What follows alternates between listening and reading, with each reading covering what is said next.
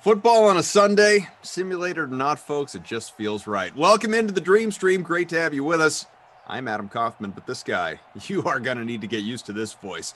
This is Tom Carroll, Tommy Freeze Pops, Tom Ace. He smells terrific. And this right here is the nooner. Tommy's doing 4 straight today. Free roll that we've got going on in the DK SimFam Friends League. How are you, man? I am doing well. I did 4 yesterday, but not in a row. The big old 4 wide stretch, that block, it's a monster. But we're here, and the DK SimFam is going to help me get through it. So I appreciate you guys already in advance for helping me out. We were talking about it with producer Drew, who is also with us here today. And look, when it comes to freeze pops on the weekends, there's no such thing as load management. You, sir, have the best ability, which is availability, and you make it happen. You absolutely kill it. 4 yesterday, like you said, 4 today. That's 8 sims.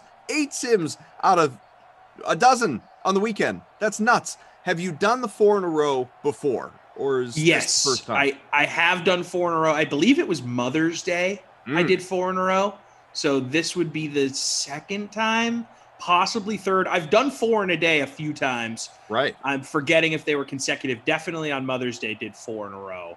See, what I'm wondering, I guess, in asking that is there's got to be a real difference between doing 4 in a day and 4 straight in a day. There is 100% huge difference. Yesterday I was talking with Morgan about it. Like, it was kind of nice. Got my day going with the sim, sort of woke me up. We went out, grabbed some lunch, hung around the apartment for a little bit. Then had 2 in a row, sort of right in the mid-afternoon to early evening time. Finished up, went out to Target, did some shopping, hung around, watched some TV.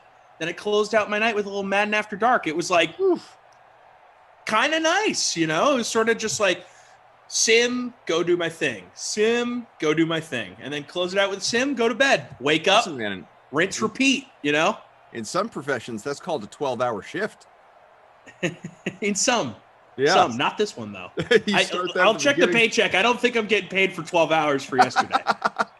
What a monster effort. Good on you, my friend. We're going to get into this thing here in a matter of moments. The San Francisco and Chicago contest to start off your sim day. Of course, lineups have locked. What have you got? So I went with Mostert in the captain spot, not trying to be creative in any way, just get him in there, figure out the rest. And I also got Madden Mitch in there. When you have the Bears, you have to have Madden Mitch. There's just no ifs, ands, or buts about it. Then I got the Niners DST in there. They can make some noise. Jimmy Graham, Allen Robinson, and Pettis from San Francisco. $4,800 is my semi-punt play. Honestly, I mean, Niners DST is the true punt play at $3,800, but I kind of feel more confident about the Niners DST than I do Pettis because we're playing Madden Mitch. And look, like I said, you got to have him in your lineup, but he's good for about 2 or 3 fumbles. He could throw a pick or 2. So maybe we get a scoop and score opportunity here. So we'll see. So I'm eager. It's not often that I'm eager to see what the winning lineup looks like at the end of the sim, but today is one of those days, in large part because of the way you and I think a lot of other people, me included, built their lineups, which is Raheem Mostert in the captain spot and still rostering Madden Mitch. And then it just becomes, what are you doing with your other 4 flex? How are you making this work? Where's your punt? Are you going super punt, trying to win it with 5, basically? Are you going, really balanced among those 4? Are you going to play a DST like you did? A lot of different avenues people could travel here. Now, I'll tell you, Raheem Mostert, 91% all owned overall, 39% in the captain spot. 39% in the nooner. The Tommy's doing 4 straight today, free roll. Mitchell Trubisky, Madden Mitch, 82% in our small contest. He's about 13% in the captain spot. So the rest of my build looks like this. Like you, I have Dante Pettis. Like you, I have Jimmy Graham. But I did not do Robinson and the Niners DST. Instead, I went with Deebo Samuel and Robbie Gould. So I'm banking on kicker points as opposed to DST points. We'll see what ends up happening. Okay, I like that. I like to get Deebo in my lineup from time to time. I'll be fully transparent with the DK Sim fam. We were about 45 seconds from going live, and I said, "Oh crap, I didn't make a lineup yet." So don't I went in there with excuses. No, look, no, and the reason why I say this is people that are here every day will remember that the last time I did that, it was one of the highest finishes I've ever had. I finished second, and those that are really here every day know I've never won a contest. Tara Lynn's been doing Sims for like 3 days, and she's already won a free roll. So it's true. Maybe I need to do these last second lineups where I'm not thinking too much about it. I'm just going gut based off of, all the Sims I've done. That's how I have to play it to succeed. By the way, love these throwback Bears unis that are just slightly different than what they wear now. You get the white C on the helmet. Really, really nice look. Daniel says procrastination clears the mind. Hey, I work well on deadline. That's journalism right there for you. Mo says, Tom, Koff, let's get this Sunday shenanigans started. That's what I'm saying. That's what it's all about. We thank you all for being here, hanging out with us, obviously. That's Life, which is Cena. Good morning, DK Sim fam. Koff, Freeze Pops. Thank you. Good morning. Welcome. Good to have everybody. We're underway. 2nd and 4 from the 33. Chicago ball first. Virtual Windy City. And it's a handoff. I'm just never interested in the running backs when Chicago's involved. Tariq Cohen, got 2 for 9. 30 inches on the way. They're so hit or miss. I don't like David Montgomery in real life either. Not as a person. I don't even know the guy as a person. I'm just talking as a fantasy play. As a fantasy play, drives me mad. Down the stretch, he helped me out in fantasy quite a bit as he has a nice run here. Montgomery, of course. Yeah. He really got it together down the stretch, and I feel like the fact that they're going to have a rookie quarterback at some point this season, he's going to factor in big in that offense because you don't want to put it all on the rookie quarterback's shoulders right away. And I think when Justin Fields finally gets the job, that Montgomery's a guy that people should look at. Maybe for DFS lineups, not so much a season long where you're going to have to wait to kind of throw them in your lineup there. Unless you're in one of those leagues that just lives on the waiver wire. There are certain guys, you have this, I'm sure, regardless of your sport, everybody out there does. In fact, people shout it out in the chat. I want to hear from you as to who it is for you. And Drew, Daniel, Bert, Bobo, whoever it is that you got, we all have those guys, those athletes that we just have, I was going to say an irrational hate toward. It's not irrational. It's perfectly rational because it's fantasy based. We have felt wronged by them multiple times in the past. Slighted, screwed even. There are just some people I hate playing in fantasy. I mean, basketball, top of the list, or at least high on the list. First to mind, Michael Porter Jr. Hate Michael Porter Jr. Daniel says Aaron Gordon, fittingly his teammate. Bobo shouting one out for football says after last year, Josh Jacobs. Yeah, I'm saying for me, Montgomery. I mentioned this when you and Lamarca were doing a sim the other night. John Brown. Oh, do I hate you, John Brown, fantasy-wise. Again, I'm sure you're a great dude. Fantasy-wise, oh, do I loathe you, John Brown. You never show up for me, ever. John Brown is someone running back. Well, listen, at that point, Daniel, that's on you. That's just unpredictable. That's Russian roulette when it comes to figuring out what Bill Belichick's going to do with his backs. Yeah, who was the running back for the Pats that had like 400 yards rushing and then they cut him 3 days later? Jonas Gray. Jonas Gray, exactly. Perfect example of Pat. That is the Pats running back mantra in a nutshell right there. For me, it's Allen Robinson, honestly, which is apropos because he's in our lineup here today. Yeah, just anytime Allen Robinson has been on my fantasy team, he does nothing. And then finally I'm like, you know what? I'm benching you. You don't do anything. And then that's the week he goes off. Allen Robinson for me, whether when he was playing for the Jags or now in Chicago, just so frustrating. So get out of here, Allen Robinson. I mean, there's so many dudes. He just comes to mind because he's staring me in the face right now. Cole Beasley's been that guy for me in the past. Sure. Man, there's just so many. Mr. Miyagi says PJ Tucker. King Wah says Jason Tatum and Jaylen Brown. I find that interesting, actually, because typically, as we know, they're good plays. Giraffe King says opposite angle. Mercedes Lewis has been a lucky charm punt for me for years. Jordan says Draymond Green, he gets 40 DK points when I don't use him, but when I trust him, he scores like 9. Field goal's good, by the way. Drew Holiday says new guy. Let's see.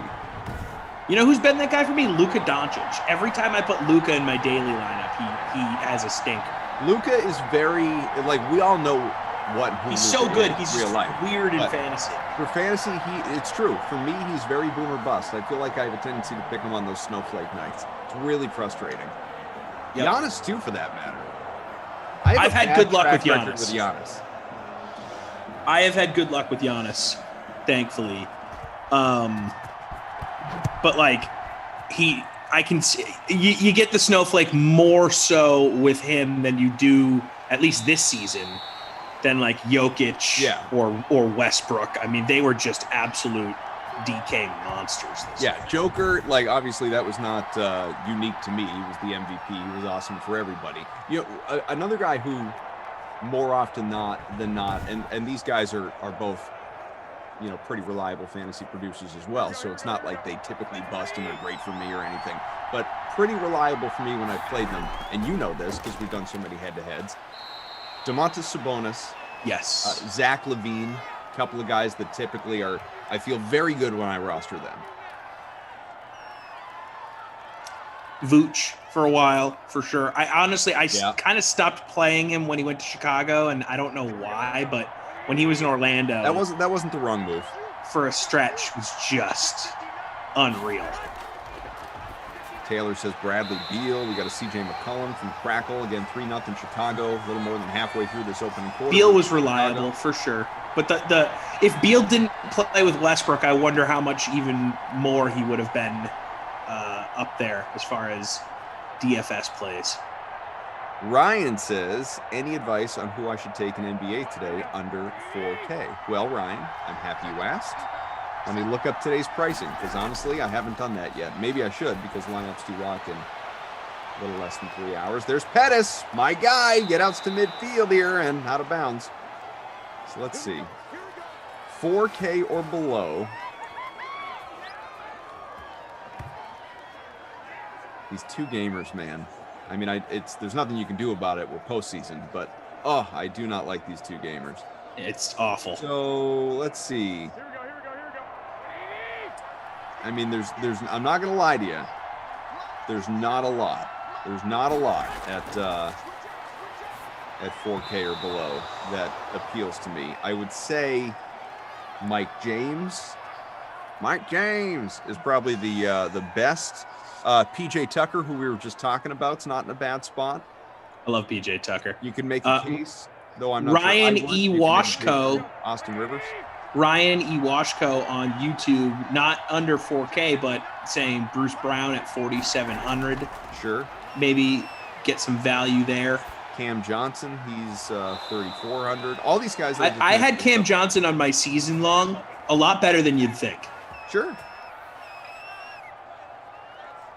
Folks, smash that like button, hit the subscribe button. I'm glad that, I think it was Ryan that I said, took our conversation there, because it allows me to remind people of this. So, folks, there's stuff. Now, maybe you don't know, maybe you missed the notification, maybe you haven't been hanging out in the DK Sim Fan Friends League lobby with the 2,000 plus members. Wow, congrats. Congrats to all of you. That is absurd. I love you all. I am in awe. I am indebted. You guys are great. So that's cool. We have 3 contests that are available to you in the DK Sim Fan Friends League lobby, non-Madden Sim related, that you may or may not have interest in jumping in. They have staggered start times. Let me tell you about them. Farthest away, not until Thursday, Moose Jeff Ulrich created for the first of what hopes to be a weekly occasion, the Moose Open. The Moose Open Classic contest, but he felt bold. I warned him, he felt bold. He made it for 200. and it has to fill because it's not free. It's $1 buy-in. It's a payout to, I think, the top 20, 25, something like that. So it's, there's a prize structure there, obviously. It's not winner take all. Let's see. Top 20. So first place takes $27. Producer Drew is in there. I'm in there. Technical director's in there. You're in there. I'm in there. Jump on in if you want to be part of this thing. You got a ways to go to fill it. 34 out of 200 right now, but we have until Thursday. We got until Thursday morning, so plenty of time. But jump in if you like golf and you want to be part of the crew. Now, much sooner than that, I want to be accurate with my numbers, so I'm refreshing my screen. The NBA, 2-game classic for today. 7 spots available out of the 75. That's it. This thing fills up quick. You know that, folks. Locks in 2 hours, 45 minutes. It's $1. It's a payout to the top 15. So top prize is $13.50. Back of the end zone. Touchdown! San Fran. Who it is? Dante Pettis. Yes. That's right. It's good for us, man. It's good for us and many others, I'm sure. Let me just tell you about this, and we'll go back to Pettis. So only 7 spots available in that contest. Pettis about 40% owned in the larger contest, by the way. So you can jump in. I know I'm not worried. That'll fill. You got a couple hours to do it. More of a rush, however, is this one. If you want to be part of this Freeze Pops, Drew, you're a big baseball guy. Bert, Bobo, you want to jump in? I know you missed it the other day. Daniel, anybody? Cough Classic MLB. Baseball. 40 people. We have 12 spots available. $1 to get in. Top prize is $9. Payout to the top, I think it's 10 people out of 40. So you got a 25% chance of cashing. This locks before the end of this sim. This locks at 1:05 Eastern. This locks in 48 minutes. We need 12 people to fill that thing or it's not going to run. So jump on in, folks. Cough Classic MLB. Baseball scares me for DFS. Sure, I get it. There's so many games in a season, and I know maybe that doesn't scare people because they're like, now it's easier to predict because you got a bigger sample size. But to me, it says, like, it's a long season, so, like, what if I pick all the dudes that go 0 for 4 today or 1 for 4? You don't know. It's you could take a goose egg, and that's not weird. I mean, the biggest thing in baseball DFS, I'm not saying anything that people don't know if you play it. The biggest thing is nailing your pitchers. Mm-hmm. That's the biggest thing. You get 2 pitchers, you got to nail those. And if you don't, if you only nail one, not the other, you could be sunk unless, again, you got a couple of really good hitters in there. I had a good lineup yesterday. I did this for the first time yesterday, and it went well. But it doesn't mean today will. Who knows?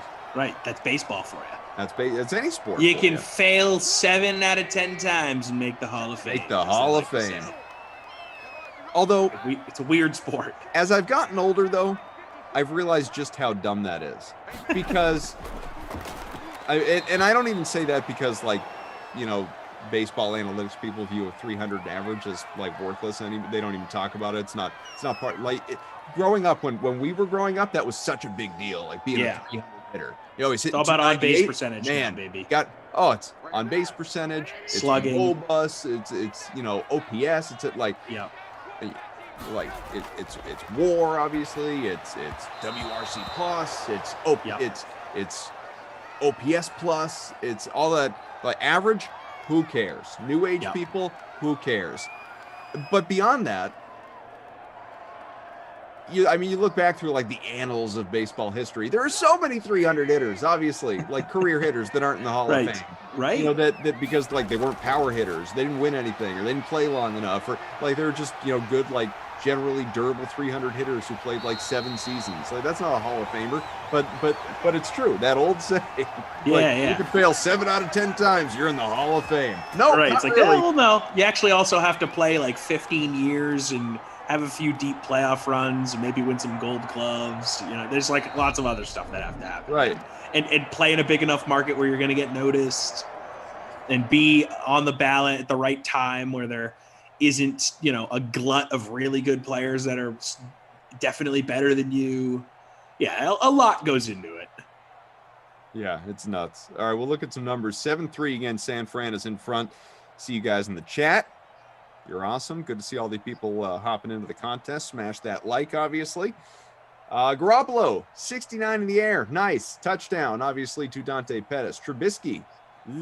Mad Mitch, just 15 yards passing right now. He is a guy that is capable of rushing for the bonus. Another wild card to the Chicago, rushing attack. Backfield, in a matter of speaking. For instance, Mitch is 2 for 23, whereas Montgomery is 1 for 24, and Cohen is 3 for 9. Relatively balanced. Raheem to the stream. Not today so far. Just 3 for 8. Yee. Not good. It's early. Yeah, 1 for 11 in the air. 2 for 44 for our dude Pettis. Singular catches for everybody else. That's got to have you...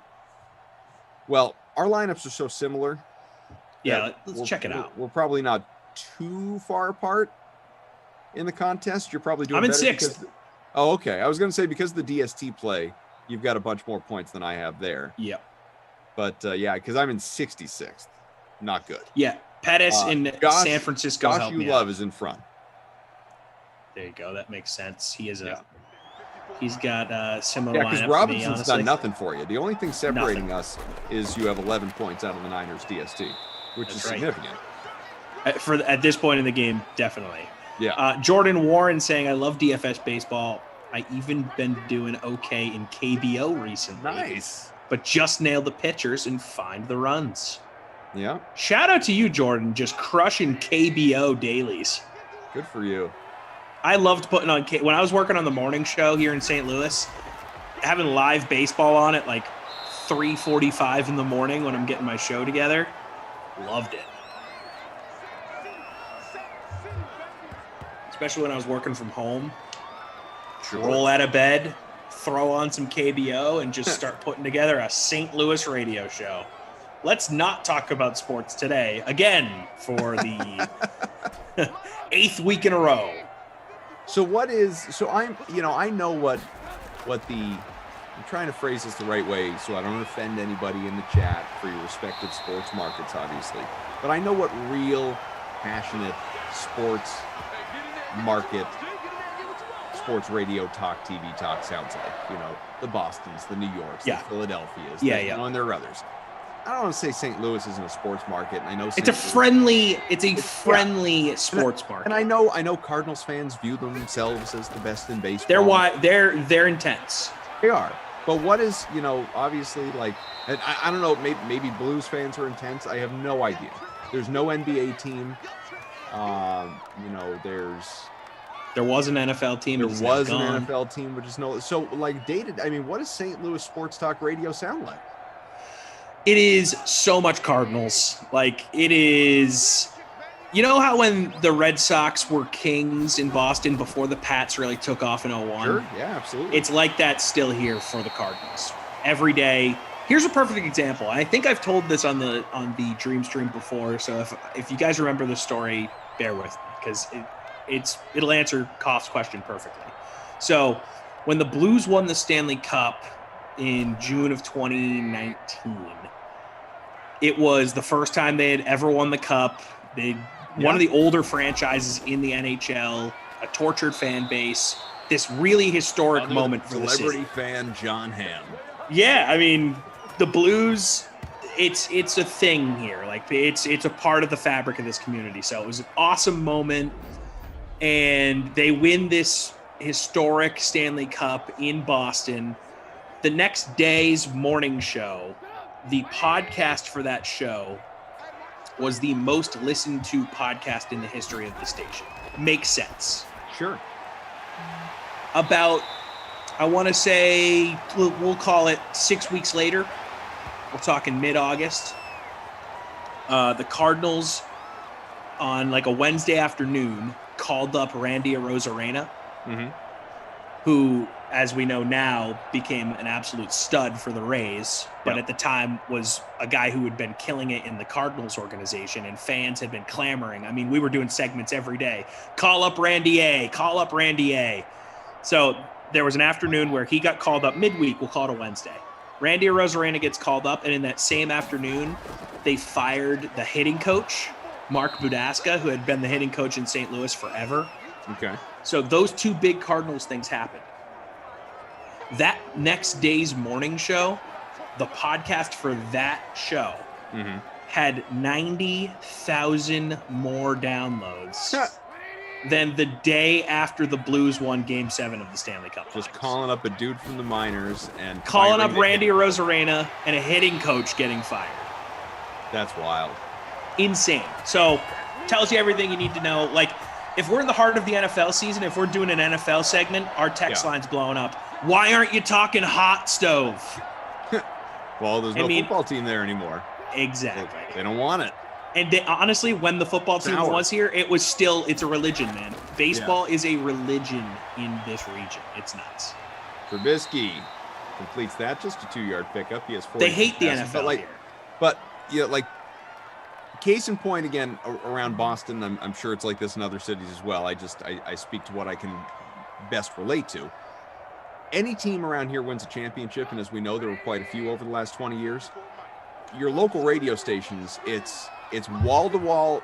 Normally, for anyone that doesn't know, maybe they probably don't care, but for anyone that doesn't know, no, it's not like New York. Like New York, it's 24-hour programming with the fan, and they're on. There's no cut to national programming in the middle of the night. It's local programming 24/7, which is awesome. Quite frankly, Boston should be that way.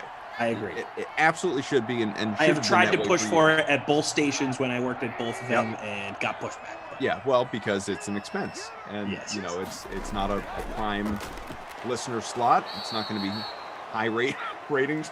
Pardon me, right? Acre, all that stuff, and so I think it'd be higher than they think, but yes, should be. I agree. But where I was going with that is that like a team wins a championship around here, those shows will stay on all night until the morning shows start. Wall-to-wall phone lines the entire night. Rabid fans calling in, texting, and all that. I mean, non-stop. We got a fumble. There's a fumble from Madden Mitch. There you go. Take away for the Niners DST. Nick Bosa with half a sack. And I don't know that he came up with the recovery as well. We'll see. He did. There we go. Armstead with the sack. Well, so they each got half a sack. Oh, they gave him a half sack for that. Okay. And Bosa must come away with the ball. But I don't know how many other markets do that. Like when the Blues won the championship, did they go throughout the night? Did they go into So there was I think maybe an hour-long, maybe 2-hour post-game show that our station did. We weren't the flagship for the Blues at that time. We became the flagship for the Blues the next day. You know? No kidding. That was the way the contract was set up. They were with KMOX for a long time, which is like the historic radio station out here. Yeah. But we did like a 2-hour post-game show, call-in type thing. And then our morning show started an hour earlier. We usually would start at 7. We started at 6 that morning and had someone actually come in and just host for an hour.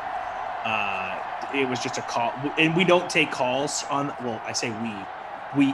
My old station doesn't take calls. They do these things called mic drops that are like you record in a minute-long MP3 and send it in. They go all day and the host just talk and they don't take callers.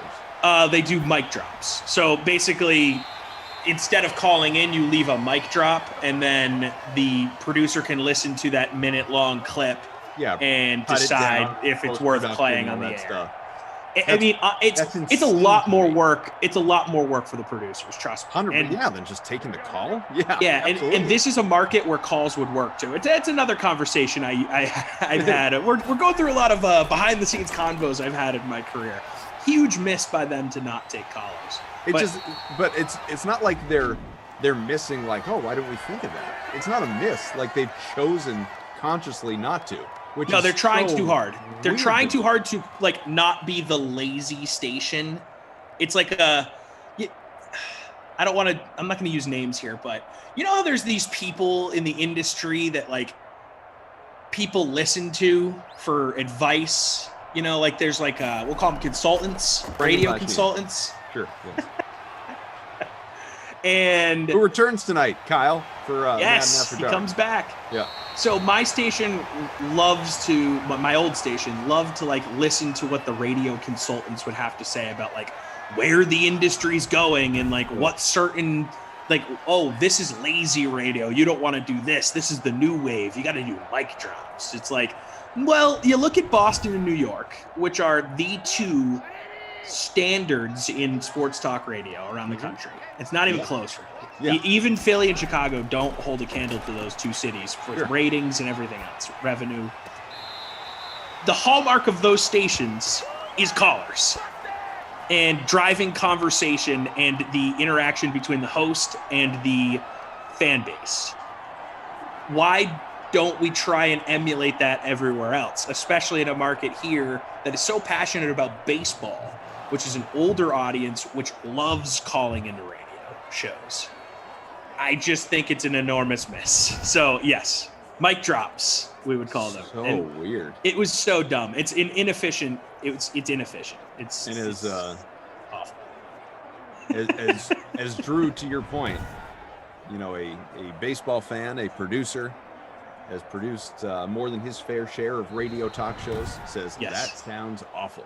Yeah, you're trying to do a million things, and you know what I'm going to do? I'm going to open up this special email and listen to this mic drop here, and I have to listen to the whole thing to make sure they don't swear. I have to bleep out the swear and then get it ready for my board op to play. How many of those do you receive in a given show or given day? I mean, it depends on the topic. It depends on how we structure our show. I would like to make it, because it's such a tedious thing, I'd be like, this is going to be a mic drop segment. So I'd have the whole hour to kind of get everything ready. But then you have to make a little cut sheet for just mic drops. I mean, it's a terrible, terrible way to run a radio show and a station. It's brutal. That's nuts. I just can't even wrap my head around not taking callers. I mean, even the shows in Boston that openly hate taking callers, take callers. Yeah. You got to do it. Like, you got to take a few.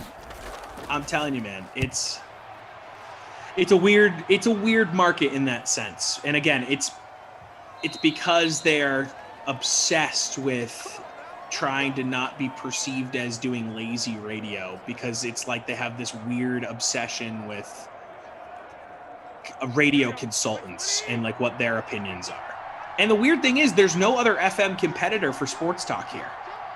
It's 101 ESPN in St. Louis, and then the other sports talk station is an AM station that doesn't even get enough listeners to register on the Nielsen rating. They get a 0. So like, who are we competing against? Why are we worried about being perceived as lazy? It's not lazy. It's called sports talk radio. You talk to your fan base about sports. Hello? By the way, shouts to all of you out there, because the Cough Classic, NBA, and MLB are both full. So well done, everyone. Remember, baseball locks in about 30 minutes. So get those lineups in. Don't just reserve your spot. You want to start to build out a lineup pretty soon here. And there was a Blues golf contest, too. There was a day during the Blues Stanley Cup run where we would get like a 3-hour show, we'd get over 200 mic drops. Like, that sounds like hell. Yeah. Yep. It'd be like free. And then after the show, like my program director would walk by like, oh, I didn't hear you on the air today, Free Spot. It's like, yeah, because I was cutting mic drops the whole show. DraftKings says, I love the shows that have favorite regular callers who are obviously scripted content. Do they think we're that dumb? So, you know what, DraftKings? Here's the thing. I've rarely run into a scripted, like, I've never had a scripted radio caller. That's more like shock jock, like well, no. radio. I think I initially took that the same way as you, but I'm cutting you off because I don't think that's what he means. I think what he means is someone like those, those callers who write out what they're going to say on the radio. Oh, yep. So like here's my speech that I'm going to run through, and you can tell they're reading it, but so Drew disagrees. Drew says, no, I think he means plants. Well, in that case, yeah, I agree. That's dumb. But that's not like I've worked at DraftKings. DraftKings, clear it up. What do you mean? I've worked at the two biggest stations in Boston and on the national level and here in St. Louis, and nowhere have we ever had a plant caller, and I've never heard of a show doing a plant caller. No, I mean, I've hosted many shows. I've encountered, listened to many shows that have had regular callers, but they're not plants. They're just regular callers, fans of the show or fans of hearing themselves on the radio or whatever it may be. And no, they're definitely not plants. But people who write out what they're going to say before they come on. Yeah, that's lame. I've definitely come into contact with that. There's Sports Hub callers that are like that. They're like, I charted the game, and this is what I think. It's like, dude, I love you, but you don't need to script this out. Just talk. Like, you're not being paid for this. You don't need to be perfect. Just tell us what you think about the Pats. Listen, Jay Duncan saying, I used to work at the other AM station, TC, lol, in the sales bullpen. So there you go, Jay Duncan. You know what I'm talking about. You probably hate the mic drops just as much as I do. Drew says, and I agree with Drew. I'm not calling those people lame. Drew says, some people just get nervous when they go on the air. You got to lay off. Okay. Some people get a little, they freeze up. Freeze pops. Okay, you know what? That was mean. I apologize. They want to call in.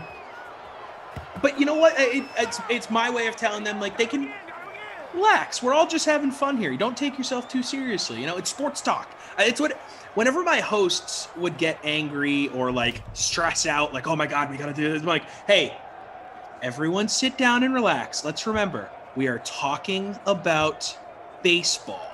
We are not talking about the election. We are not talking about, world hunger here. It is sports.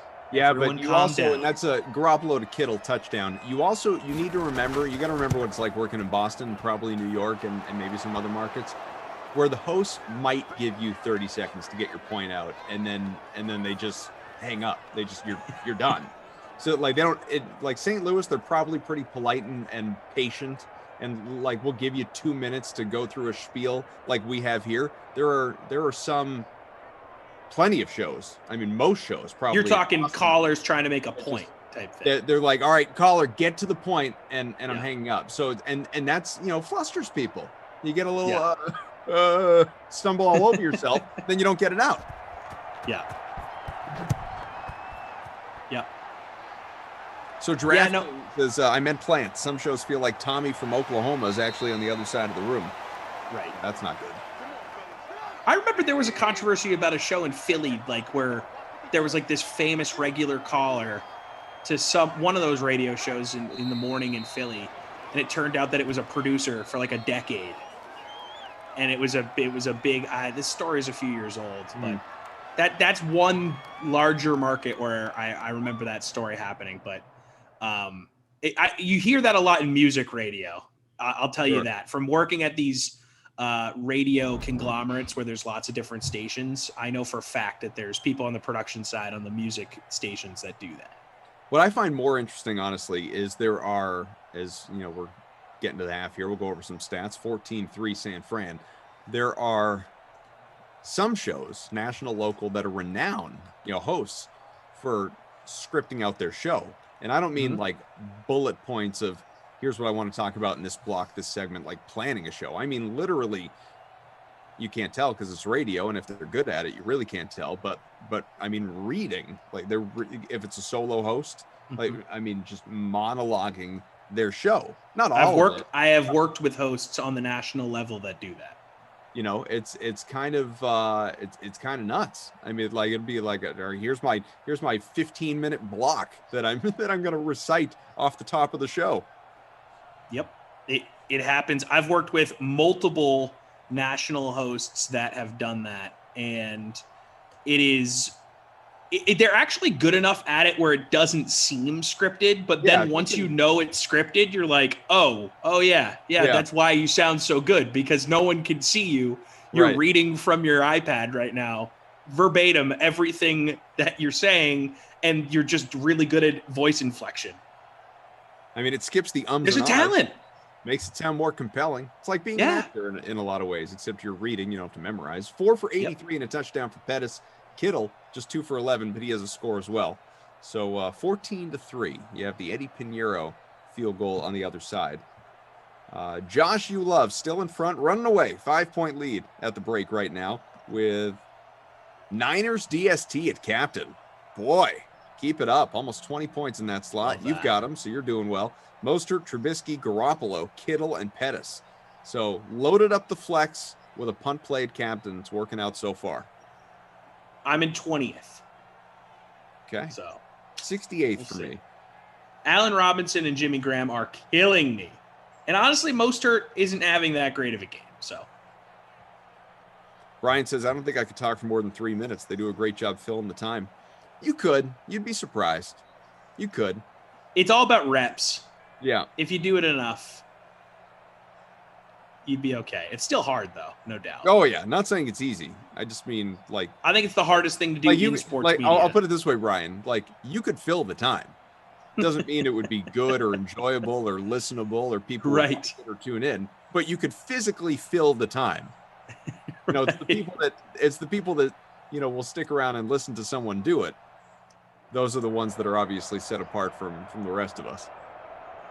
I was reading somewhere, I forget who it was or where this was, but there was a story I was reading once. I think it was a guy that had just gotten a job at like a news talk station, and he was talking about how one of his first on-air gigs was as like a late night guy for FAN.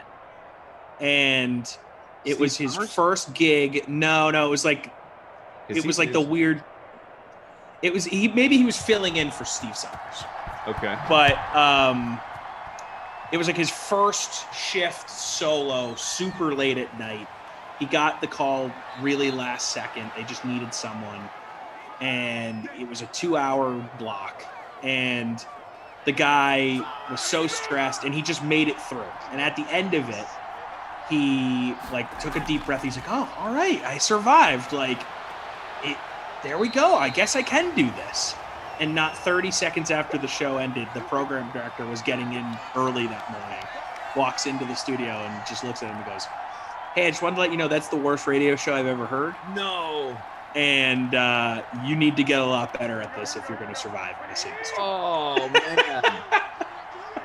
That's soul crushing. And it's like the guy finishes the 2-hour shift, first time doing radio solo, is like, "Oh, I survived. I feel good. Yes." Right in his face. "That was awful. The worst show I've ever heard. Get better." It's like, oh, this business, man. Brutal. Oh. I wish I remembered who it was off the top of my head. It is a brutal business. That gave me a laugh and a cringe when I read that. David is asking about my I don't know why you said a giggle. There's no giggle over here, David. I am coughing periodically because I've been getting over a cold and colds take forever to get rid of. Like I've had this nagging cough for a solid week. Like I feel like I'm not fully over the cold. It's just annoying. And David, you might imagine how especially annoying it is to talk through for an hour straight. Not good. It's bad enough when I just have to, and most of the time, believe it or not, guys, like if Tommy's talking, I mute it. So you're not even hearing the majority of them. But some of them just come out involuntarily while I'm talking. There's nothing I can do about it. Hurts me more than it hurts you. Oh, for sure. You're getting there. You're going to be back at full strength soon. Fight my way back. So you want to hear a great story? Drew, as a producer. See, there it is. There it is. Good God. Oh. David, I tell you. You will all appreciate this. It's just I still think about this story. So I was doing TV. I won't say where or involving who or anything like that. And I've worked at a bunch of different places, but I was doing TV at this particular station for the first time. Not first time doing TV, but first time, excuse me, at this station. And I was, like fill-in sports guy or whatever. I was just freelancing. And so for, anyone that watches local news, you know how this works. You're doing sports at, let's say, I don't know, 15, 20 past the half. Like, so if it's 6 o'clock, you're coming on doing sports at like 6:20 or something like that. You usually come on right after the weather. They do weather 100 times. So weather on the 8s. Yeah, pretty much. But it's just like 6:20. But typically, so like you'll do sports coming out of the commercial break, and right before the commercial, you're supposed to be out there to tease your sports. You'll come out and do here's what's coming up for like 15 seconds, but you're supposed to be out there on set to do that. So you're always supposed to, I'll wear some of the blame here, but I can't wear all of it. You're always supposed to have an awareness of the clock, obviously, and have your IFB, your little earpiece in your ear, so the people can talk to you from the control room and tell you where you need to be when and all that stuff. So the person that was producing, I don't think realized I was there for the first time, or maybe forgot to tell me or whatever. And again, like, part of this obviously was on me not realizing we were so close to the tees, and I didn't know I needed to be out there. So I go like sprinting from the back room, which of course is across the studio, to get out there, and just barely don't make it. And which like, to a viewer, not even noticeable. They just they, like, the news anchor teases sports and you go to commercial and you come back and you have sports. Like, to a viewer, not at all noticeable. But to the person who's supposed to do it, you feel like crap. You're like, man, I soul just, crushing. Like let everybody down or whatever. And so I go out there, and I say sorry, obviously, and I go out there, and I'm like standing in my place, get my mic, my ear, all that stuff, and I got my papers for my sports. I'm getting ready to do sports, and it's we're seconds. I mean, we're seconds from me coming on to do sports for the first time at this station. And someone will be in your ear counting down. Typically, is the way it works before you come on, so you know when to come on. And I hear this producer. I don't know if this person was deliberately talking to me or just wanted me to hear it while they were talking to everybody else in the room or whatever. But this producer just right before I'm going to come on goes, "Not a great start." The most probably producer-y way too. Like, just so passive aggressive, but so much weight to it, and you're just But like right before and it was fine. Like, the sports went fine. I wasn't rattled, but it was just like, man, like, was that necessary? Right. Like, I know it was directed to me, but that's got to be right in my ear right before I come on. Yep. That's a dude that just doesn't get it right there. Yeah, and Drew, I won't read what you're writing in our Slack, but I assure you, everyone around the station who heard it felt the same as what you're writing. Right. Yeah, he's that guy. Right. Like, that's not something that needs to be communicated to the guy that clearly knows he screwed up. And like, isn't it, like, is brand new, didn't even know what he was supposed to be doing. That's something you maybe tell them later on at the end of the day, by the way. Like, yeah, exactly. This in mind. Yeah, gonna need you out there a little bit earlier. Yeah, it's just, come on. That's not what you want. But it did become like a running gag at the station. I'm assuming that producer never overheard it, but it became a running gag, like, within the sports department every time I came in. Like, not a great start. Good to see you awesome. Today. Hello. That's great. Oh, Koff's here. Not a great start. Not a great start. That's very, very funny. David Gorgie, by the way, on our YouTube chat. Critiquing my cough. Yeah, so he lets us know that he's been a celebrity impersonator for a job for 22 years. He does Frank Sinatra and many more. He says his favorite celebrity that he does is Austin Powers. Huh. And for first 20 years of his career, he was an impersonator in the Orange County area. Now he calls Arizona home. So very cool. Learned something new about a member of the DK Sim fam today. What a cool job. It sounds like fun. Yeah. I think that's incredibly impressive. If you can impersonate multiple celebrities on a level in which to get paid for it, yeah, that's talented right there. Be it Dana Carvey, somebody like among the many like him. Right. It'd be nice to. I know, like, we have our fun doing bad impressions on the Dream Stream a lot of the time. Yeah. But it would be great to be a gifted impressionist. Oh yeah, that would just, definitely. That'd be really cool. That'd be fun. Like Frank Caliendo. Oh yeah, I mean, for sure. Very talented. He's so good. He is so good. He was oversaturated for a while. Very much so. And then he went away, and now like I kind of like internet era Frank Caliendo. He just kind of pops in a few times a year. That's about the amount I want Frank Caliendo. But there was a stretch in the early 2000s where I felt like that guy was on my TV constantly. And it's like, okay, I get it. He was on, like Fox Football pregame every week. He had his own show, like a sketch comedy show. Yes. Yep. Bert, and then Bert he was on ESPN. He was everywhere. Then he moved over to ESPN. I was like, okay, we get it. Showing up like the once a year thing is good. Jay Duncan, MVP Mitch impersonates an NFL QB. That's true. Alana says, doctor just after delivering your baby. Not a great start. Now, Alana, not what you want to hear. Chat. Alana, I assume you've watched Avenger, the first Avenger, the first one. Your binge is off and rolling. Alana and I and Jared, the Kilgores, we made a deal that they're going to start binging all the Marvel movies. And their assignment, giving out their homework, their assignment was to watch the first Avenger this weekend because they're going in timeline order. Okay. That is a huge undertaking. It is Sunday. I hope, Alana, that you have found success in this endeavor.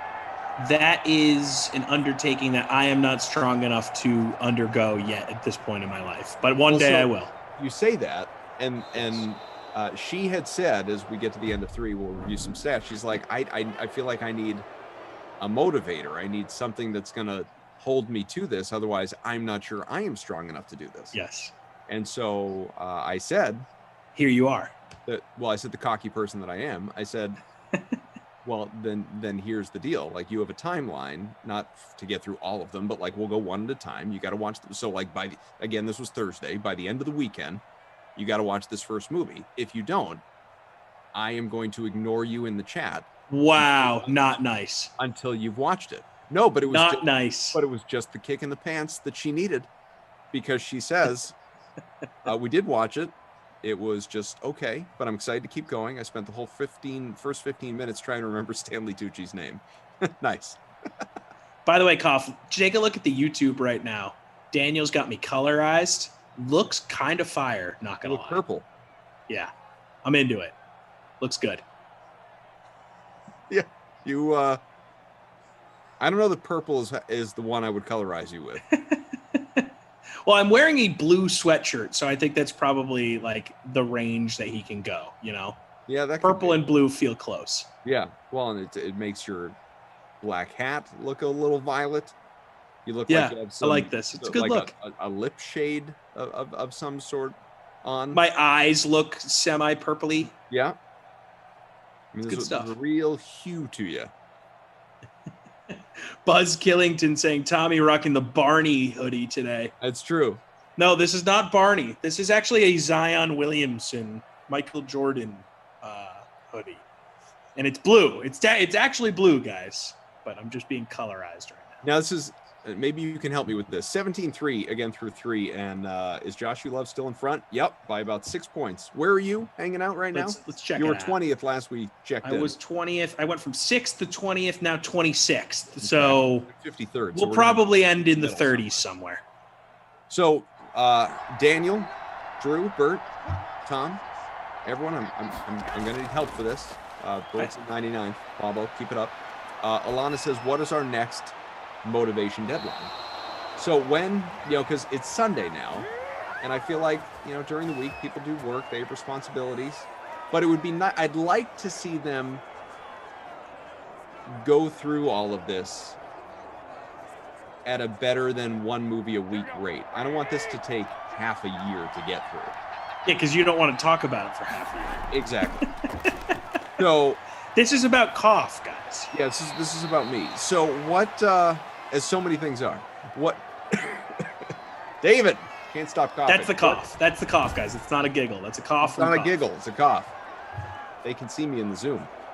Not you. It's a COUGH from KAUF. All accurate. Lineups locking for baseball in 11 minutes, folks. So what's a reasonable next deadline? I would say Friday. And watch the next movie by Friday. And then give them the weekend to watch whatever next one is. I think that's reasonable. Alana, Jared, if you're here, can we live with that? The next movie, whichever one it is, I'd have to pull it up. Weeknights can get busy too. On the order that they're doing here. I don't know what's next. I don't know the timeline. Are we to Iron Man at that point? Are we Captain Marvel? Where are we? I don't remember. I did it, but I did it a while ago. Yeah, I'm definitely the wrong dude to ask. I'm just a dude disguised as a dude playing another dude. I do remember Iron Man being a very fun movie back in the day. A lot of first fun. Iron Man. A lot of fun. I mean, Robert Downey Jr. is so good. So good. I'm gonna get my baseball line. Most hurt. Nice move. Like to see him do something. I know. So, do you think he's in the leading front seat here for the Babysitter Billy, given the ownership and the lack of production? Absolutely. Alana says, "We'll make it happen." I think it's Captain Marvel and then Iron Man. All right. So, well, whatever the case, I'd have to look it up, but I trust you. The next Friday evening is your deadline on the next one. Kilgore. So Bert over on Zoom has sent along the link to the MCU timeline. If you want to the watching order. That probably will help you out. Look at that. Let's see. I mean, isn't there like 20 movies? I think it's 24 or 25. Yeah, that's a lot. Yeah, it is. That's a day. That's a day of movies. That's a day plus. And then there are TV shows. Yeah, this is a commitment. Oh man. But yeah, Captain. That just gave me a shiver up my spine thinking about that. Captain Marvel is next. Get after it, Kilgore family. Captain Marvel. But you know what? I'm excited for you. I'd love to be experiencing all these movies again for the first time. It's like you're living vicariously through them. In a matter of speaking, yeah. So, Koff, this game is going to happen in real life, right? We're simming. Yeah, we are simming the 2021 schedule. Season. That is correct. How do you see this one playing out in real life? Are we going to see a rookie versus rookie when these two teams play? Are we getting Trey Lance versus Justin Fields? Are we in week 8 at this point? Something like that. Somewhere in that ballpark? It would be week 8 or week 9, yes. I'm gonna go against what the odds probably are and say that Jimmy Garoppolo is still the quarterback at that point. But Fields for sure, I'm banking on him. Fields, because Trey Lance is in San Fran. So yep. San Fran coming off a bye though, so if there is going to be a time for Trey Lance to get that starting spot, you would think. I mean that's just you being influenced by what happened in Miami with Tua. No, but you think about it. Field goal is good for gold. You got extra time to prep. It's sort of, and I know it's on the road, so maybe that's not ideal. But if there is going to be a time, you need to find spots in the schedule like that where there's like long breaks, or, I mean, generally speaking, you want to start them at home, so it's an easier environment. They're more used to that field. But like, these are the moments where those switches tend to happen. Sure. It could happen. Like, I'm not going to say it can't happen. Of course, it could happen. But I'm going to go with the outlier and say it's still Jimmy Garoppolo at that point. I personally believe that Jimmy G is going to be the quarterback for as long as he keeps the job, right? Like, if he starts playing bad, then Trey Lance will be the quarterback. But I think Jimmy G has this season to be the guy, like sort of like Alex Smith was for Patrick Mahomes. I think that San Francisco is a really smart organization, and they're looking how well that worked out for them with Mahomes. Trey Lance, more of a project than Mahomes probably. Mm-hmm. So give him the year. Let Jimmy G show him how to be a pro if he can stay healthy.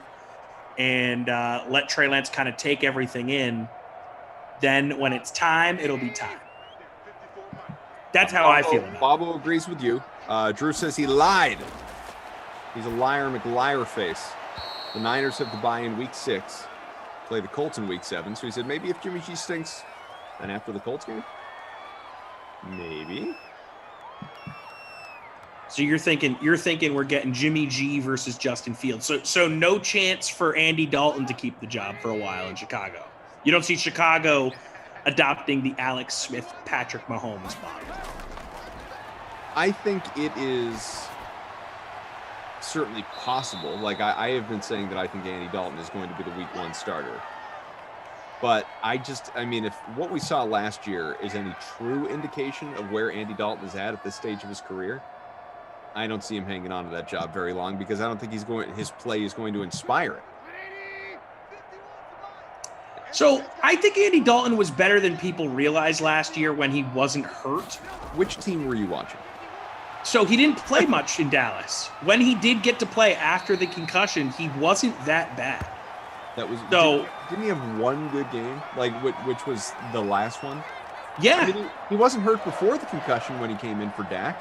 There were a couple of games there. He got hurt right away though. Like it was a quick concussion or whatever it was. I think it was concussion after the Dak injury. Like I think that we remember how bad the Cowboys were last year and forget that Dalton didn't play as much for them as we really realize. Like I don't think Dalton is as bad as a quarterback as people say he is.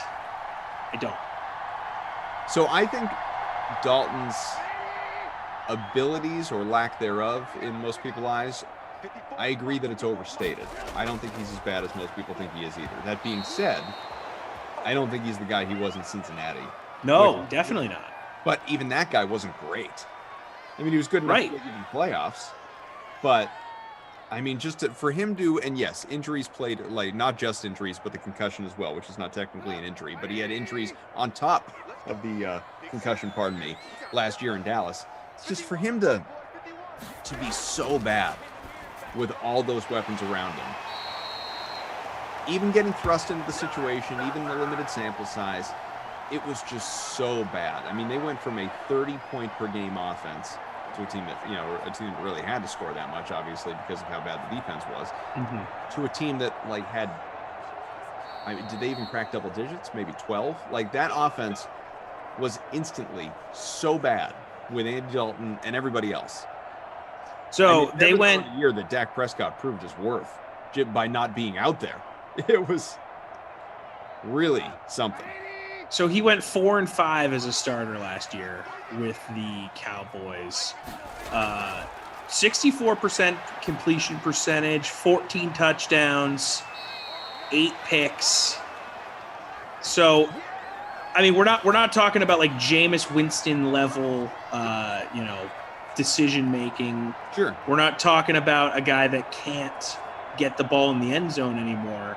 We're just talking about a guy that isn't the dude that was winning 10, 11 games every year to start his career like he was in Cincinnati.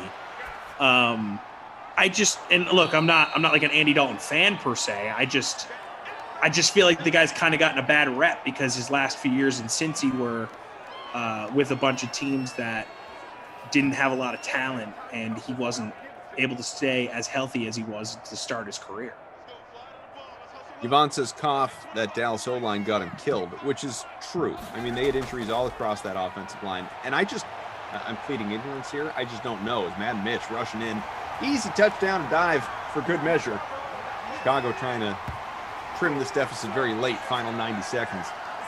With a touchdown there from Madden Mitch, looking to salvage his day. I mean, what's the Chicago offensive line look like? I mean, is that a really strong line? That's a good question. So,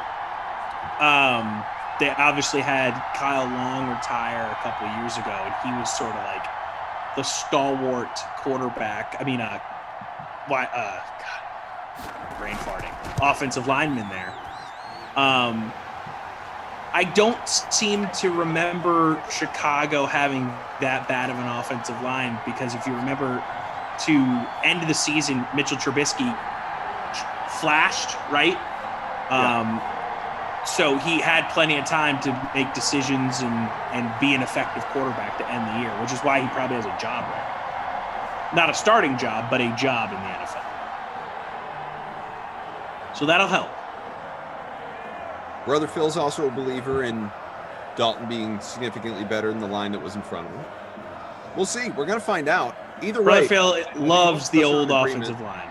Most of us, I think, are in agreement that Andy Dalton's going to be the guy to start the season. The only question is how long he hangs on, which a lot of people feel is the question, obviously, on the other side of this, like you said, with Jimmy Garoppolo and Trey Lance. Yeah, I mean, as a football fan, I'd love to see those two guys playing against each other absolutely in this game because they're both incredible athletes. I think Fields is going to be awesome. I was talking myself into Trey Lance because I thought the Patriots were going to land him at some point. But clearly the Niners went up to get their guy, and that guy ended up not being Mac Jones. Right. So I'm not going to just go back and pretend like I didn't convince myself that Trey Lance can be awesome. So, like, I think at some point he will be. I just don't think it's going to be right away. So we'll see. I mean, hey, we got plenty of time to square this one away. Can't write anything in pen right now. Buzz Killington jumped to 15th in the cough test. I guess that's the cough contest, the cough test. Oh, nice. I like that. Where am I? Can't be good. I'm in 40th, so right around where I thought I'd fall, given the trend. I thought I'd be in the late 30s, so 40 feels right. Josh U. Love is still in front by about 3 points. We may have an almost wire-to-wire win. Maybe completely wire-to-wire. I'm not sure if he was leading from the jump, but definitely so the last 3 quarters. Mostert got up to over 20 points in the captain spot. Are we still putting him in the babysitter Billy conversation, or am I looking at a guy like Jimmy Graham who got me less than 4 points at 33% ownership? Expectations are low for a guy like Graham. I mean, Mostert didn't even have 14 in the flex, and he was 91% owned and 39% in the cap. Yeah, so let's go ahead and give that one to him. And then I'm going Pettis for the wooden nickel. Sure. I mean, either Pettis or the DST, right? Yeah, so we're going Pettis. Love it. 50% owned, 5.5 in the captain, 18.3 in the flex, 4 for 83 in the score. Boom. Boom. Love it. Baseball's locked, folks. Best of luck to everybody. Look forward to following along throughout the day. Sock's been pretty good this year, man. Like way better than I thought they were going to be. Wonder how Ducey's feeling about his Xander Bogaerts sucks take. Hey, Drew? Xander Bogaerts is awesome. Pretty good. And hey, don't look now. Verdugo might be having a better season than Mookie Betts. I'm just saying. Doesn't mean he's a better player. Nobody's saying that. I'm just saying. But statistically, I'm just saying. Hasn't been a great year for Mookie. I'm just saying. Got a glove. Plays good defense. Just not hitting well this year, Mookie. Just saying. I'd say Benintendi is out hitting Franchi Cordero, though. Oh, God. Franchi. You know what, though? I think Franchi's going to hit bombs in the majors one of these days. Like, he's going to be a consistent, I hope. He's a 20-homer guy to you, huh? I'd love that. Sure. I mean, you saw that bomb he hit in Worcester? Yeah. Oh, yeah. Willie Mo Pena over here. Willie Mo Cordero. I was at, and now I'm yellow on YouTube, by the way. Yeah. I was at a game at McCoy Stadium that Willie Mo Pena hit a ball. I see. Yeah, I look like Big Bird. I was at a game where Willie Mo Pena hit a ball from Pawtucket to probably Fenway Park once. Nice. It was like the most impressive home run I've ever seen. Garoppolo 248, couple of touchdowns. Mad Mitch, woof. You could have justified that dude for babysitter Billy. 140. That's it. 140 passing. We'll look at the rushing numbers as well. He wasn't great there either. Just 50 and a touchdown to fumble. 17 for 59 for Meowstert. Guys, ask Flash tonight when he comes back if he got the cat on vacation. 4 for 27 for Montgomery. Tariq Cohen, very quiet day for him. Just 4 for 9. Yeah, Tariq Cohen's someone I never put in my lineup because he frustrates me. That's another frustrating fantasy guy. Choker says, oh, it's good I'm not alone here. Choker says, the Squint Brothers in action. Good call, fellas, and thanks. Lisa said you look like the world's biggest lemon drop. Jeff says, good show, guys. Darn, I miss baseball cough next time. Yep, there's always tomorrow if we do it tomorrow. We'll see how the weekend goes. Fun yesterday, though. All right, so let's give Freeze Pops a little break. He's doing 4 in a row. He is 25% of the way there. He is coming back with Jeff Ulrich. Moose and Freeze Pops. Panthers-Falcons, the Queens Falcons, at 2 o'clock for the Mad Matinee in about 50 minutes until pregame. Dolphins-Bills that same duo at 4, the early bird special. Happy hour sim at 6 to kick off the late classic. Tommy wraps up his day with Matt LaMarca, Patriots-Chargers. I will come in with, from what I understand, will be a hairless Jason Rossi. It's like I might have to tune in to see what that looks like. Yeah, I'm eager as well. That's 8 o'clock prime time. If you guys want to see Rossi, bearing none of it, I think that's coming up tonight at 8. Washington, the Broncos, Brendan Glasheen and Rossi. Glash back from suspension vacation, call it what you want. He'll be back 10 o'clock, Madden After Dark. So that's what we got coming up. Also coming up here on the Dream Stream, you will have the one, the only Pat Mayo of the PME, the Pat Mayo Experience, doing a little NFC West talk. Fits nicely after we saw the Niners. Let's get a look at it. Thanks to Drew, to Daniel, to Bobo. We'll talk to you all a little bit later on. The Pat Mayo Experience. Pat Mayo Experience. Pat Mayo Experience. Pat Mayo Experience. Experience.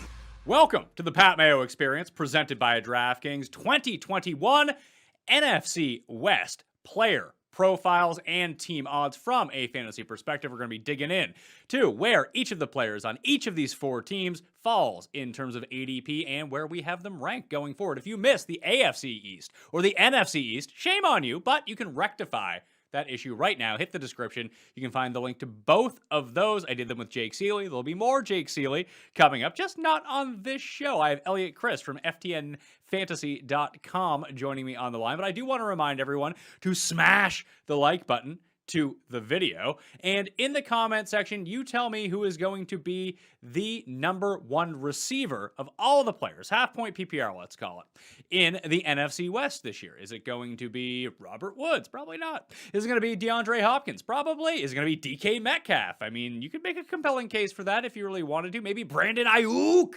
is the way that you want to go with this. I don't know. You tell me. What are you guys thinking about the NFC West right now? Also, subscribe to the Pat Mayo Experience audio podcast. Leave a 5-star review while you're up there, and subscribe to Mayo Media Network's YouTube channel, where you'll get a ton of not only football, but all of the sports coverage that you're going to need. Elliot Chris, like I mentioned, from FTNFantasy.com on the line right now. You guys got an early bird package going on, don't you? Yeah, absolutely. We're ramping up for this football season. We got all kinds of new stats that are about to launch here in a couple of weeks. We've got it's just $59.99 right now. You know, you can use promo code Mayo, save a little bit extra. You're better at pitching that than I am, but all kinds of stuff. We've got high stakes coaching. We've got tons of tools, league sync, start sit tools, draft guides, all the content you could ever want. Also combined package with DFS and betting as well. You know, we've got a ton of people with high success rate. Our CEO, Kevin Adams, went over 90 units last year, professional DFS players. So we're incredibly excited about this football season, put a ton of time and effort into everything, and could not be more ready for 91 more days to be gone and it'd be football season. Well, like I said, I'm ramping up full-time fantasy football coverage along with full-time golf coverage because there's a major championship coming up in golf. Then you're going to get football right after that. There's been so much content up on the network right now. Like if you're into the other football, there's a brand new Euro 2020 pick show that's going up every single day on Mayo Media Network. If you want some bets on the day's Euro action, you can find it in 10 minutes or less up on Mayo Media Network in the DFS Mix podcast as well. Let's jump into this. Arizona is going to be the first team that we're going to be talking about from the NFC West. Their over-under for win totals for the year is 8. They're plus 190. That means you have to bet $190, or you have to bet $100 to win $190. Right now at DraftKings Sportsbook to make the playoffs, 6-1 to win the division, 20-1 to win the conference, 40-1 to win the Super Bowl. But the guy that we really need to be talking about here, Elliot, is Kyler Murray. Is this the year he takes the leap and becomes the number 1 overall player in fantasy football? Or is he just being overdrafted right now because he's currently being drafted as the number 2 quarterback off the boards behind Patrick Mahomes? Yeah, I mean, the biggest thing with Kyler is his health, right? I mean, he averaged 51 yards per game on the ground last year.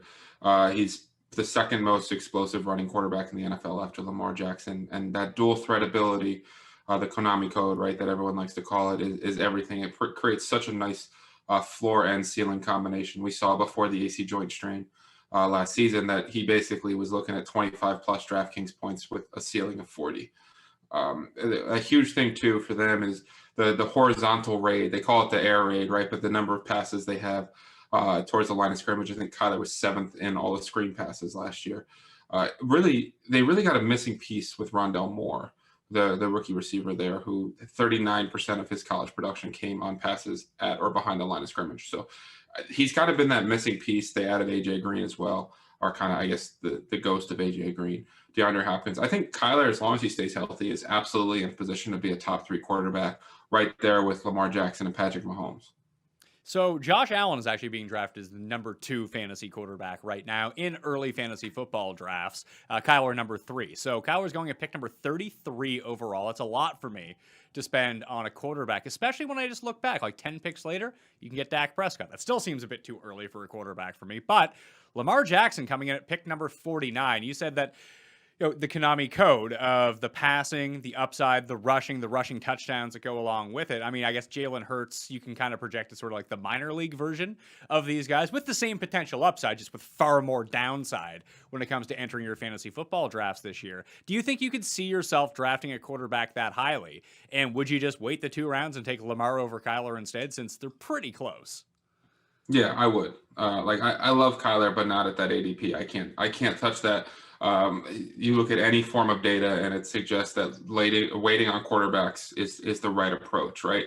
And even you look at younger guys coming into the league like Trey Lance and Justin Fields, when those guys start, because you look at a history of guys going top 5, they crack the starting lineup sooner rather than later. And Justin Fields has to beat out Andy Dalton, which is not necessarily the hardest thing to do, right? So they have that rushing potential as well. Justin Fields running a 4.40. So I love your call on Hurts. He's not the same level of quarterback as these guys by any stretch of the imagination, but what he is that rushing upside. It doesn't really matter if he's the same level of NFL quarterback, right? So Kyler is being overdrafted right now. He's not wrong to be a top 3 quarterback, but I'm not taking any quarterback in the first 3 rounds. No, and I think that you made a good point with Hurts. Like, he's not on the same level in terms of talent as the other 2 that we talked about. However, that doesn't matter in fantasy. People forget that, like, Tim Tebow was a pretty good fantasy quarterback for like a 9-week stretch because all he did was run. My guy, Tyler Thigpen, led me to a fantasy championship like a decade ago, and he was god-awful, but he ran a bit. He scored some rushing. I think he had a receiving touchdown in the fantasy playoffs at one point. Like, when you just get these guys that are stat accumulators, especially at quarterback on the ground, and they get the valuable 6-point rushing touchdown instead of the 4-point passing touchdown, or the 10-point rushing yard instead of the 25-point, like, it just makes up for a lot of gaps so quickly. And I think you're seeing right now, I mean, there's a lot of uncertainty around Hurts, and we discussed that on the NFC East preview show, but I still think that there's enough people who just want to say, well, he's not good, I'm not going to draft him. It's irrelevant whether he's good or not. I mean, I guess it helps if he's good. He could elevate himself into like top 5 quarterback, top 3 quarterback if all of a sudden he's throwing for 4,000 yards and starting all 17 games. But if he just starts all 17 games, it feels like he would be a top 12 quarterback just based on the style of play that he has, doesn't he? Yeah, absolutely. And he's also built like a running back, right? So they're going to use him near that goal line. And one of the biggest complaints about Jalen Hurts is the fact that he will go through 1 or 2 reads and then look to run. That's fantastic, like you said. And it kind of comes down to basic math, right? You get 40 rushing yards as a quarterback and score a touchdown. That's equivalent to 250 passing yards. It's so hard to compete with. I mean, Tim Tebow had a week where he was like 4 for 24 and 90 passing yards and ended up as a top 12 quarterback that week. Terrell Pryor is another example, right? I think he broke like a 95-yard run as a quarterback, and I think he completed like 4 passes that week, and it didn't matter. So Kyler's got that. Jalen Hurts has that. That's really what I'm looking for with any fantasy quarterback I'm drafting is, do you have that rushing upside? Because if not, then I'm probably going to look a different direction. Let's discuss the running backs on this team, because it did seem for a while like Chase Edmonds was going to be the guy. He was getting overdrafted. Then they signed James Conner. And we don't know really whether James Conner is washed up. He was running behind a pretty terrible offensive line in Pittsburgh a year ago. Plus, he was banged up. That's never a good sign. And it seems like this is going to be a split backfield where maybe it actually shapes up a lot like we saw a year ago with Kenyon Drake and Chase Edmonds, where it's going to be like a 60-40 split. The weird thing about this is, though, Edmonds is currently going ahead of Conner in fantasy drafts. They're both going pretty late down the board, but where Kyler calls his own number.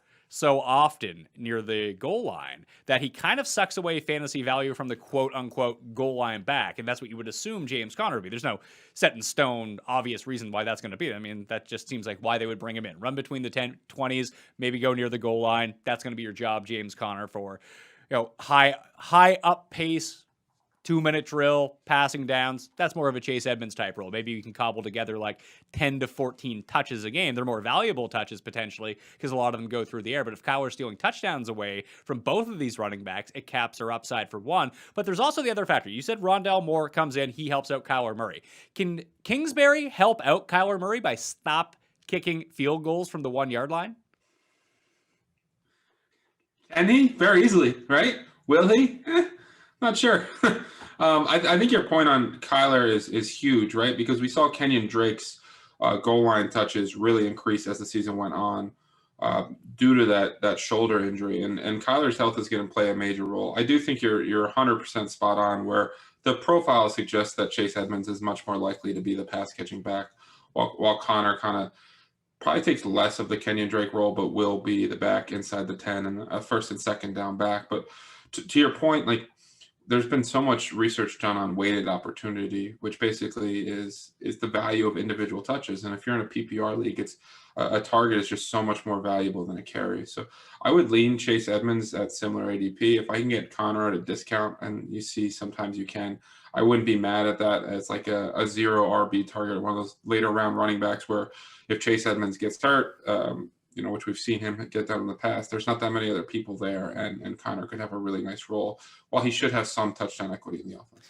It's just strange to see them where they're going right now. Edmonds is going as running back number 28. James Conner is going as running back number 31. That's pick 65 and 71. And essentially, you're taking one or the other once you get to the end of the 5th round, early 6th round in fantasy drafts right now before we have all the information that we need. But the other guys going around there are like Mike Davis, Ronald Jones, Myles Gaskin, Leonard Fournette, Travis Etienne, Damian Harris, David Johnson, Kenyon Drake now on the Raiders. Like, it seems like, I guess you could make a compelling case for Mike Davis. When we talk about the NFC South, we'll dig more into that. It just feels like he's not good, despite having all of the role in the world to be like a running back one. He just won't be because there's just one problem. He's not any good.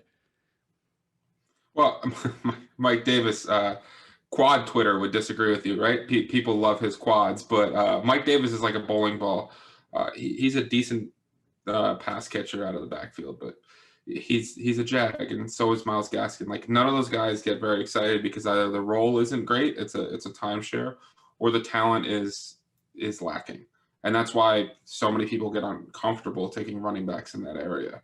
And it almost makes sense to try to get some guys with more pass catching upside that are an injury away from being a league winner a couple rounds later than really targeting that dead zone for running backs. Well, to me, I made this case with Jake about how you just don't want any of the Bills running backs because the running back on the Bills that you want to own is Josh Allen, and he just kind of sucks away the value from everyone else. And they don't even really check down to running backs. At least in this offense, they might check down to Chase Edmonds and use him as a receiver a lot of the time. Do you think that Moore takes out some of the Edmonds equity here in the passing game?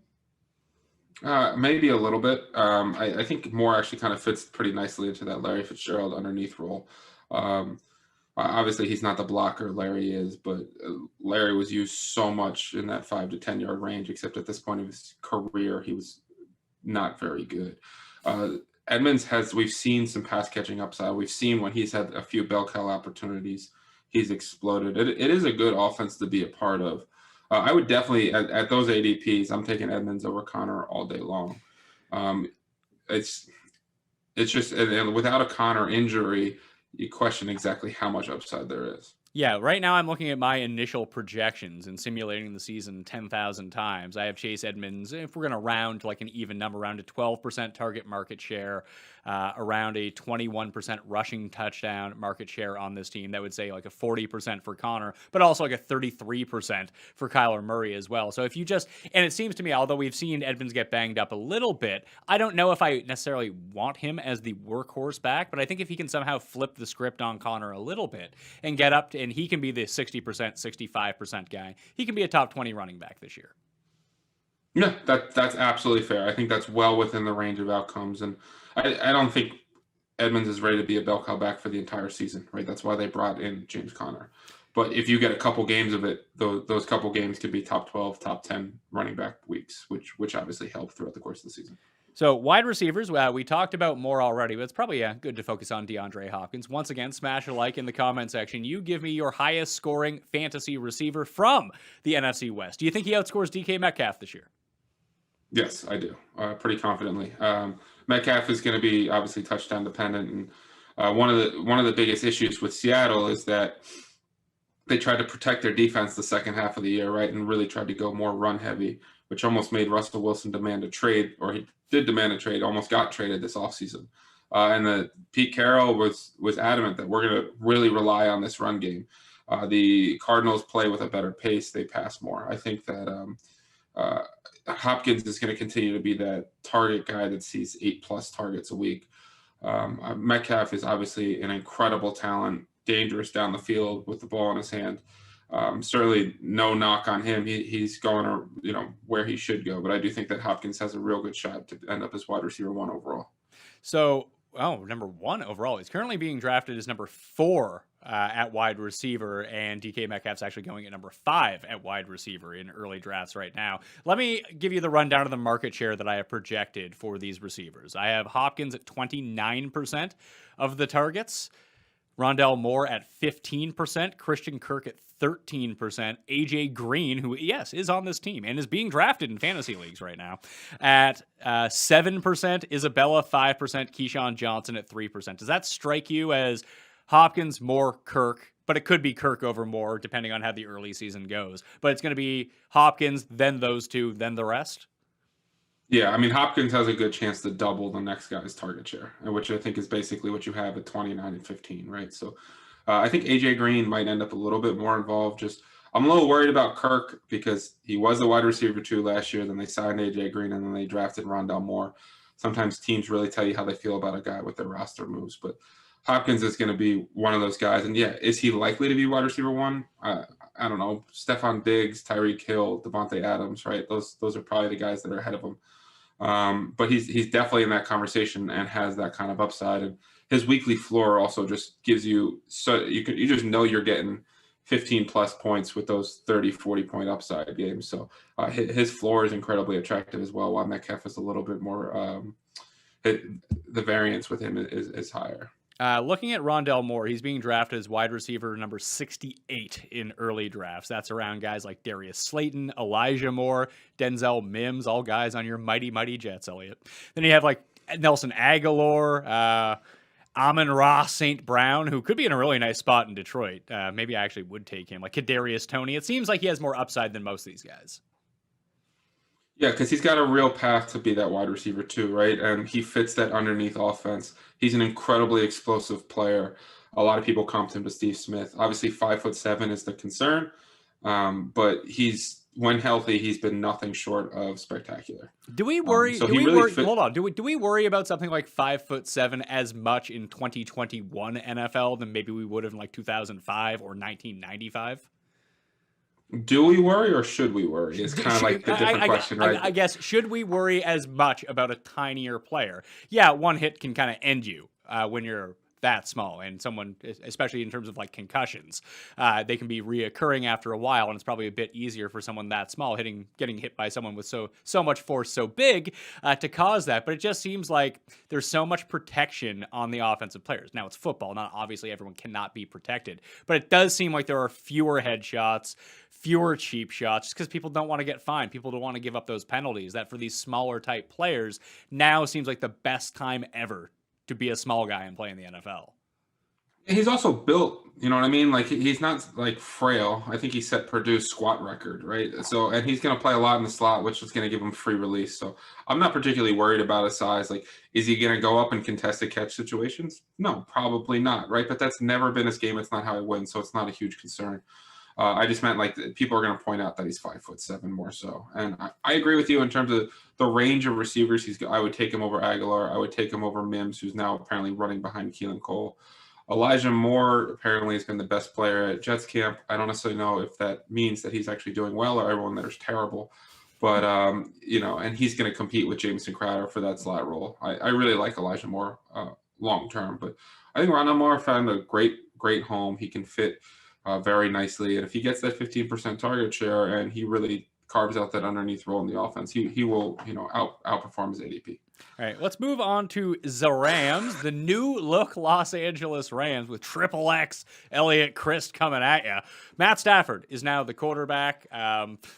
Obviously, that feels like an upgrade over Jared Goff. 10.5 is their win total, minus 200 to make the playoffs, plus 190 to win the division, 6-1 to win the NFC, and 13-1 to win the Super Bowl. They are the favorites in this division. Do you think that they should be the favorites in this division? Like, is that upgrade substantial enough? And like we've talked about, even on the win total show, the past 2 years as it pertains to the Rams, like they're pressed up against the cap. That doesn't really seem to matter. They have amazing starters on both sides of the ball, but it feels like they're one of the most susceptible teams. Now, all teams you can kind of say this for, but if they lose starters, like, their depth from starters to next guy up is not good. So they need to get some injury luck throughout the course of the season, which every team needs to if they're going to win the Super Bowl. But it feels like for them, it's especially important. Yeah, I mean, look at that playoff game, right, against the Packers where Aaron Donald wasn't 100% healthy, wasn't himself. And now he went from the best defense in the league to we can't stop a nosebleed. Their depth, like you said, they lost Johnson, the safety, to the Browns, who was a big piece. But Jalen Ramsey is one of the best corners in the league. Aaron Donald's one of the best pass rushers. And on offense, they've got Cam Akers, who really came on at the end of the year. I think Matthew Stafford is a massive upgrade over Jared Goff, who I think is one of the more league average players, if I'm going to be kind, and McVay kind of elevated him. I think they're really interesting on offense in terms of the weapon standpoint, because Robert Woods is one of the league's best route runners. Cooper Kupp's a fantastic slot receiver who's caught over 90 passes in 3 straight years. And they added Deshaun Jackson, who, when he plays the 2 games that year, will add a nice little vertical threat. Van Jefferson came on nicely. Tutu Atwell was a very confusing second-round pick, but they made it. Like, they've really tried to add a lot of dynamic weapons around them, and I think they're going to be able to attack, vertically underneath. They're going to be a difficult team to stop as long as they're healthy. And, Stafford could really take the next step, as this is far and away the best supporting cast I think he's ever had. He's going as QB number 13 right now. That's around 1 spot behind Ryan Tannehill, 1 spot ahead of Matt Ryan, who obviously just lost Julio Jones. But we'll see how big of an impact that makes. It's weird when you have... It's not like Stafford can't run, because he does from time to time, but no one is banking on Matthew Stafford rushing stats whatsoever. It's all going to be passing stats. So I'm looking at my first run projections on him, and it basically comes out to 4,800.5 passing yards over 17 games. It's pretty good. That would put him in the realm of like 413 pass attempts, or 633 pass attempts, over 400 completions, and like 323 fantasy points. But that feels not necessarily like a seat, like that's his median projection. Obviously, he could do better than that, but if I already have him projected at around 33 touchdown passes, like how much better is he really going to do than that? Do we think this is a Matt Stafford 5,300 yard 40 touchdown season? Like, it's the right cast to do it, but I just don't know if that's how they want to play. Yeah. And we've seen a history even with Todd Gurley, his major touchdown seasons, right? I mean, running backs have a huge part of touchdown equity in this offense. They do a fantastic job spreading you out and creating open running lanes for the running back there too. So, and the season you're talking about with Matthew Stafford would legit be like an MVP level season, right? Stafford, I think he's not QB 13 is not a bad price for him. I don't know how much rushing upside he has. And I'm going to be relying on those huge passing games that I would probably look other directions at quarterback. Yeah, I think a good comp for him is like the Matt Ryan MVP season, where he ended up as a top 10 fantasy quarterback, and he was good. You could start him almost every single week, but he didn't sniff like the top scorers that year. Yeah, there's just too many quarterbacks that run now, right? It's not like even 5, 6, 7 years ago there was a few. Now Mahomes offers stuff on the ground. Josh Allen does. Kyler Murray does. Dak Prescott does. Lamar Jackson obviously does. There's just Justin Herbert's adding stuff on the ground, and the new age quarterback, right? Zach Wilson is projected to score multiple rushing touchdowns. Trevor Lawrence is a great athlete. It's just when you don't have that rushing upside, it becomes tougher. I mean, look at a guy like Ryan Fitzpatrick, who continues to put up QB1 weeks, and it's because he's so comfortable using his legs. I tend to avoid quarterbacks who aren't really willing to do that outside of like DFS stacks. Yeah, no, I completely agree with you. So I think if he falls, that's where you probably want to take him. Like if you are playing necessarily late round quarterback, essentially. Shout out JJ. But if you're getting like the 12th round, 13th round, then yeah, you take Matt Stafford. He's a fine QB1 for you and the rest of the team that you've compiled. The problem is he's just not falling that far. So he's kind of falling into a dead zone with me. Cam Akers is going to be the talk of fantasy drafts because he's feeling not necessarily a little Clyde Edwards-Helaire from last year where the hype gets up so high. It's like, oh my God, Clyde Edwards-Helaire is going 5th overall in fantasy drafts. At least we've seen Akers do it when he's been the guy, and they've had to rely on him as a bell cow. The issue is you still have Darrell Henderson there. Obviously, Malcolm Brown is gone. Can we project Cam Akers for over 75% of the market share of rushes? Because if we do, he's probably a top 5 pick in fantasy drafts. Like he might be better than Alvin Kamara. Yeah, I mean, I think we can. We saw it down the stretch, right? And Sean McVay came out and said, we're going to give Cam Akers as much as he can handle.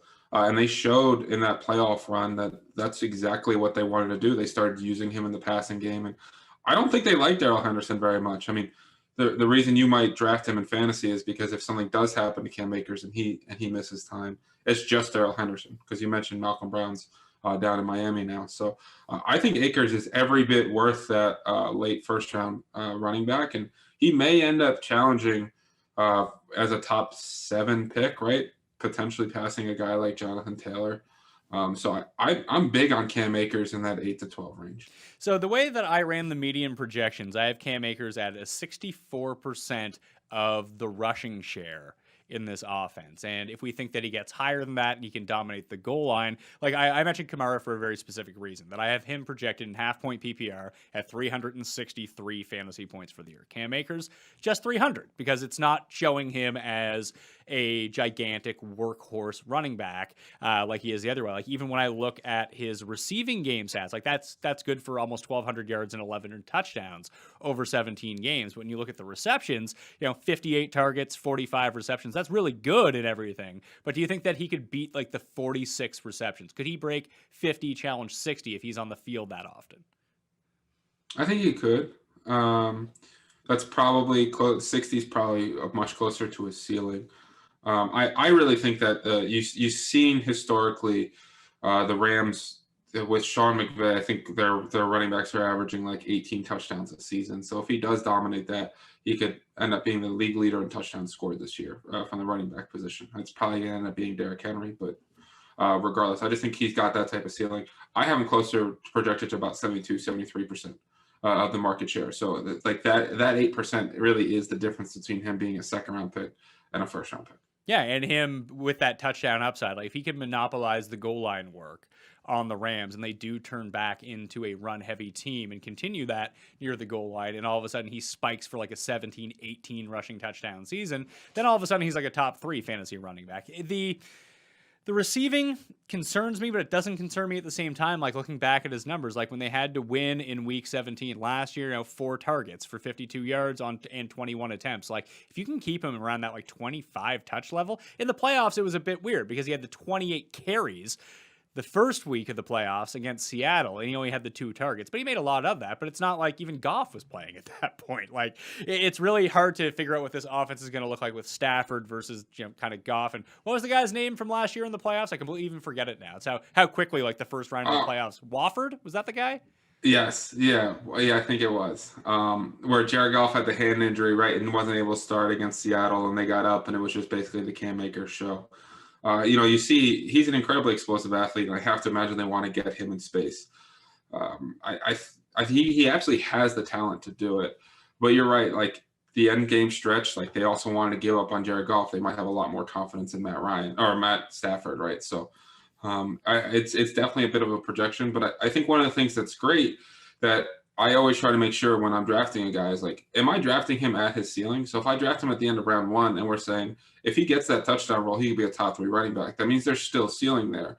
If I'm saying like this guy's maxed out at 60% market share and I'm taking him top 5, then there's no ceiling there. You know what I mean? Like I've boxed myself in. So I still think at his current price, there's a lot of ceiling left. Yeah, he's going as running back number 11 in fantasy drafts right now, and that only is going to climb. I think he seems like a guy that people will reach on. There will be one guy in every one of your drafts that just sits there and is like, oh, pick 7, I'll take Cam Akers. How about that? I'll leave Zeke on the board. I'll leave Eckler and Jonathan Taylor and Nick Chubb. I want Cam Akers. I'm not even saying that's the wrong decision to make, but it's one of those like, oh, I want to be smarter than the crowd. I'm going to go take this guy because I'm in love with his upside. But like what you just said is there becomes a breaking point where you've just bought up all the upside and it's no longer worth it, right? Yeah, I mean, it's kind of you got to realize you're like building a portfolio, right? It's the same thing with investing or whatever. Right? You never want to buy at the top. That's a great way to lose money, and it's the same thing when you're doing your fantasy drafts. So you want to make sure you have that ceiling. So I would absolutely take him over Nick Chubb. I think I'd probably take Zeke over Cam Akers at this point, but I would take him over Eckler. I would take him over Mixon. I think that he's got that kind of upside. Him and Taylor are probably a toss up. That would be a tough decision for me at 7-8. So looking at the backups, would Darrell Henderson without Malcolm Brown around become one of the higher end handcuffs, like someone who is draftable in round 13 or 14? Yeah, I mean, he's the kind of guy that, maybe he does have a little bit of a pass game upside, right? That's one of the things he's that big time explosive player at Memphis. So I think that's the exact kind of guy you're looking in round 13, 14. Like, if I have to spot start him, he's not going to get 0. And if there is an injury to Cam Akers, he can be a league winner. So those are the exact kind of guys I'm looking for there. It's funny because that's exactly what you kind of said. Like you can spot start him and you can plug him in. That's actually the opposite of the type of handcuff that I like. I want my handcuffs to be running backs who I don't even have to think about starting if they don't just like Latavius Murray is a prime example of this. I mean, I suppose you could spot start him, but with absolutely no confidence. However, if Alvin Kamara goes down, he's like a top 5 running back. I would think that. Oh, that's what I mean, by the way, by spot start. I just mean like in a pinch, he's not going to score me 0. I don't feel good about it by any stretch of the imagination. I'm never debating him versus, my 5th round wide receiver. I just more meant like he's not going to get you 0 on a weekly basis, and he's got big time upside. Yeah, I just like having the handcuff where there is like this happened to people when they drafted Alexander Mattison last season. Where remember all the hype that Alexander Mattison, he's going to cut into Dalvin Cook's work. You can, he's a flex play every single week. It's like, no, he's not. If Dalvin Cook is hurt, you can play him. If Dalvin Cook is not hurt, you can't play him. And even when Dalvin Cook was hurt, you couldn't even play him anyway. Yeah. The we're going to take Dalvin Cook off the field for Madison was that's one of those galaxy brain things. Like it's one of those, sure, if the Vikings are up 28 points, they'll take Dalvin Cook off the field. But if it's a close game, he's on the field and they're not really spotting him much with Madison. At wide receiver, you kind of went through the litany of guys. Kupp and Woods, obviously, the two that we're most concerned about. Maybe Deshaun Jackson with that speed. You mentioned Van Jefferson. No Josh Reynolds anymore on the Rams. And then Tutu Atwell was drafted in the 2nd round for reasons, I suppose. But Kupp and Woods are who we need to focus on here. Are they both top 25 receivers, top 20 receivers? Could they both be top 15 receivers? Because we don't know how this offense is going to operate with Matthew Stafford versus what we saw. And we still have Tyler Higbee in the mix too without Gerald Everett around. And we do know that Stafford, he has a penchant from time to time to throw to his tight end.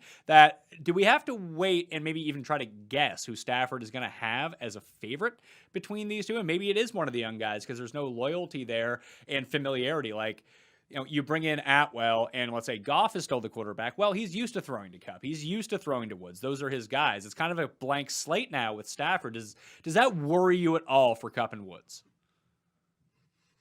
I think those two will still be the alpha, right? I mean, McVay's system historically has been so 11 personnel based, especially losing Everett and adding more receivers. And Kupp and Woods historically have just spent so much time on the field.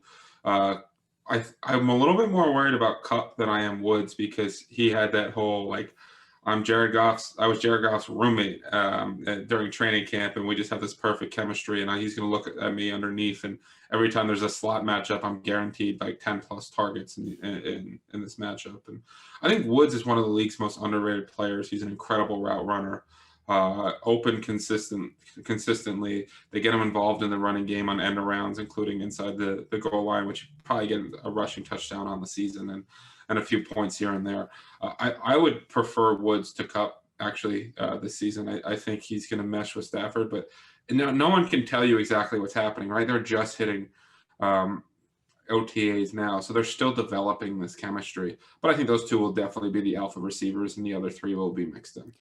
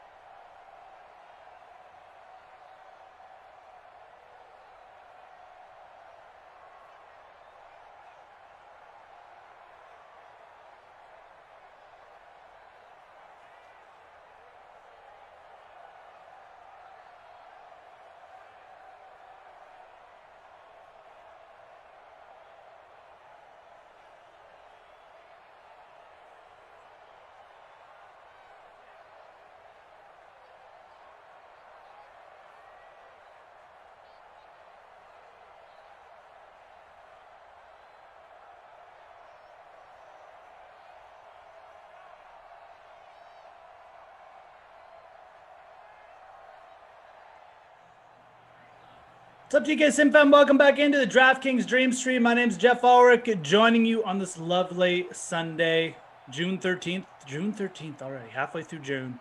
And joining me, Tom Carroll, Weekend Tom, as we'll affectionately be calling him from now on.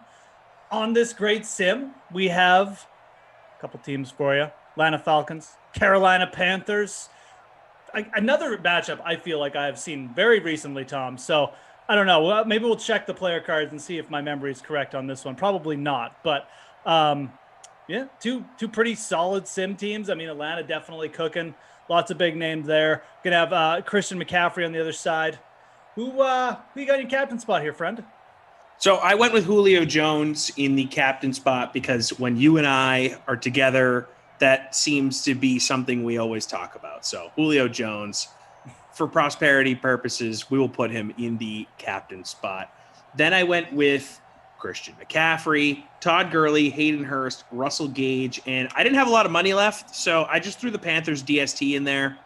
We'll see how it plays out. Not a particularly talented defense here in Simland, and obviously Atlanta puts up points, so that's probably going to really hurt me, but maybe my top-end guys perform so well that I avoid the negative aspect of having the Panthers DST. And by the way, Daniel has me in red right now on YouTube, and it's making my lips like slightly purple, or at least it was when I first looked. I see. You look very. I'm enjoying the colorization today. I have a blue sweatshirt on, and I am in red for the Falcons. So I guess I'm pulling for the Falcons, who are also wearing their red throwbacks here. So very nice. It's like you're being converted into like cartoon character, like you're, like Who Framed Roger Rabbit, like we're entering cartoon world. So yeah, I like it. I'm into it. So yeah, man, that's my lineup. Who you got? Red unis there for Atlanta. I also put Julio in the captain spot. Julio. If you're gonna, generally it's tough to fade. You got to fade one of the big three for Atlanta, like Brian, Jones, or Gurley. I know Gurley's not technically a big three in real life, but in Simville he is. So I went with the Brian Jones combo, faded Gurley. I slid Ridley in there as well. And I got Samuel Anderson. Joey Sly on the Panthers slide. Joey Sly actually like a big leg and averages quite a few more points than Youngway Koo, which is kind of weird. But yeah, lineups are locked. Got this one in. Second sim of the day. Were you on the first one with Coffer? I was. This is my second of 4 straight. In a row, man. Yeah. The Iron Man spot. Tom, man. Weekend Tom. Was it with you that we were saying yesterday? Maybe it wasn't. Maybe it was Lamarca. It might have been you. These all blend together. Mm-hmm. That season-long fantasy with the DK hosts, and the loser has to do 6 straight sims by themselves. Yeah. Like if you come in last place, I feel like that would be the ultimate punishment. For sure. Yeah, no, that was with us. We definitely need to up the stakes of the DK Sim Fantasy Football League. Like I said, the last couple years, I mean, we just got it going. Glasheen is the organizer. There's a little bit of trash talk, but there's too many people not taking it serious enough. We need to come out with like a very serious punishment for people who if you're like bottom 4, maybe you got to work I don't know. I'm telling you, 6 solo in a row would be. Maybe you got to sing a song on the air if you're last. You got to do like 12 in a row or something. We got to come up with some serious punishments. Yeah. For this year, absolutely. We need some good rewards too. But we'll get DK to pitch in for that. We will definitely get to that because it's true. Like if we're doing the season long, I want something on the line this year. First of all, I'm tired of just beating everyone in that league year after year after year. I mean, I actually had a terrible season last year, but the 2 years before that, I think I got to the championship. And lost. Drew on Slack saying you have to work with Kaufman and Kenny in 6 straight 3-man booths. I wasn't going to say it. That is hilarious. I have yet to be in a 3-man booth. I believe I have one coming up on Tuesday with Koff and Tara Lynn. Very excited for that. Yeah. Always fun when Tara Lynn and Kaufman have to spend just hearing the word bozo for a lengthy period of time together. There is, I think that was Julio over the middle. No, excuse me. It was a fullback. 40. Exact opposite of full. I'm going to say it's K. Smith. I'm going to say it's Keith Smith, which just probably is just like a made-up player either way. So, all right, let's take a look, actually. Number 40 is Alex Armah Jr. That said Smith. I must have been referring to someone else. Alex Armah Jr. Wait a second. I'm going to look this guy up. See, we did this yesterday for a vulture touchdown in one of the games, and it was a fullback that had like a hilarious Wikipedia page. Here we go. Alexander Armah Jr. is an American fullback for the Saints of the National Football League. He played college football at the University of West Georgia. No, Tom, you're on the wrong team, man. You're on the Saints page. I was Keith Smith. I was right. Whoa. You're looking at the Panthers. I had the Panthers roster. That's what it was. Well, you really kind of screwed with my head. I'm going to go take man. a lap. I'll be back. I'll see you guys. No, it's okay. I saw K. Smith and I was like, did I see that correctly? Like I was about to go, check myself there into a little iStudio or something. Okay, good. It is Keith Smith. That actually is his name. I wasn't just making that up. Fullback 1 for Atlanta. Yeah, Alex Armah, the Carolina fullback. Okay, well, we got the fullback straightened out. This is good stuff. Armah was on the Saints, though. That's right. Yeah, okay. I legitimately just guessed that Keith Smith name, too. Like, I didn't actually know that. Maybe I did know that somewhere. Anyways. I like these Falcons uniforms. What's your thoughts on them? All right, I'm back. Yeah, I pulled up the wrong roster last second. What are you going to do? It's okay. We forgive you. And they have the same number. Yeah, that's what really threw you off then.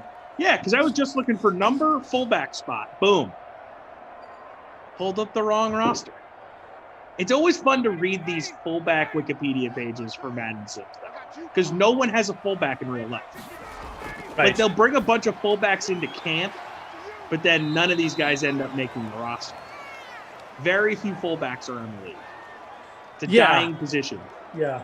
And some of them like end up on special teams. And they like have the fullback position, but they play like 2 snaps on offense or something. Well, the fullback position, and I think it's actually kind of smart. You get a guy in there that can do a bunch of different stuff, right? Like plays a little special teams. Maybe he can, a lot of times you'll see teams use linebackers in the fullback spot. You just got to find a dude that can lay the smack down and hit the hole. Yep. Have quick feet and good hand placement. That's all they need.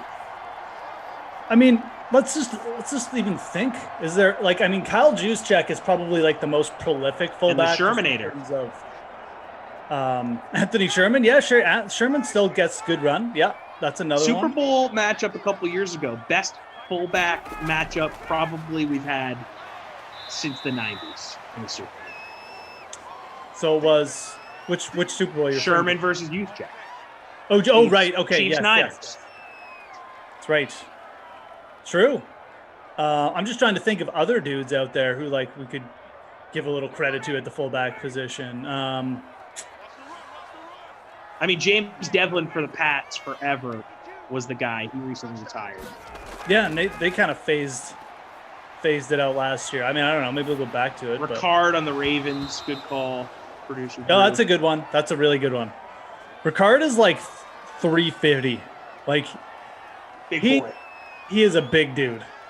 That guy he's basically a linebacker or like a guard or something like right. Playing fullback. It's insane. Yeah, that's a good one. Ricard is a good one. Shout out Mike Allstott. Missed that dude. He was so fun back in the day. I mean, back in the day, yeah, there were great poll by Brant Gorham on YouTube. There were great. There were legit fullbacks who would get 500 yards rushing. They'd get William Henderson. Remember him? Yes, he was really good. Who is he? Lorenzo Neal. Lorenzo Neal was around for a long time. Yep.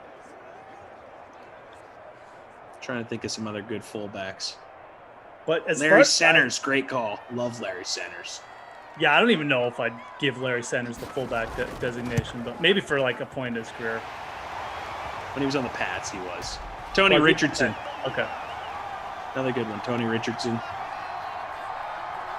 Shout out to the fullbacks. We got to get a fullback on one of these sims to do a sim with us. We'll do a fullback sim. I mean, if we're being honest, for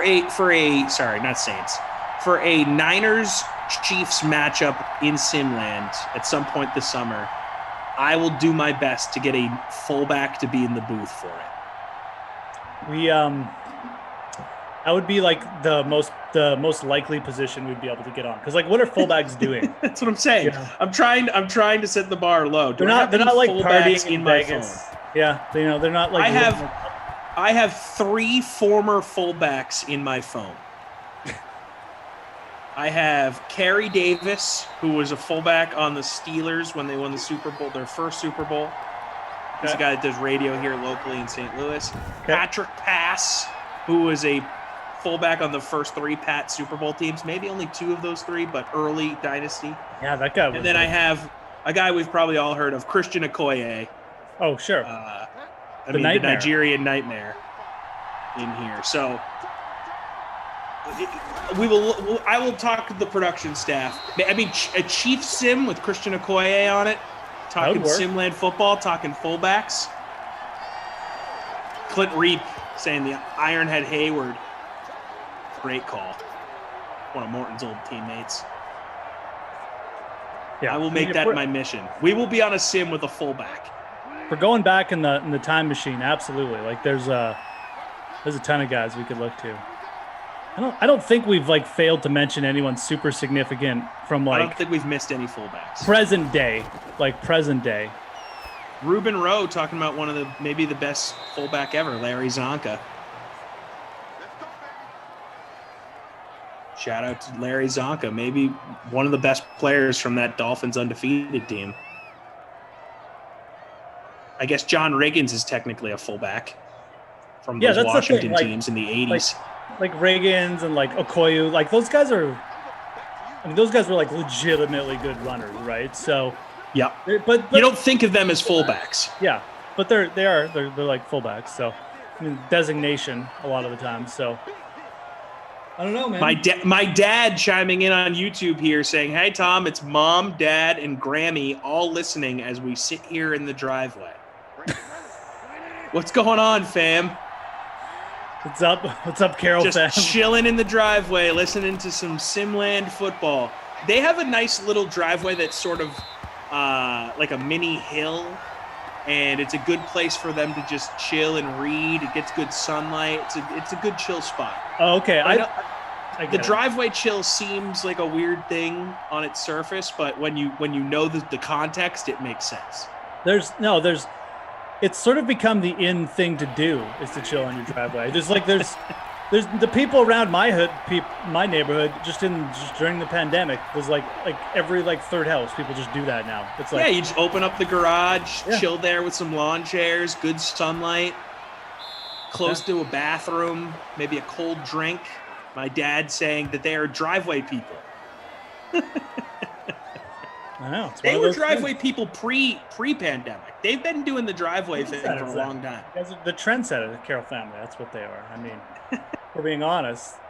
No, I've never seen anybody do that before in my life before the pandemic around where I live. Like people just, Well, in Canada, I feel like chilling in the driveway must be tough. It's kind of cold up there. Yeah, you're not going to do it except for icy 2 months of the year. No. It's hot out here now, but like we only get it for like 2 months. And the other problem is, mosquito season is usually not good. But this summer, there's been like no mosquitoes. So I don't know. Producer Drew saying, "Watch out for those Carols. They're driveway people." As a quote from all of their neighbors. My dad saying they are the driveway goats. Oh, look at this, Julio. Tommy. Look at this guy go. Oh, he's going to get caught. Don't get caught. Yeah. Who dares tackle Julio Hate Jones? that. Surprised he didn't burst through there. He was getting a little long in the tooth, I guess. I do definitely like those helmets. I don't know if I like the whole kit here, but I definitely like the red helmets. Brother Phil shouting out a fullback we missed. Daryl Moose Johnston was a very versatile, complete fullback. Yeah. Not many fullbacks go to the Hall of Fame. But he did and didn't have to wait long either. I think he definitely got the bump from being a Cowboy in the 90s. Media loved that team. Yeah. I actually didn't know he was in the Hall of Fame until you mentioned that, brother. I'm gonna, not that I don't believe you, I'm just going to fact check you. I mean, without a doubt. What year did he get in? Winning the Super Bowls, being on that team. Yeah, that's... Yeah, no, he's not in the Hall of Fame. Okay, good. I'm not crazy. Oh, he's not? Okay, well, No. there you go. Yeah. Lying to us. Brother Phil, ha! I caught you. How dare you lie to us? Oh, now he follows up. I see it now. I think he's in the Hall, but maybe wrong now that I think of it. Damned if I can't remember now. Yeah, no, he's not in the Hall of Fame. It's cool though. There should be a fullback Hall of Fame. I mean, like, it's so weird. I mean, you go position by position. They should really be taking the cream of the crop from each position, but that's never going to happen because, if they had they spent half their picks on safeties and guards all year, no one would care. So you hate to say it, but it's the truth. So anyways, we had 3 points in that first quarter. Julio Jones with one long pass, 52-yard reception. Not much else going on here. 2 receptions for Christian McCaffrey. He's off to do 2 receptions for Calvin Ridley and Hayden Hurst.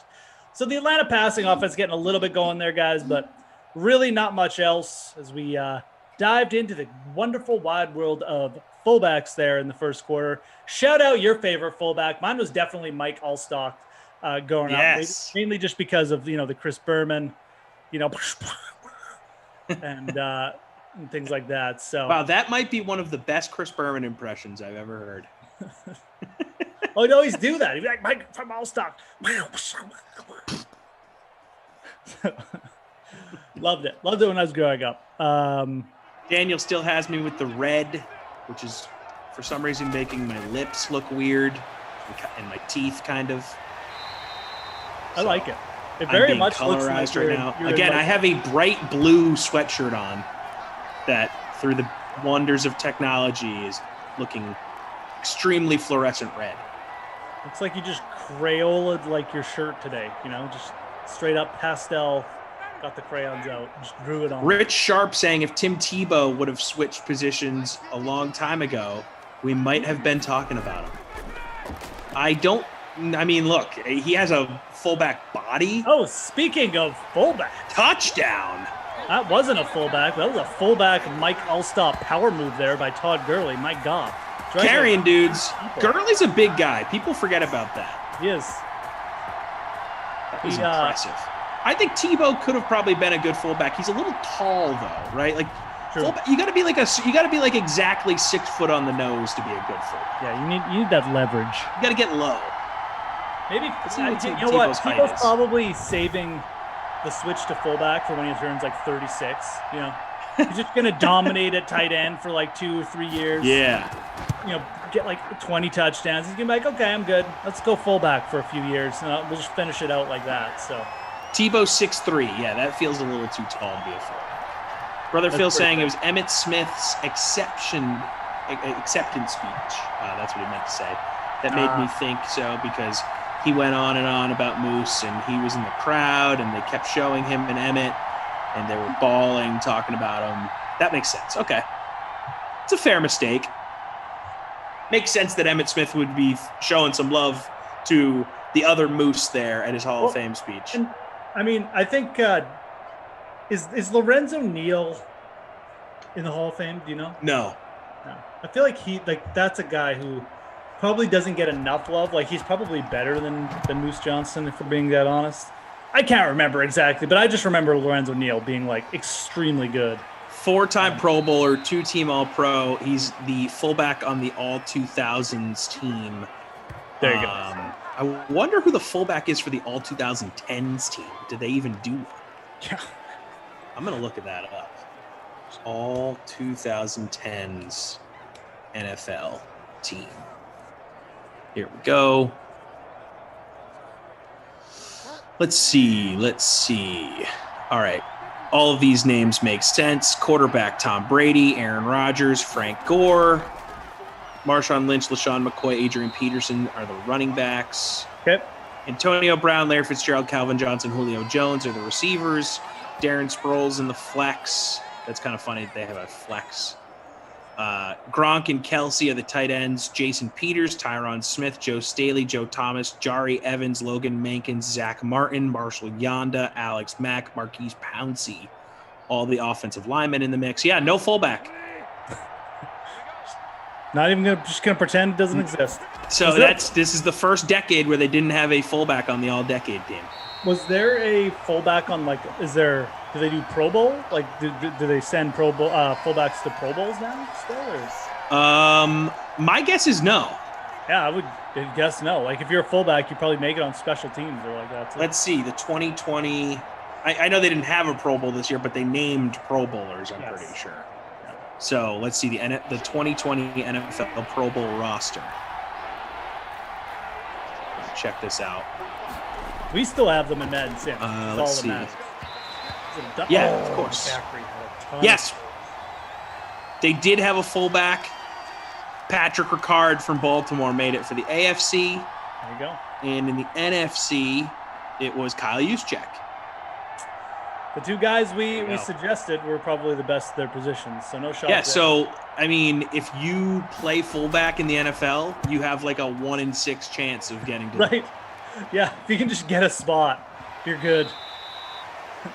That's interesting that for the 2010s, they were just like, yeah, no fullbacks, we're good. And they put a flex in there because they wanted to shout out Darren Sproles. Like, good for Darren Sproles for being honored because I think he's kind of an underrated player of his generation. I mean, there was a time that first or second year he was in New Orleans, the 2011 year. I forget if it was his first year or second year or whatever.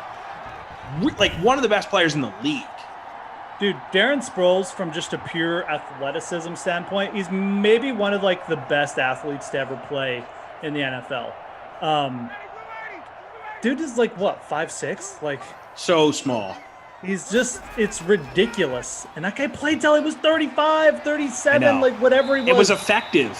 Yes, exactly. No, Darren Sproles. I love Darren Sproles. I wanted the Patriots to take a flyer on him. Is he still bouncing around, or did he officially retire? I'm pretty sure he's officially retired.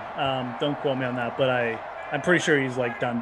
Yeah, so. He is. He's now an executive and consultant for the Eagles, where I believe he finished his career. Yep. Was he on the Super Bowl team? Let's see. Yes, he was. Good for him. Yeah, riding that Nick Foles coattail to the Super Bowl. There you go with your Nick Foles. All right. I love watching Darren Sproles though. He's just one of my favorite players. Darren Sproles has actually kind of an impressive resume, like more than I thought he'd have been honored. So Super Bowl champ with the Eagles, 3-time Pro Bowler, 2-time first-team All-Pro, second-team All-Pro in 2014, San Diego Chargers 50th anniversary team, 2-time NFL 2010's all-decade team. I don't know why that would be 2-time. Maybe that's a mistake. First-team All-American in college, all Big 12. I mean, he has the most all-purpose yards in a season. The record for it, 2,696 yards. Yep. What year was that? Fumble. It's just loose. Someone pick it up.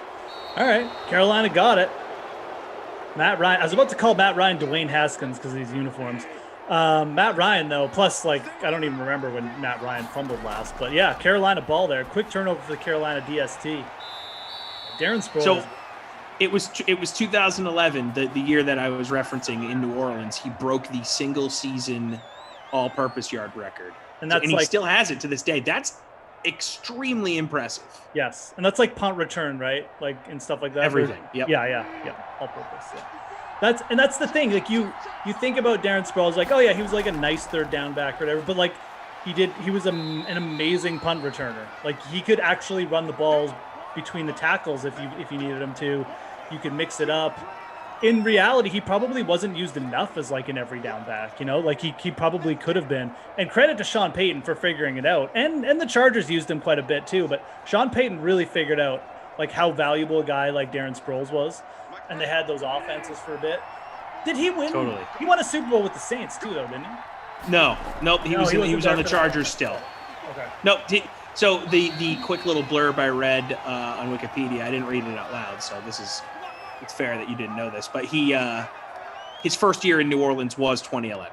Okay, yeah. So the year that he set that record was his first year. And I know some people in the chat are referencing our contest and who might be in first place or whoever was in first place at a certain point. All I'm going to say is don't talk about the perfect game while the perfect game is happening, and I will not be looking at that contest until the end. Let's see here. Oh, my God. Yeah, wow. All I know is Ghost Machine X is in second with 39 points. We got Julio Jones in the captain. He's got 3 for 80. McCaffrey's starting to get busy a little bit. A couple receptions now. Obviously, Gurley had the only touchdown if you're just joining us as well. 10-0. There's Curtis Samuel there, number 10 with the reception down inside the 5. So could get a McCaffrey touch here. The person in first place probably would want a McCaffrey touch here. My dad asking on YouTube if I continue to change shirts.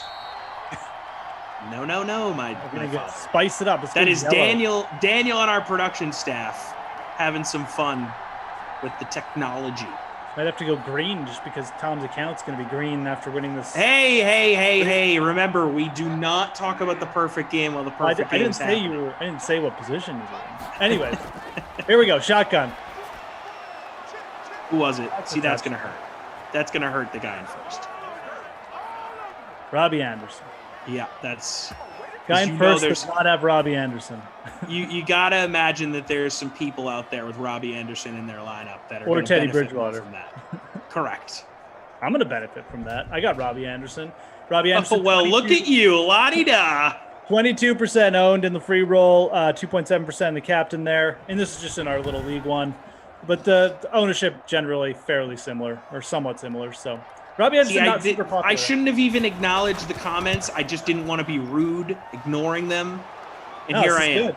Now I can track see, it. I have jinxed that person that's in first place. I'm not looking at the contest.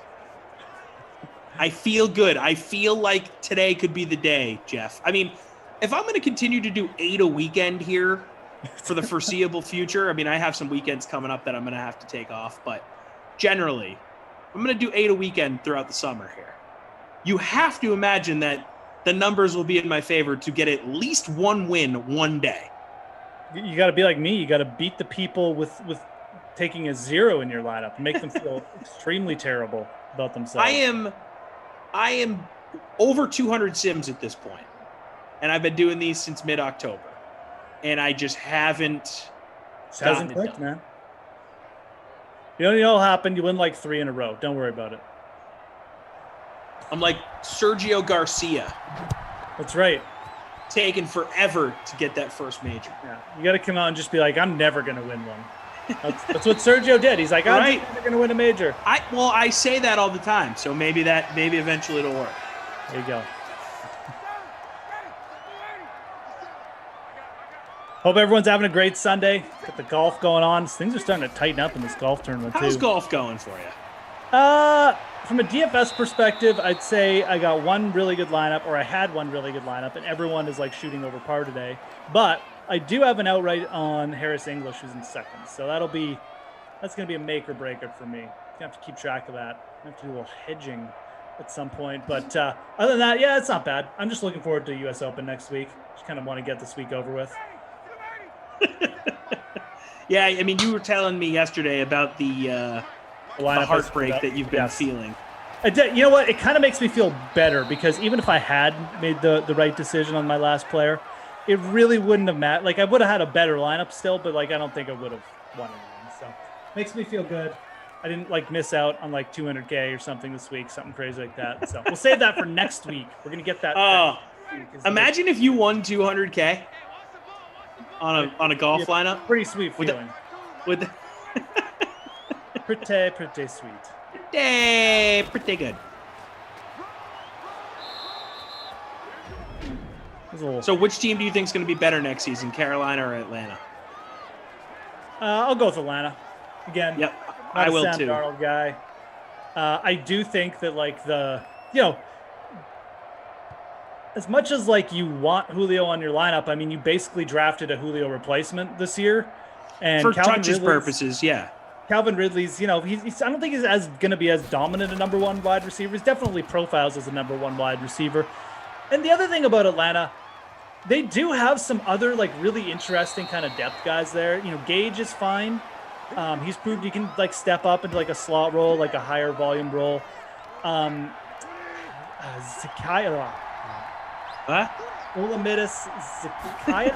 Zacharias. I can't remember the dude's name. God bless you. Yes, exactly. Again, he's a young player, shown some pop. Christian Blake. I gotta get to the depth chart here. Making my Brandon Powell. That's who I was looking at. Christian Blake. Both those, like, these guys can play. They're not terrible at all. I mean, so one of these guys could easily step up. Olamide Zacchaeus. That's who it was. He had some good games last year for fantasy. I think you nailed that pronunciation. Oh, completely, dude. I feel like Atlanta's going to be fine on offense. Like, I'm not really that worried for them there. They maybe need to, Mike Davis at running back. I don't know, but whatever. Yeah, I think they're going to be fine on offense. It's just, can the defense, just play a little bit better? Like, they were playing towards more last year, so I think so. Yeah, no, I'm a little bit more hyped on Atlanta. I'm not really hyped on either of these teams, but... Oh, there's a dart over the middle. Go, Robbie. Go, Curtis. That's Curtis Samuel. I hate that. I hate that so much. That's not good for you. Curtis Samuel. I completely jinxed myself. It's okay. We all do it. It's fine. Hey, we'll get there one day. Or maybe we won't. I'll be like Sergio and say, I'm never going to win. Be like Ricky Fowler. ATLians obviously thinks the Falcons will be better than the Panthers. 33% owned there in the free roll. Curtis Samuel, 7,000. Teddy Bridgewater having a half too now. 2 quick passing touchdowns, one of them long. Teddy's numbers got to be getting up there. And check him out here. Yeah, Bridgewater still only 117 yards passing, so I guess he hadn't done much before that. That's fair. But Samuel, 69 yards. That's good total for the first half, though. Oh, yeah. That's very respectable, especially with the 2 touchdowns. Brother Phil. We were talking about Darren Sproles and guys that kind of do a little bit of everything. He says Deion Sanders was another guy in that category. Every time he got his hands on the ball, be it by interception, punt return, kick return, on a reverse, lining up at receiver, you were on the edge of your seat. Every time he got his hands on the ball, he basically housed it the vast majority of the time. Yeah, I mean, that's why people say he's arguably the best defensive back ever. And I wish I was more conscious enough to watch him play in the 90s. I was alive, not like I knew what the heck was going on or watching a ton of football. Watching a lot more Barney in the 90s. But I've obviously watched a lot of tape on Deion and heard all the greats talk about him. I mean, clearly one of the best two-way guys in the history of the game. Maybe two ways the wrong. It's more like he's a 5-tool player, right? He could just do everything. He's one of these great athletes that you just you just let him take over the game how he's going to take over the game. And there's been a bunch of guys that over the years teams think can be like a Deion Jr. Like everyone thought Jabril Peppers was going to be that guy coming out of Michigan, and it just never panned out. No, there's been dudes. Arizona drafted that guy last year, that linebacker that also played a little safety. I'm blanking on his name. Oh, sure. Is that Simmons? Everyone thought Simmons? Yeah, coming out of Clemson. Everyone sort of thought he was going to be in that mold. It hasn't really panned out yet. He's a little bigger than Deion, obviously. Yeah, but in that same way, versatile guy that can do a little bit of everything. They didn't play him much last year, so I don't know. Yeah, he's more of a project, I think. Cliff Kingsbury he's starting to remind me a little bit of Chip Kelly. Like he doesn't play smelly. Andy Isabella.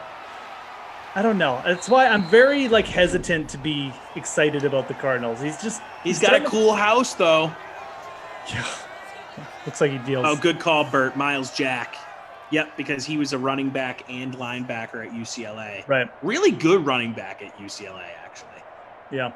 Yeah, you do appreciate I watched Sanders growing up, obviously, but you didn't really appreciate how good he was when you're young. Now you watch tape, like you said, on Deion Sanders, you're like, oh my god, this guy just moves at another speed, So very, Very impressive athlete. But yeah, back to that Cliff Kingsbury thing. I like these picks. I mean, I like Isabella, I like Simmons, but like, what are you doing? It's not like you have an immaculate depth chart where Andy Isabella shouldn't be seeing like 50% of the snaps. Weird. I feel like that's going to end poorly in Arizona. Yeah, like if they miss the playoffs again this year, I think they take a real look. And okay, is this really worth it here? Yeah, and if Kyler gets hurt or something, like it could get ugly there. Like it's got the potential. Anyways, I'm just not a big fan of what he's doing with the player personnel decisions. Again, they're paying Cliff Kingsbury a lot of money to be a cool guy on the sidelines. Yeah, and I think his play calling is actually okay. Like, it's not like he seems like he would be a great OC. I think he's the perfect which he was example. going to be at USC. Yes. Yeah. It seems like he would be a great OC. He's figured out how to use Kyler Murray effectively. That's great. He throws the ball to DeAndre Hopkins. He got him 150 targets, whatever, last year. But the in-game decisions, the decisions like not to play guys like Isabella over like 7th round draft picks, like it's just why? Like what possibly it just feels like he's outsmarting himself. It reminds me a lot of Chip Kelly, if I'm being dead honest. So hopefully it doesn't go that route. Yeah. Not a comparison you want to hear if you're Cliff Kingsbury. No, but it's starting to feel like that. So we'll see. If he starts trading away, if he trades away like Kyler or something, well, then we'll see. But that's probably okay. We got a sweatshirt update for you here, Jeff, on YouTube. It is now looking like my blue hoodie is just a heightened version of the color blue that it already is. So, I like in case you were wondering. I definitely was wondering. It looks good. I like that look. That's a good one. So just a slightly brighter hue of blue. Okay, let's get you updated on some stats. Gurley with the touchdown. For Atlanta, they only have one, obviously. Julio Jones, 3 for 80. Approaching the bonus. That's good. That'll be good for you, Tom. We can talk about your lineup because what are you in now, like 40th? Yeah, now that I'm not in first. I wish he had gotten in the end zone on that big grab. Well, me too, actually. Ridley's got 3 for 37.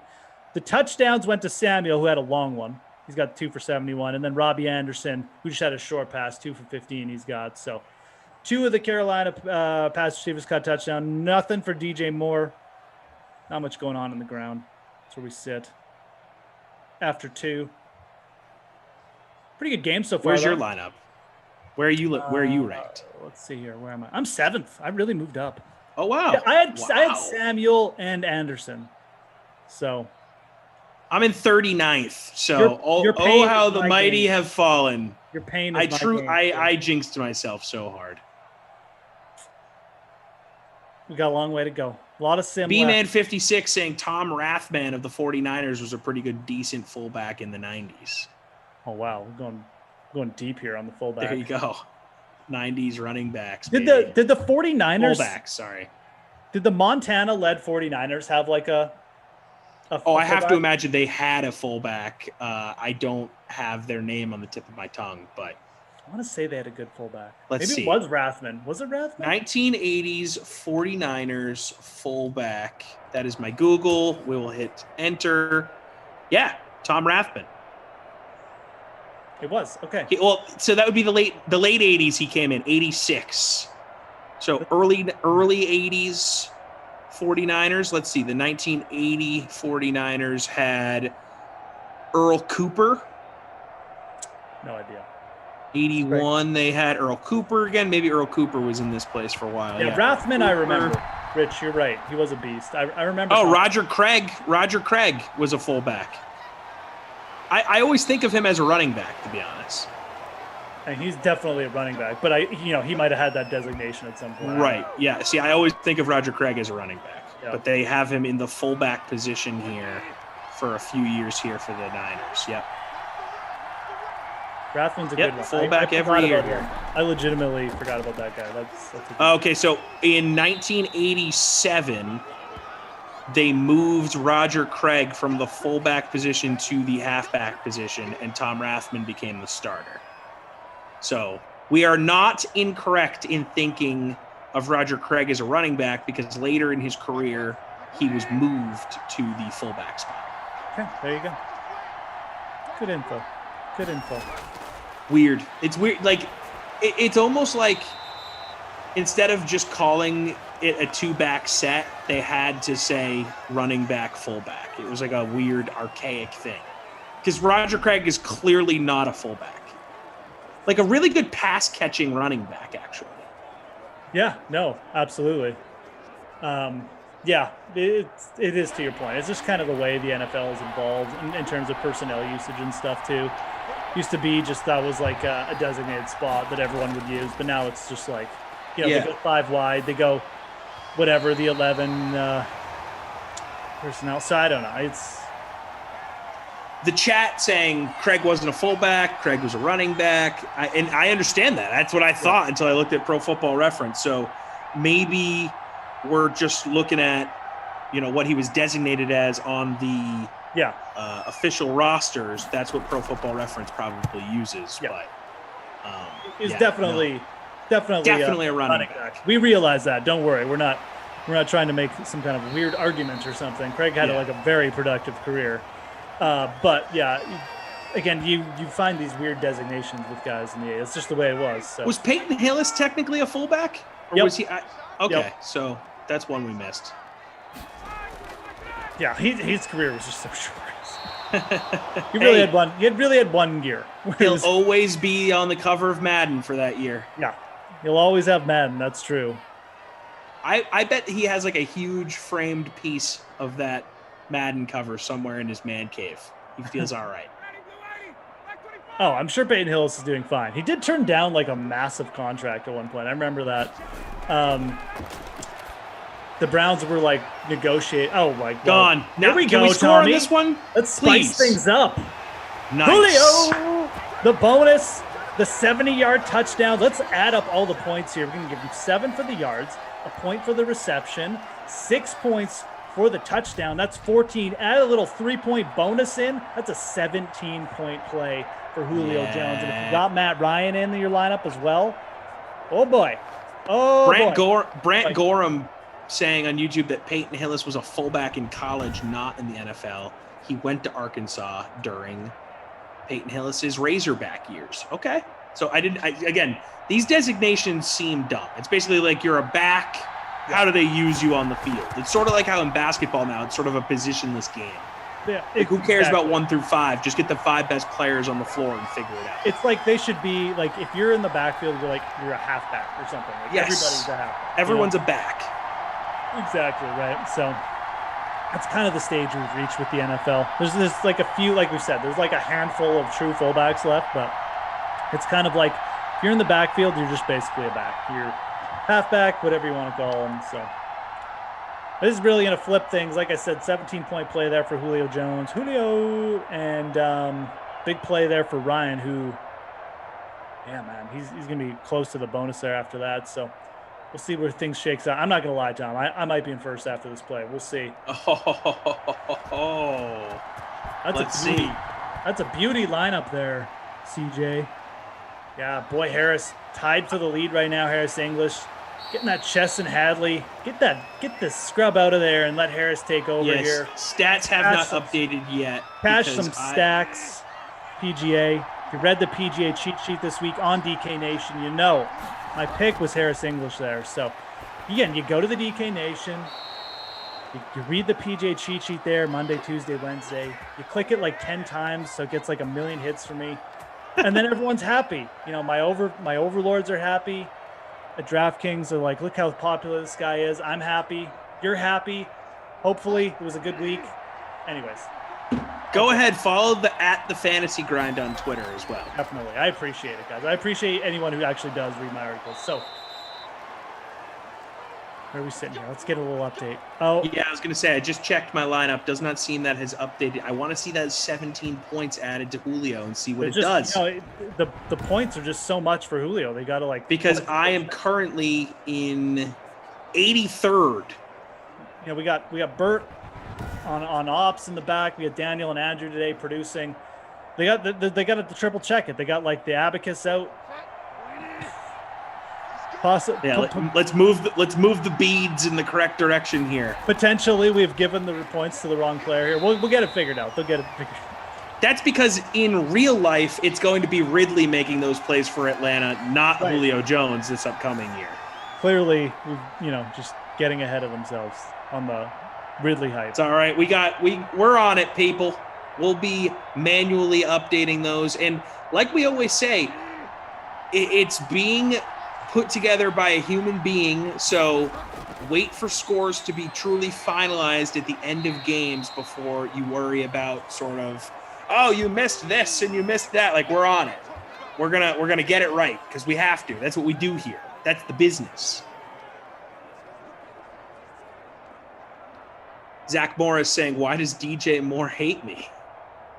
Oh, no, his name's Zach Morris is trash. Excuse me. That's a good account, man. Anytime that you say so-and-so is trash or garbage as your username, that's a commitment to that take.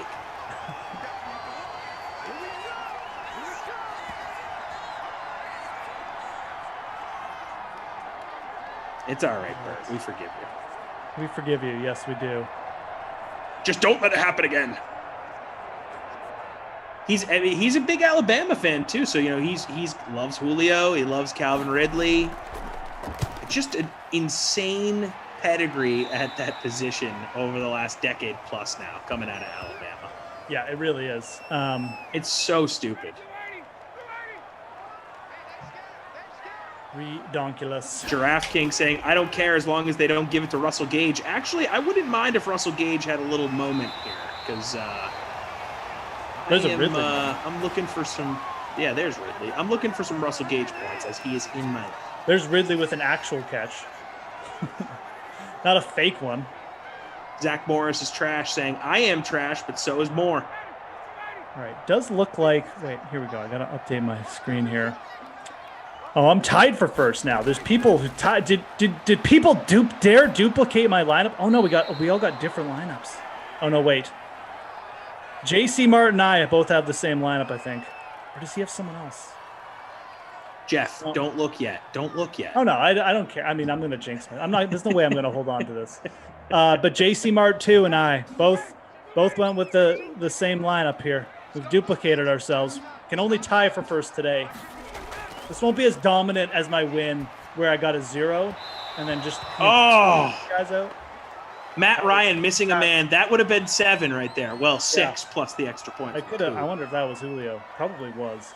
Jordan Warren bringing up Marion Motley was a Hall of Fame fullback and one of the first black football players in professional football. That's true. Legend, Marion Motley. Interesting. I didn't know that. Who did he play with? I want to say the Baltimore Colts. Cool. Good info. I did not know that. Thank you for sharing that, Jordan.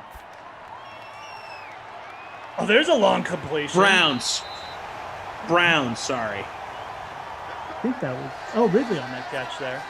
Matt Ryan might be a bonus territory. Ridley's at 5 for 81, so maybe we should have just left those Ridley points up. He's going to get them anyways. 5 for 81 for Ridley. Matt Ryan got to be close to the bonus if he hasn't hit it yet. Lots of things happening here in this third quarter. Good sim so far for being dead honest. 17-14 Falcons. The Falcons. You've never heard of the Millennium Falcon? It did the trestle run in 4 parsecs. I kind of want to look to see what's going on the contest here. I know I said don't look. But I'm looking. Yeah, Julio Jones at 42 points in my captain spot. Ooh-wee! Julio right now, the dominant guy. We do have some other players that are starting to heat up here. There's more Julio, though. The Falcons offense, JC Martu and I are 7 points ahead. We are absolutely destroying you guys right now. Just making you all look foolish. Yeah, I'm in the 50s, so. For the people that are just joining us, Jeff, again, what is your lineup for the day? Okay, it's Julio and the captain, Ryan, Ridley, Samuel, Anderson, and Joey Sly. I actually just noticed that we are under 100 likes, and we have over 300 people watching on YouTube. We need to change that. Please get us over 100. Yeah, smash that like, people. I haven't said it once today, but if go in there and smash it. I know Kaufman was on the first stream, and nobody wants to give their likes to Kaufman. He actually didn't ask for likes, really. That's because he knows he won't get them. He's gone. I'm here. Tom's still here. I'm here all day. I'm doing 4 in a row to carry these streams for you guys today. Oh, is that Julio again? It is more Julio Jones. Julio. This is potentially on board here for like a monster game. We still got a full quarter action to go. If you got Julio in your classic, if you got Julio in the showdown right now, you are loving this. Smash that like button, guys. We really appreciate it. Bing, bong, bang. Appreciate you guys. Appreciate you guys showing up on a Sunday. Like I said, Tom carrying the stream. Smash that like button for him. There's Julio to change. It's like a video game. Absolute day for Julio. 177 yards. Look at this. Bert already with the updates, making up for the fat finger. He's on it. Two touchdowns, 58.05 points in the captain spot. I don't know who JC Martu is. If you're in the chat, JC Martu, shout out. We're just dominating here. Little do we know that is actually Jeff's burner account. That's right. Yeah. Submits the same lineup under a different name. Against the rules, so I would never do that, but it's funny to talk about. Yeah, never mind. I'm kidding, guys. I'm kidding. Yes. Very kidding. Very, very, very kidding. But never fade Julio. No kidding. Never. Seriously. I used to because I'm dumb. I'm like, oh, he's too overpriced. No, never again.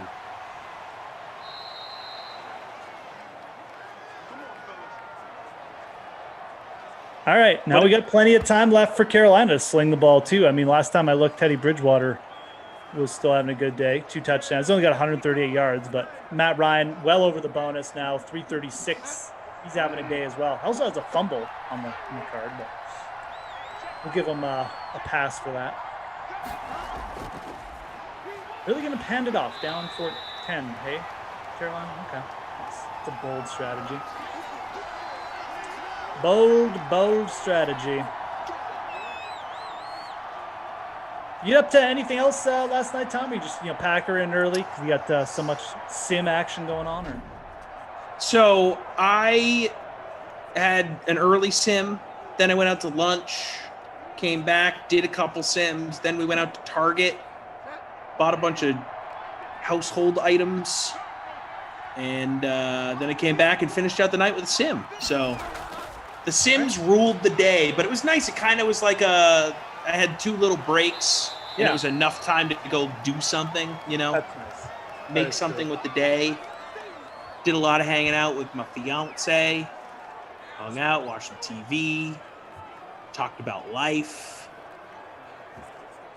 Yeah, I started watching, I don't even know what it's called, Woman in the Window on Netflix with Sounds Amy creepy. Adams. Is that right? It was very weird, man. Like it's very weird. I don't even know what's going on, if I'm being dead honest. Like we watched like 45 minutes of the movie. I can't even explain it. So I don't know. Has anyone finished it? I kind of just want to quit. Yeah, the cast is good, great. There's like a ton of good actors. I don't even know if I got the name of the movie right. Horrible rating. No, it's called The Woman in the Window. Horrible rating on Rotten Tomatoes. But Amy Adams, Julianne Moore, Gary Oldman, Wyatt Russell, Anthony Mackie. But the critics hate it.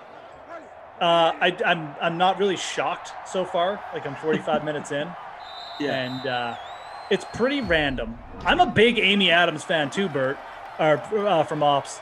I really like her. Like she's a great actress, underrated, doesn't get talked about enough. But this movie, I tell you, man, kind of weird.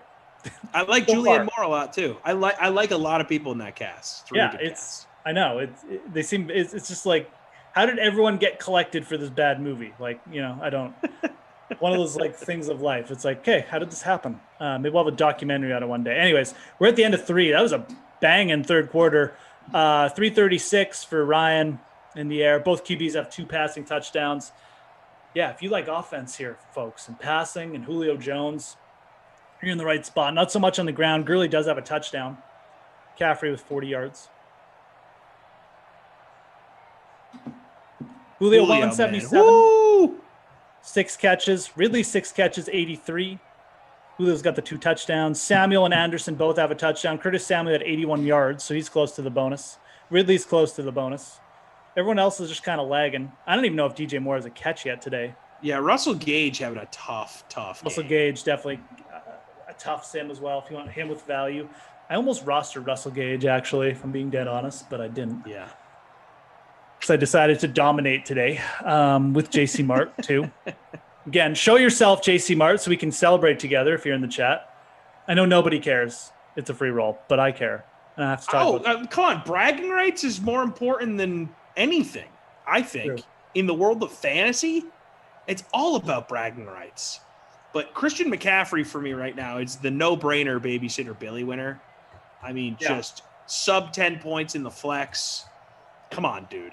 He's so boomer bust in these things. We'll see. Maybe I'll get like I'm not rostering Christian McCaffrey ever again. There we go. I've learned that he's it now. He's so tempting because you can even see it in the animation. Like he's got like good burst, and he will go for a long run every now and then. But yeah, he's a good fade. I'm done. I like the value receivers here on Carolina much more. This is Ian Thomas. By the way, Daniel has me in like a swamp green now or something.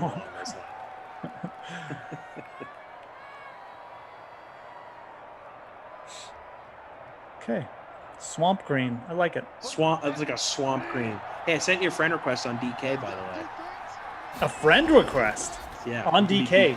Oh, pick 6, gone. Wow. Touchdown. Well, this is going to shake things up. Big time. And see, this is the other defense. So I have Carolina D because I just needed a punt play. I didn't have a lot of money left over.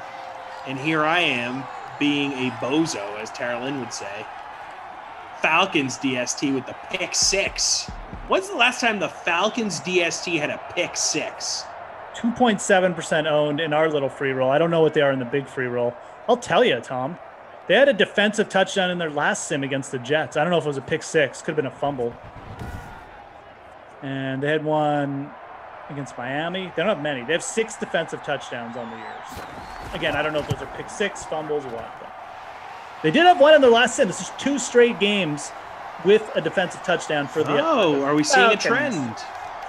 Falcons. An opportunistic defense. You've never heard of the Millennium Falcons defense? Wow. Okay. That is definitely going to shake things up. 0.9% of lineups with Falcons DST in the captain spot. 10% owned in the flex. Yeah. Don't worry, TK SimFam. I am still dominating. Still sharing first place. My new best friend. Do you have the type of lead where it's going to be really hard for anyone to catch you and the guy that's tied with you? Yeah. Yes. Yeah. Straight up, yes. I don't think I've ever worked on a sim where the guy I was doing the game with won a sim. So that's also crazy because of how many I've done. I mean, look, we got 7 minutes left in this quarter, so enough. You just said you don't think anyone's going to catch you. Well, I don't. I mean, I'm dominating. Like I'm in the dominating mood as well. I mean, I really feel like we're going to get. Oh, in the dominating mood. Don't want DJ Moore. That's not good. But I do feel like a dominant win is on the cards here today. I have to say I kind of screwed up. I should have used Younghoe Koo over Joey Sly. I'd be in first by myself if I had done that. So a little bit of a mistake by me, but I did want to give JC Mart too a little bit of a chance as well. So didn't want to rub it in everyone's face that badly. See, I take the other approach, Tom. Like you're worried about the jinxing. I just straight up just start trash talking the second I'm in like top 5. So maybe I have to up my confidence game. Viper says he's in striking distance. That's scary. Ooh. Viper in striking distance. Yeah, having a Viper in striking distance is never a place you want to be. Whether that's just your name in the YouTube chat or a Viper in real life. Are you a snake guy? I feel like you're the type of guy that would have a pet snake. No, dude. Are you kidding me? What just happened with Teddy Bridgewater? Bridgewater was like, I'm gonna run. Oh wait, just kidding. Ran backwards, stepped forwards, and hit Robbie Anderson. Sorry, I just put 2 receivers together for the Panthers. Robbie Anderson with the first down grab. I like that. Robbie Moore. That's like Robbie Moore. I'm just gonna say that next year and see if anyone notices. Robbie. Yeah, no snakes. Are you kidding? Get out of here with that, man. You seem like a snake guy. I mean, when I was young, like, you know, I wasn't like afraid. Oh, there's C-Mac trying to do a little bit. Oh, there he is. He's still going to win the Babysitter Billy Award, but nice catch. That's another guy I don't need heating up. We could get a Bridgewater touchdown. A Bridgewater touchdown would actually be terrible for my lineup because there's definitely people. You know what? You've been so cocky today. I hope that happens. Oh, no, I completely deserve to lose now. Like a Bridgewater to like Ian Thomas or a Bridgewater like McCaffrey touchdown would be terrible for me. We are getting an empty backfield here, so we're going to get a pass. Who's this? You called that. Oh, it's Samuel. Believe it's Curtis Samuel. Yep, indeed. Good for me. Might even get the bonus here for Samuel.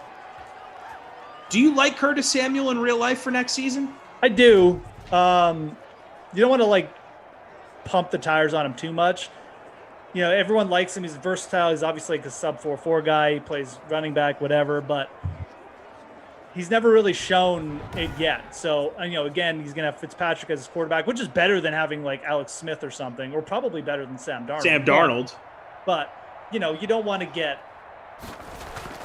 like be overdrafting. If he starts to go like too high, I mean, he's a guy you can fade easily. So, I don't know if Sam will hit the bonus there. Definitely going to be close. No, 96 yards.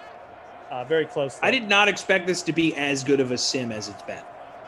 It's very hit or miss with Carolina. They can just be trashy. Atlanta's the same, actually. Like they can be. Really sounds like Carolina last season, right? Yeah. Kind of hit or miss. It was either a close game or they stunk. Extended my lead. And they always lost in the end. Yeah, Carolina had some good games last year, but like you said, they dialed up some terrible performances as well. So they almost beat the Chiefs. Yeah. Mm-hmm. They had some very close games against very good opponents. So I said this with LaMarca within the last month or whatever. I don't even know. This offseason at some point. That I'm a little bit worried about Christian McCaffrey for the long term here. Because, look, he's a guy that they're going to just run into the ground. Yep. With carries and catches, smaller guy. And I know maybe last season he dealt with injuries and missed a lot of the year, but in the few seasons leading up to that he's been in the NFL, you know, towards the top of the league in touches and all-purpose yards and all that stuff, yada, yada, yada. I just worry about a smaller guy taking a beating like that, tread on the tires. We had a season where he dealt with injuries in a big way last year. It worries me. And LaMarca kind of scoffed at me in his very, fantasy expert way. Like, yeah, well, that would mean that would run counter to everything we've seen and known about Christian McCaffrey in his entire career. It's Christian Howell LaMarca the third. Yeah, like, okay, I get it. Yeah, you work in the fantasy world. I understand. But I'm just trying to apply logic here. Small guy, heavy workload, coming off an injury on a bad team. I don't love it. I mean, I'm not super down on him to the point I wouldn't take him with the second pick. But of course I'm drafting fantasy. Of course I'm drafting him because of upside. Like, of course. I'm talking about this guy for the next 10 years, 10 years, you know? Yeah. If you're talking like long-term, absolutely. No, I don't. Worries me. Matt Rule said he might be dialing it back a bit with his usage. So, but no, I mean, it's the running back position, right? I mean, you're not incorrect to have worries about anyone's like long-term viability at the position. So McCaffrey does seem like a dude who's like in very, very good shape and just, going to do everything he can. But yeah, he's a smaller guy on a bad team. And if he gets like a couple more, like, I think it sounds, again, it's kind of counterintuitive. Like Derrick Henry's the bigger guy, but the way Derrick Henry runs he doesn't run like a big guy. Like he runs like he's more like a scat back, and it's like he's on a hoverboard on the field. It's totally weird. Dude. Yeah, exactly. So, McCaffrey has obviously the quick twitch as well. Excuse me. He's smaller, so I could definitely see that being an issue for this year for fantasy. Again, I don't mind taking Dalvin over him. I think it's very close, and I'm still taking McCaffrey second. But I have those concerns. I have concerns about the Carolina not being like that great a team either. So. I'm glad we're on the same page, in a way. Yeah. No, I'm glad you can understand my logic. I think we are pretty much on the same page. Yeah. Okay. Good.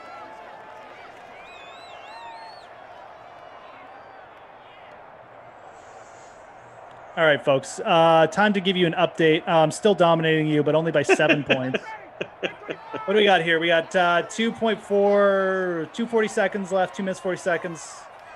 Must be bringing up a good point. They did draft Chuba Hubbard out of Oak State, who was a great player in college. I'm surprised he went as low as he did. That'll help. If they actually do decide to use him, which I think they should, because he is good. Yeah. I do like that to help with workload stuff. I think that his workload 4th round pick. Yeah, wow. Back a bit. I think just slightly, just from those first couple of years that everyone was used to seeing. I don't know if you'll see that again, but you could. Tom brought up the fact the Panthers might not be that good. They get down in like a ton of games. I mean, you're going to see McCaffrey out there catching like 10 catches again. So, did you know Chuba Hubbard was drafted in the CFL 5th round? I did not. Why did he go so low then? It's the first time I've seen it on Wikipedia where they list both where the guy was drafted in the NFL and CFL. Did he have? I can't remember. Did he have like an off the field thing that like made him fall, or was there a reason, or was it just might have been an injury thing? I don't remember. Let's see. Let's check it out on the old Wikipedia. Oh, it was off the field. Good point. Apparently. Actually, a good point for once by Must Be. Like they did draft a running back. I mean, it's that generally tells you like, okay, we're going to be looking to get this guy a little bit involved. I'm not seeing an off-the-field thing jumping out at me. There was obviously that controversy he had with his coach where he was critical of an article of clothing he was wearing, but yes. Maybe, I don't know. Who knows? Great player in college, though. So, okay, there's a catch by McCaffrey. Bridgewater, basically, I think if he goes the full distance here and gets the touchdown, he would get the bonus, too. So this could really, like, end badly for me with, like, someone pulling away from me slightly if we end with a Bridgewater touchdown to like McCaffrey or something. So you have to. I kind of hope it happens. Not gonna lie, man. I mean, I've been very humble throughout this whole Simcast. Just the fact that I'm dominating and was nice enough not to use Younghoe Koo over Joey Sly, or I'd be in solo first. Shout out Younghoe Koo for bouncing back and having a great season last year. No, I know, totally.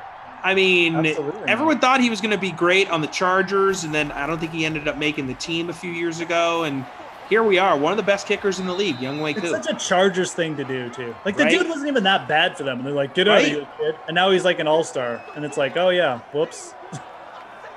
And that, honestly, it's not even just a Chargers thing to do. That's very NFL-y to do to kickers.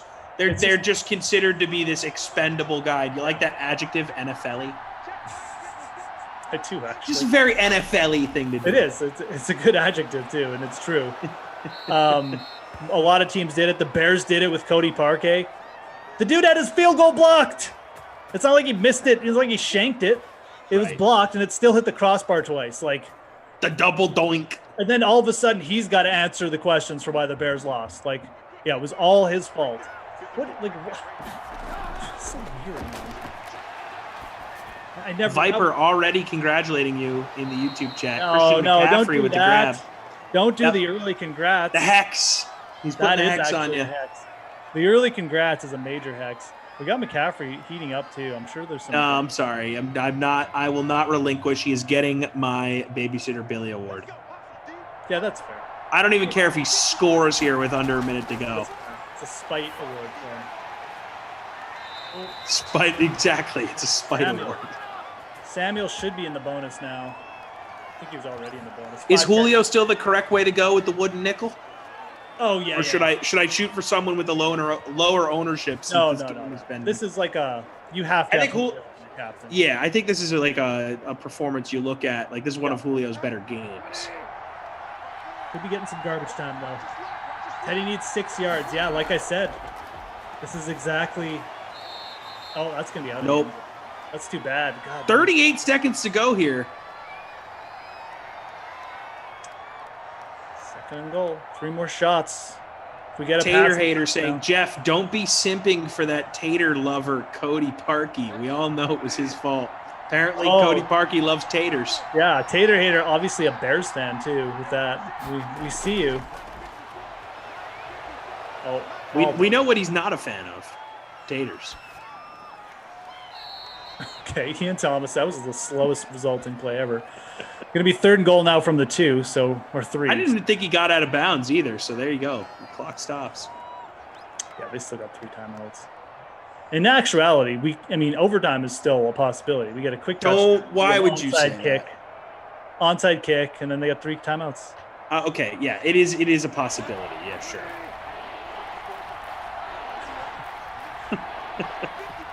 You don't want OT when you're doing like 4 in a row. No, you don't at all. Oh, he had McCaffrey wide open, but he went to my guy instead. Wow. Curtis Samuel. Let's just cement the win here with another touchdown. Dominant performance for Moose.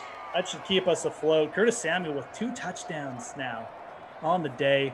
Monster game. Oh, we are getting a little bit closer, but no, it's never mind. JC Martin and I are way out in front. We should be fine. Don't worry, folks. I think we're going to be fine. We're going to let the ops team update it. I shouldn't be giving updates before it's all done anyways. All manual here, obviously. We don't have the stats fed in like normal, so those will get updated when they get updated. Great job by Bert. Hey, Bert. On ops as per usual, man. Robbie Anderson. Big Tud. Let's go, CJ.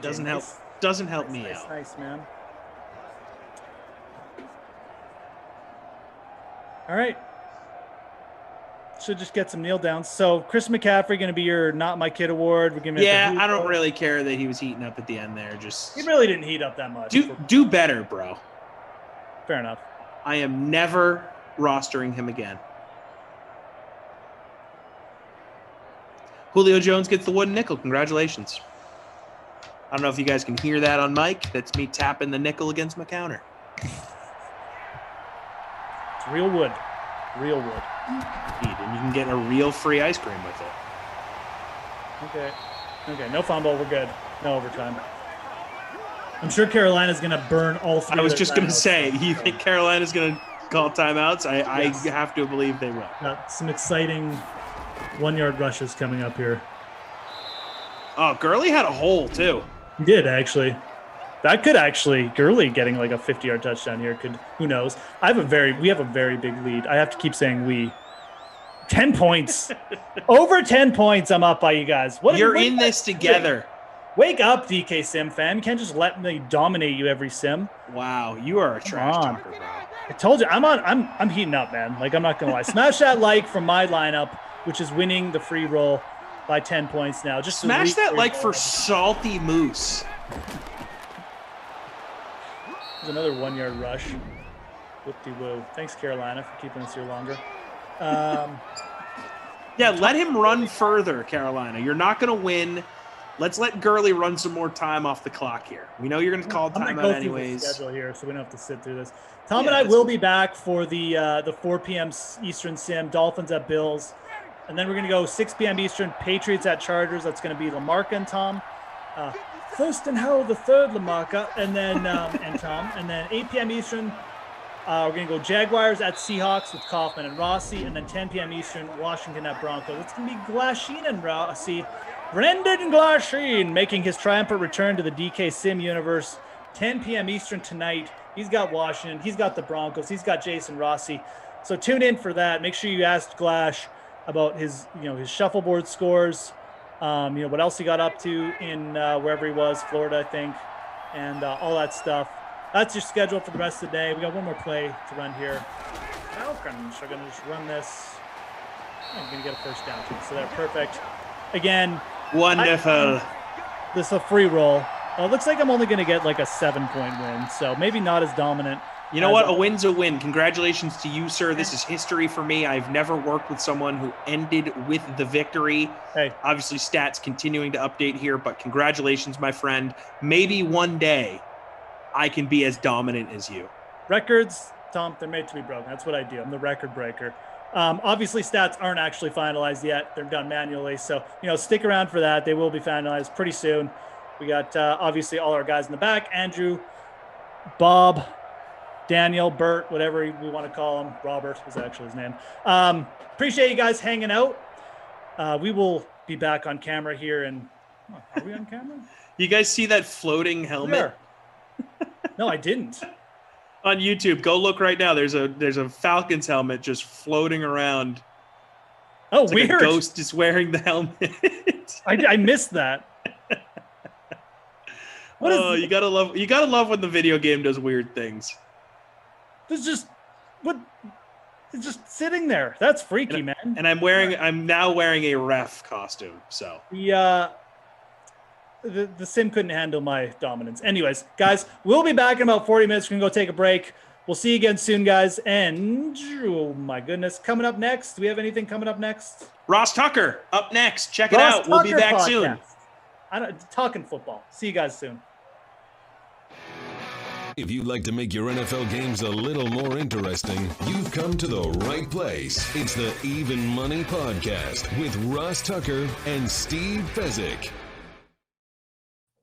Yeah, Vegas, baby. Vegas. It is the Even Money Podcast. Of course, presented by DraftKings Sportsbook, America's #1 rated sportsbook app. I'm Ross Tucker, former NFL offensive lineman, classic journeyman, 5 teams, 7 years. Now I'm kind of a media journeyman, I guess. Got some awesome gigs with Westwood One and CBS and the Eagles. It's awesome. I also have a bunch of podcasts. 5 of them, in fact. I've got the Ross Tucker Football Podcast, which is 3 days a week here in the offseason, daily during the season. You can also check out the Fantasy Feast once a week, College Draft Podcast, Andrew Brandt's Business of Sports Podcast, and this show, the Even Money Podcast. Everybody I talk to tells me how much they love the show. It's usually less than 30 minutes. You get exactly what you need from an NFL betting perspective. And in the offseason, we get into the other sports a little bit, although today is going to be primarily about the NFL. Check me out on social at Ross Tucker NFL. All of our shows are now on YouTube, youtube.com/Ross Tucker NFL. And of course, check us out on social media as well at Ross Tucker Pod. The star of this show, I make no bones about it, is Steve Fesic, the only 2-time winner of the Super Bowl of professional football gambling. That is the Super Contest at the Westgate. Steve Fesic at Fesic Sports. Hello there, Steve.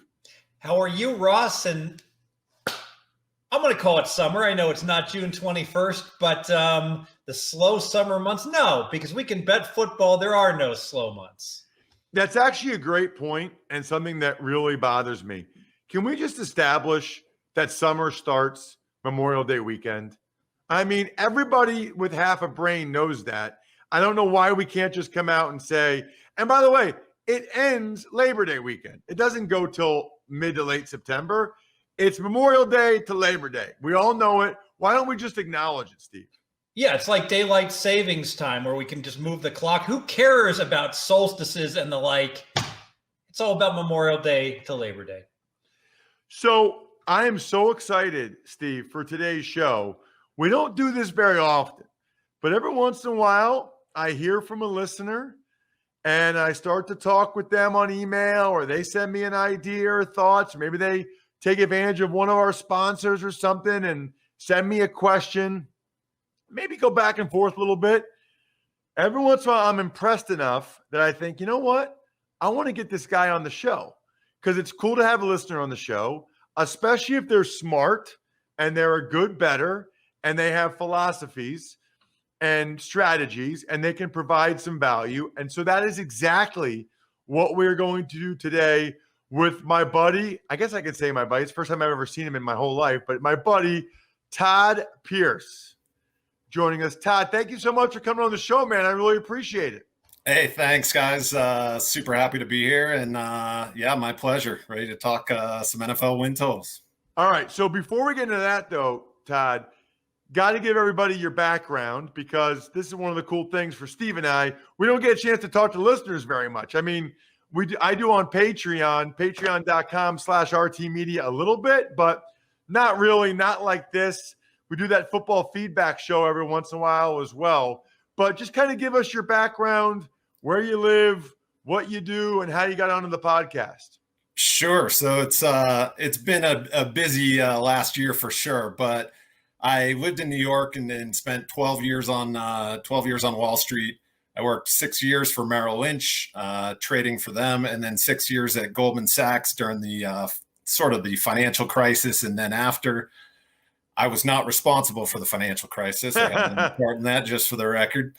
And then we decided to move out to Telluride, Colorado, about 9 years ago. So became a bit of a ski bum. Moved out to Colorado with 2 young girls, and still was able to work for a firm in New York, but just was able to do it remotely, sort of before the whole remote thing was in, and was kind of cool.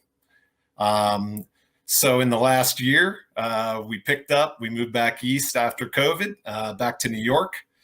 Realized we didn't really like it too much back east, or not as much as we did out here. Picked up again in April and moved back out to Park City, Utah. So I go to Park City, Utah every other year. I love that place, man. We ski at Deer Valley, Sure. but that place is amazing. I could totally move there. I mean, I'm not going to, but I could. Yeah, I mean, it's been fabulous so far. My wife had actually never even been out here before she moved. I just kind of convinced her, but we both love the ski town vibe, and I'm probably about a driver 9-iron away from the slopes right now. So it's a pretty good spot so far. At Park City or at Deer Valley? At Park City, yep. Okay. Gosh, that's amazing. And do you go out a lot? Yeah, I mean, we just moved out back in mid-April. So during ski season, we'll be out there, a couple times during the week and every weekend for sure. So pretty excited. This is probably a pretty dumb question, but how far is Deer Valley from Vegas, from Fesic in Vegas? So I did the drive a couple weeks ago. It's about a 6.5 hour drive if you're doing it comfortably and you got kids with you. But I was able to do it a couple weeks ago and meet the great Steve Fesic in person and chat some win totals. And yeah, it was a real pleasure. So. Oh, wait a minute. I didn't even know you guys ended up getting together. We did. And Todd and I's claim to fame, we were at a 5-star hotel. And I don't know, they didn't like us because we asked for drinks and the waitress said, "Oh, I'll bring another waitress right on over." And I turned to Todd. I could just tell by her body chemistry, we were not going to get any beverages, and we did not. What? Why? I can only blame it on Todd. I guess she was done for the night and would have been a good under bet for sure. That's amazing. All right. So, Todd, before we get into your NFL win total philosophies, and I know Steve has some stuff on NFL win totals. How did you first hear about the show and start listening to Steve and I? So back when I was in Telluride, a bunch of us used to play poker at a Tuesday night game above a bar in downtown Telluride. And, each weekend, a few of the guys would bet on, NFL games and just some play money, but something to do and have on the games on the weekends. And in doing that, I wasn't just going to throw my money out there. I might as well, really wanted to learn. So I happened upon the Even Money podcast, and you guys had a pretty solid record, luckily, for, many of the years. So just kind of progressed really from there. I remember a podcast on one of your other shows with Kyle Brandt, and just you guys were kind of just chatting it up as old college buddies. And, there was just a ton of energy on it. Really loved it. And, really been listening ever since. Oh, that is awesome, man. So nobody even told you about it. You were on the hunt for a betting podcast and you saw it. Yep. Just listened to it, one or two times and said, I think this is what I want to be listening to. And you guys didn't disappoint. So it was great. I know there's a lot of betting podcasts out there now. Steve, we should probably maybe I can have intern Casey look it up. I can't imagine, Steve, that there's very many shows that have documented better NFL records than you and I over the last 5 years. We have run really well. We've made some good selections and the like. And I also think we've gotten ahead of a lot of lines because we tend to do the podcast earlier in the week. And we've won a lot of games where we predicted the line move correctly and wound up winning, by those hooks, especially on the 3 by getting at it early in the week. That's actually a really good point because we do the show on Tuesdays now. We used to do it on Wednesdays. Most NFL betting shows, I feel like they do it Thursday or Friday after the injury report comes out. So they have access, Todd, to more info, but it makes it a lot harder to get the better of the line like Steve and I do. I'm sure there are people out there, Steve, that listen to us on a Tuesday and then another one maybe on a Friday or Saturday morning, whatever, Sunday morning. I don't care. But the one thing you've taught me is the value of getting ahead of the line. And I feel like we do that a lot. Yeah, no question at all about it. And I mean, look at the season wins, this year in the NFL, Denver was sitting at 7.5 for a while, and now they're at 8.5 to 9. So getting in front of the information, getting bets in early, and when news is breaking, the second that key news comes out, you got to go ahead and jump on it. Some people got Green Bay under 11 with Aaron Rodgers uncertainty. It's funny, Todd. I was talking to a buddy of mine that's got a similar background to you, actually this weekend. And I think the only show of mine he listens to is the Even Money podcast.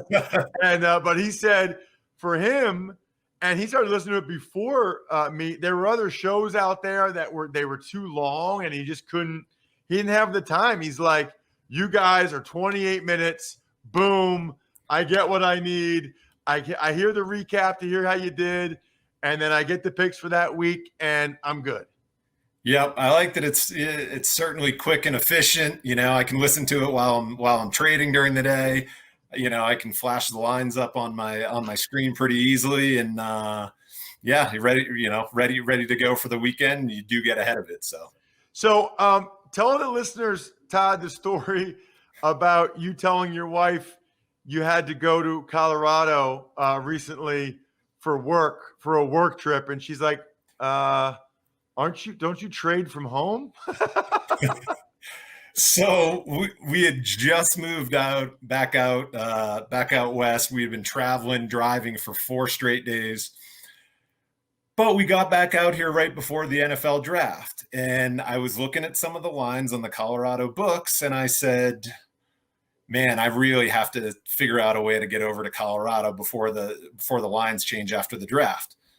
So I said to my wife, hey, I got to go on a business trip. And immediately she said, you don't have anywhere to go. You work from home. And so I had to run through and explain why taking advantage of an early line on an NFL win total is a great idea, both fiscally and for my pure enjoyment. So I had to drive 3.5 hours to a place called Dinosaur, Colorado, which I don't advise anyone going to ever. I stayed at the Blue Mesa Inn for a night. I literally thought I was going to drive pretty much off the face of the earth, but I was able to get those bets in before the lines moved and was pretty happy on the ride home. Told my wife it was a great business trip. Wow. Steve, those are like your stories from back in the day. While we're talking about Colorado and Utah, there was a period of time in the year 2000 that when I was working as an executive in Los Angeles, myself and some other associates from Transamerica, we would rotate. We'd fly up to Salt Lake City. Then we would, and I know, I get it, you couldn't handicap, you couldn't bet in Salt Lake City at the time. We would drive west on godforsaken, I believe it was I-80, to Wendover, Nevada. It's a border town, Utah and Nevada. There's a west and an east Wendover. The squarest sports books in the history of the planet. I could tell you what they were doing in terms of mistakes and lines, but you would not believe me, including a 17 parlay card that paid 120 for one, where randomly picking, you're at a 3% disadvantage. We had an ROI of about 100%. It was 100% with the lines they had. Long story short, by November, we had crushed the state line and the rainbow casinos to the point they wouldn't pay us, had to go to the gaming commission to get paid. They were so angry. That is amazing. So, Todd, I'm curious, your background on the finance and as a trader, does that come into play with your strategies for placing your bets and season win totals, or really anything? Sure. Similar to trading, I'm really just looking for some major inefficiencies in the market. And if I think I have that edge and can exploit that edge, I'm going to put, next to as much as I can on that slight edge and do it over and over and over again, because over the course of time, that will pay off. Especially on some of these early markets, call it pre-draft and even right after the draft when, call it Las Vegas puts some of their early lines up. There's a huge discrepancy on some of the team win totals that, you're really getting 50, 60 cents of value on some of these markets. So it's really, you're getting, call it a half a win in your favor, which at the end of the day could be a difference between a push and a win at the end of the season. And you obviously felt strong enough about the drive to Colorado. So you've got some you really like. You want to tell us about them? I do. Sure. We'll start with a couple unders right out of the gate. Houston under, you can find it under 4.5 as of last week, -110. They have the third toughest schedule in the league. I think everyone knows what's going on with Deshaun Watson. As of today, they have the oldest roster in the league after signing a personal, I'm a fan of him, but Rex Burkhead. But they're literally just signing volume off the street. They have a rookie head coach that's really up against it in a bad spot. They lost Will Fuller. They have a drastically aging defense. They lost J.J. Watt. So they're really, really in a bad situation at most. I think they're going to win 1 to 2 games. So I really like Houston under 4.5 -110. Steve, what do you think? 4.5 is a pretty low number, but it doesn't look good there on a lot of levels. The coach, I feel bad for him when he's like talking about Deshaun Watson. They will have a lot of competition. I know that they've got like 8 guys you've heard of at every position. The problem is you heard of them a few years ago, or none of them are really that good. This is like a Belichick philosophy. You go somewhere new, and you let the players sort out who's going to be a part of the culture you're trying to build and who's not, who still has it, who doesn't. Like, I think in their mind, all of this depth, all of this competition, they're going to end up getting in their mind 4 solid guys at each of these positions because of all the I've never seen a team bring in this many guys, ever. So Houston wins 4 games last year with a top 5 quarterback. How are they going to win 5 games with no quarterback? I fully endorse that play. That's a really good point. All right, what else you got, Todd? So, unfortunately, one of the next under is Steve's Las Vegas Raiders. I like them under 7.5 -110. You can still get that at some of the sports books out in Vegas. They lost quite a few veterans. They lost, especially on the O-line. They lost Trent Brown, Rodney Hudson. They lost their top wide receiver, Nelson Aguilar. The division has gotten much tougher. The Chargers obviously, are in a great spot. They have a real young but pretty progressive new head coach. KC's already the dominant player. And in Denver, Aaron Rodgers might still land there. So you're up against a brutal division. Based on their forecasted win totals, they have the hardest schedule in the league. They really did nothing in the draft to help themselves out. They reached for an offensive lineman that some rated in the 3rd round. And they have a bottom 3 defense in points allowed with really no help in sight. So to me, you take advantage of the inflated line in Vegas and you bet the under on the Raiders, 7.5 -110. Steve? Yeah, it's a great point about the inflation of the lines. And this happens with the Golden Knights as well. In faraway places, the Raiders are 7. In Vegas, the season win number for the most part, 7.5, because they know that the locals are going to support the Raiders and bet over. You know, one interesting intangible, 4 of the top 5 priciest tickets of the NFL this year are Raider games here in Las Vegas. If there's one thing I know about this city, we have some very fiscally savvy people when it comes to this sort of thing. If the Bears fans want to pay $2,000 a ticket for a good seat, the Raiders fans will certainly be more than happy to sell it to them. I wonder, how large will our home field advantage be on most games with so many of the visitors planning their vacation, the football fans, about coming to Vegas for a weekend to watch their team play the Raiders? So you said something I thought was interesting about the line being different. Here's my question about season win totals, Steve. Why don't they make them all half a line, a half game, 7.5, 6.5, 9.5, and just slide the juice so that there's no pushes? It's a great question. And, some of the sharp books actually do that with prop bets, that they'll go ahead and they'll put up, how many points is LeBron James going to score? And they'll put 27.5. They'll never put 27 because they don't want there to be a push. But the problem is that a half game is worth about 45 cents in a 17-game season. So if the correct number really is 7.5, well, obviously with the Raiders, then it's easy to put it up at 7.5. But when you've got a team that's spot on a certain number, it's hard to. Bettors don't like to see like a -155 associated with the bet. They would much rather, if the number on a team should be, say, Tampa Bay should be 11.5, and put the vig in each direction. Tampa Bay moves up to 12. Now you got to put over 11.5 -155. It discourages action. People don't like to lay those big vigs or take those small pluses. They want to see -110 or -115 in each direction, if that's what the number should be. By the way, the DraftKings has a ridiculous deal again this week. Their basketball deals have been absolutely incredible. Absolutely make sure when you go and download the top-rated DraftKings Sportsbook app, you use promo code Ross. You can turn $1 into $100 in free credits. Limited time, only at DraftKings Sportsbook, promo code Ross. That is the key.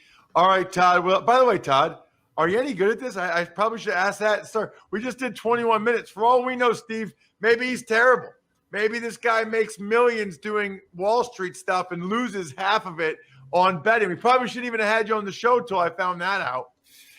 No, it's been a pretty good past few years in this market. And when I had chatted with Steve a bit, if you're able to get the best of the lines right out of the gate, it's a huge advantage. So when everything's said and done at the end of the year, even if there's a major injury or a couple guys go down on one team, you're still getting a fantastic, start or from the run up on it. And to me, that's all I'm looking for. If I can get the best of the numbers on a season long, I'll take that every day. All right. You got any more? Sure. So if we're looking at a couple of overs, really like Miami over 9 -130. They have the 4th easiest schedule in the league. They won 10 games last year, albeit a lot was due to the magician Ryan Fitzpatrick coming in and saving the day late late in the game. You have Tua getting a full training camp this year. He gets all the reps with the ones.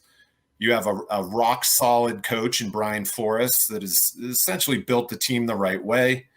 You have a massive upgrade in weapons with Will Fuller and Jalen Waddle. And their defense was pretty incredible last year. They were 4th in points allowed.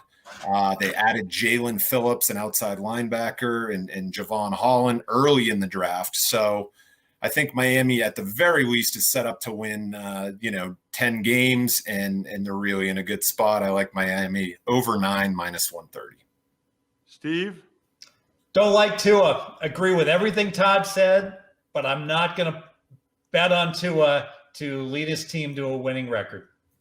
Steve, how do you do your win totals, by the way, while we're on it? All right. Well, what I do is I actually calculate as a starting point what Vegas says each team should win. And I have a little spreadsheet. There's an example. You can't read it. But I take the point spreads on each and every game that the Westgate has out. So you can bet right now every single game in the NFL season. And so I plug in the point spread. I convert it to a money line. I convert that to a probability of victory. So if you're a 10-point favorite, you should win the game, 80, little over 80% of the time. And I chug it out for each and every team. And that's my starting point. Based upon these point spreads on each and every game, I calculate exactly to the nearest decimal how many games every team should win. So that's my starting point on my forecasts. Okay, then how do you marry that with how you feel about the team? Well, then I've got to go ahead and take a look at the point spreads at the Westgate, the casino in question here that's dealing on the lines, and say, you know what? Are they consistently dealing a slightly too high number or too low number on a team? Do they have an opinion on a team that differs from my opinion? And I'll go ahead and make note of that. And based upon that, I'll start tweaking the numbers that just the pure math says each and every team will win. But sometimes, just looking at it, the number's off versus what the actual number is that's being dealt by Vegas. Unfortunately, I just did the whole AFC North. It's amazing. Every single team matched to like the nearest decimal on those spreads with what's being dealt. The season win market has become much more efficient just in the past few years. So I got to know, Steve, how much time does that take you? That sounds like that would take a lot of time. Yeah, it does take time, and that's why I haven't finished yet. But the nice thing about it is now I've got every single team's schedules week, 1 through 18. So I can use this all year long by putting in the spreads, looking for good spots, bad spots, etc. So it's something I would have had to do anyways. So this is just another part of the overall handicap and getting ready for the year. I was going to say, you need to get an intern, bro. You need to get an intern to do all that math. I'm looking, man. I'll say this. Anyone at In-N-Out Burger that's unhappy with their current job, contact me. And I'm convinced Popeye's Chicken has the worst employees in the planet and really good food. If they just fired everyone and hired all the In-N-Out Burger employees, their sales would double. How did we get there from me asking you about an intern? That was amazing. All right, Todd, I forget how many you had. Do you have any more? Sure. I'll give you one more. I do like the Giants over 7. You can still get it at certain books at -120. They started 1-7 last year. They had a rookie head coach. Saquon went down, but they did finish 5-3. This year they had some big additions. They have Adoree Jackson that they signed to a 3-year, I think it was $39 million deal. You get Kenny Golladay in there. You have a healthy Saquon Barkley back, and in the draft they spent some capital for Kadarius Toney. So Daniel Jones has all the weapons he needs. Certainly on offense, they can let everyone in the wide receiver core kind of go back to their normal position. And he has sort of some security blankets in both Golladay and Barkley now on those sort of tough 3rd and 4th downs. Also, the Giants D went from allowing the most points allowed in 2019 to 9th in 2020. So I do think that their defense will be able to keep them in games, and they are overall in a pretty weak division. So all we got to do is get to 8 wins. They can still have a losing record, but I do like Giants over 7 minus 120. What do you think, Steve? I think it all depends upon the health of Galladay and Barkley. Those who are betting on the Lions know how important Galladay was to that offense when Galladay was healthy, and Barkley, of course, for the Giants. But with both those guys, with their recent injury problems, let's see if they can stay healthy. That's ultimately probably going to decide that bet.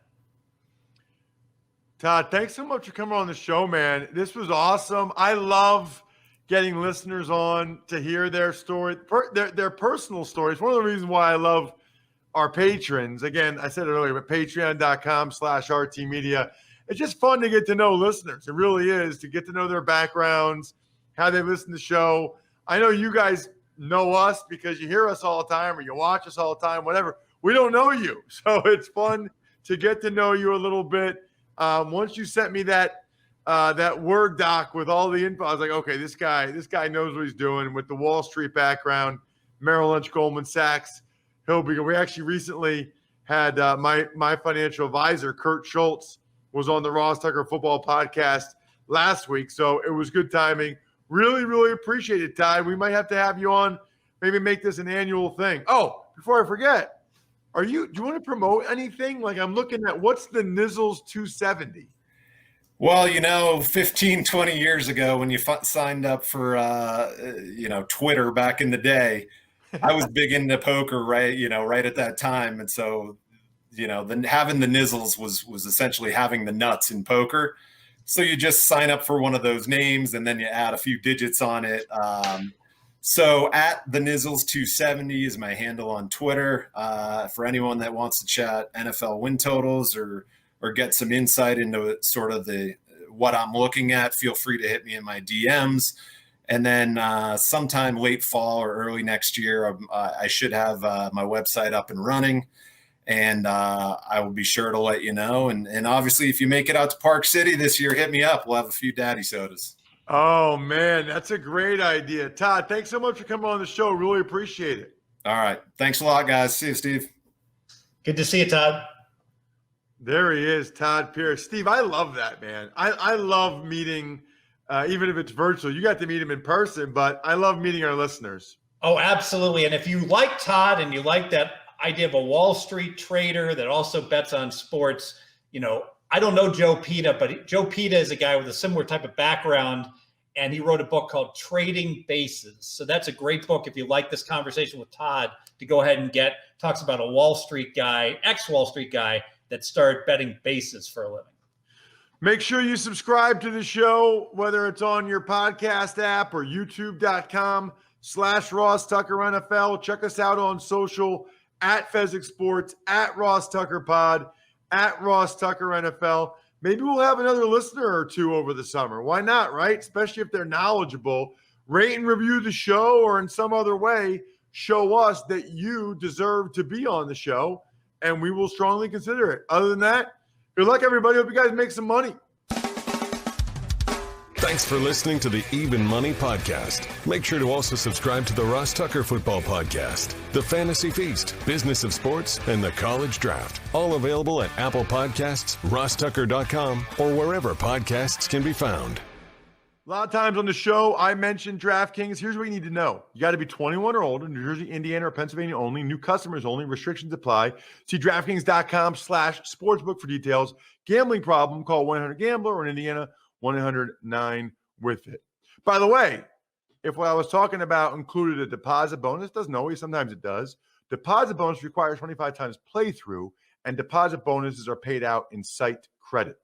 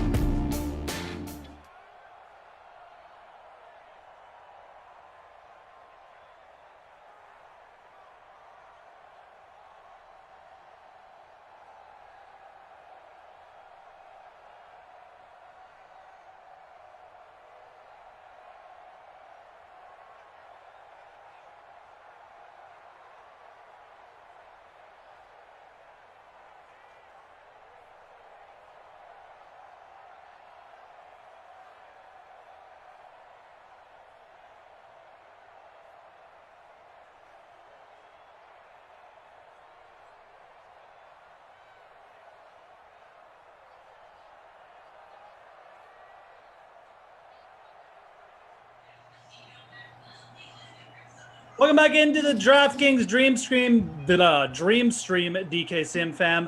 My name's Jeff Ulrich, hitting up our third sim of this lovely Sunday. Hopefully you guys are still doing well after I beat you all in the DraftKings free roll. But I won't. Don't rub it in. Stop rubbing it in. We do have a new sim, so there's an opportunity out there, to potentially beat me in this one. So hopefully you got in the Moose and Freeze prop free roll. In the the DraftKings Sim Fam League, there's like 2,000 people in there. Mm-hmm. I finally just snuck a lineup in. Now I won't reveal my lineup yet. It's obviously, I know everyone's on pins and needles, but Tom, who did you decide to go with your captain in this one? Did you go with Josh Allen? Did you just go with the Russian QB or what? I did not, and I'd just like to shout out Daniel for putting me in a referee costume here on YouTube. So again, just having some fun with technology here today. I got Steph Diggs in the captain spot. Gave me a slightly more flexibility here in my lineup. 13,200, I should say. Got him in there, Steph Diggs. Then I went Allen, Beretta, Wilson from the Dolphins. And then I didn't have a ton of money left, so I went with Bass from the Bills and Dolphins DST, who opportunistic bunch. So still had about $1,800 left over, but I mean, I didn't really have a lot of wiggle room. I didn't want Cole Beasley in my lineup. He doesn't really do a lot for me. So here we go. We'll see how it goes. Tom looking like he's just popping in from his shift at Foot Locker on the DraftKings stream right now. You ask him up if those new Jordans came in yet, and we'll see. My head looks like it's floating kind of in this outfit. It does, yeah. It looks a little detached in this one. That's true. I like this. I don't know what's going on. I like that Daniel's getting creative. This is fun. I like this stuff. So me too. I put Brady in the captain, Allen, Tua, Brown, Wilson. And look, I gave you guys a chance. I rostered the one who knocks, Dawson Knox. So, I'm probably going to be a 0. If Dawson Knox catches a touchdown and I win this free roll, I'm quitting. This will be my last sim ever because it's never going to get any better than that. So I gave you guys a chance this time. Wow. I did beat you guys. How generous of you. I did beat you guys all with a 0 like last week, but it probably won't happen again. Anyways. I love the throwback unis. Shout out to Daniel again. Just doing great work today. Bills. They have sort of a modified throwback as their jersey right now, but the true throwback with the buffalo on the helmet, like the full body buffalo that's just sort of chilling, as opposed to the one that they have that's sort of stampeding. And then the dolphin logo on their helmet back to the C-shaped semicircle dolphin, as opposed to the upside down sort of, swimming in the ocean dolphin. So I am a fan of these helmets and these unis. Classic AFC East battle. Yeah, no, Dolphins definitely. They got some decent retros. I definitely like their old logo, especially. Yeah, with this is the one with like the helmet on, right? Yeah, like they get the Dolphins wearing a helmet. I love it. Yeah, smiley face dolphin. I don't know. Always just brings back like Ace Ventura vibes for me whenever I see these ones. So yeah, got some good looking uniforms. We got some decent looking teams here. So let's get into it, man. Let's get this ball kicked off. Hopefully everyone's having a good day so far. You know what we should do right now is smash the like button. I agree, man. It's 4:00 on a Sunday. Where else would you rather be than Simland? Right here, me, Moose, fake football, NBA on in the background. Golf still happening? Yep, still happening. Harris English tied for the lead right now. Dustin Johnson starting to make a move, though. Chesson Hadley looks like could be choking it up. So should be actually an exciting finish. Not really like a marquee event at all, but good day. Like who's playing right now? I can't even remember who's playing in the NBA. Bucks Nets. Bucks Nets. I'm gonna go out on a limb today, and I haven't seen the score yet of this game. I just put it on. I think the Bucks are gonna win. I think we're getting a 2-2 series tie. Really hope they do, man. Josh Allen, I always just waiting for the fumble when Josh Allen runs. When any mobile QB, quite frankly, goes for a little jaunt like that. Mobile. Yeah, but good start for Josh Allen owners. 11-yard gain. I really hope the Bucks win. I don't even have any money or anything. I don't have any invested interest on fandom. This. Nothing. I'm not even a real Giannis fan, if I'm being honest. Although I do think he's better than Kyrie Irving, but I don't know if I didn't realize that was a hot take until the DK Sim fan alerted me. I just would like to see all these tweets about, how bad the Bucs are get like thrown back in everyone's face. So I was a big fan of that, So you got to be careful when you launch those hot takes. You got to get ready for the blowback, right? You got to have the fireman outfit on. Yeah. The helmet and all that heavy jackets and pants with the fancy suspenders and the boots. It's a real art to give like hot takes. You got to really just pick your poison. Like you got to give hot takes. Like, okay, like my hot take next year could be like, well, Jacksonville is going to win the Super Bowl. But then when they don't win the Super Bowl, I'll just be like, well, yeah, you didn't actually, they were terrible. It was just like a shot in the dark, right?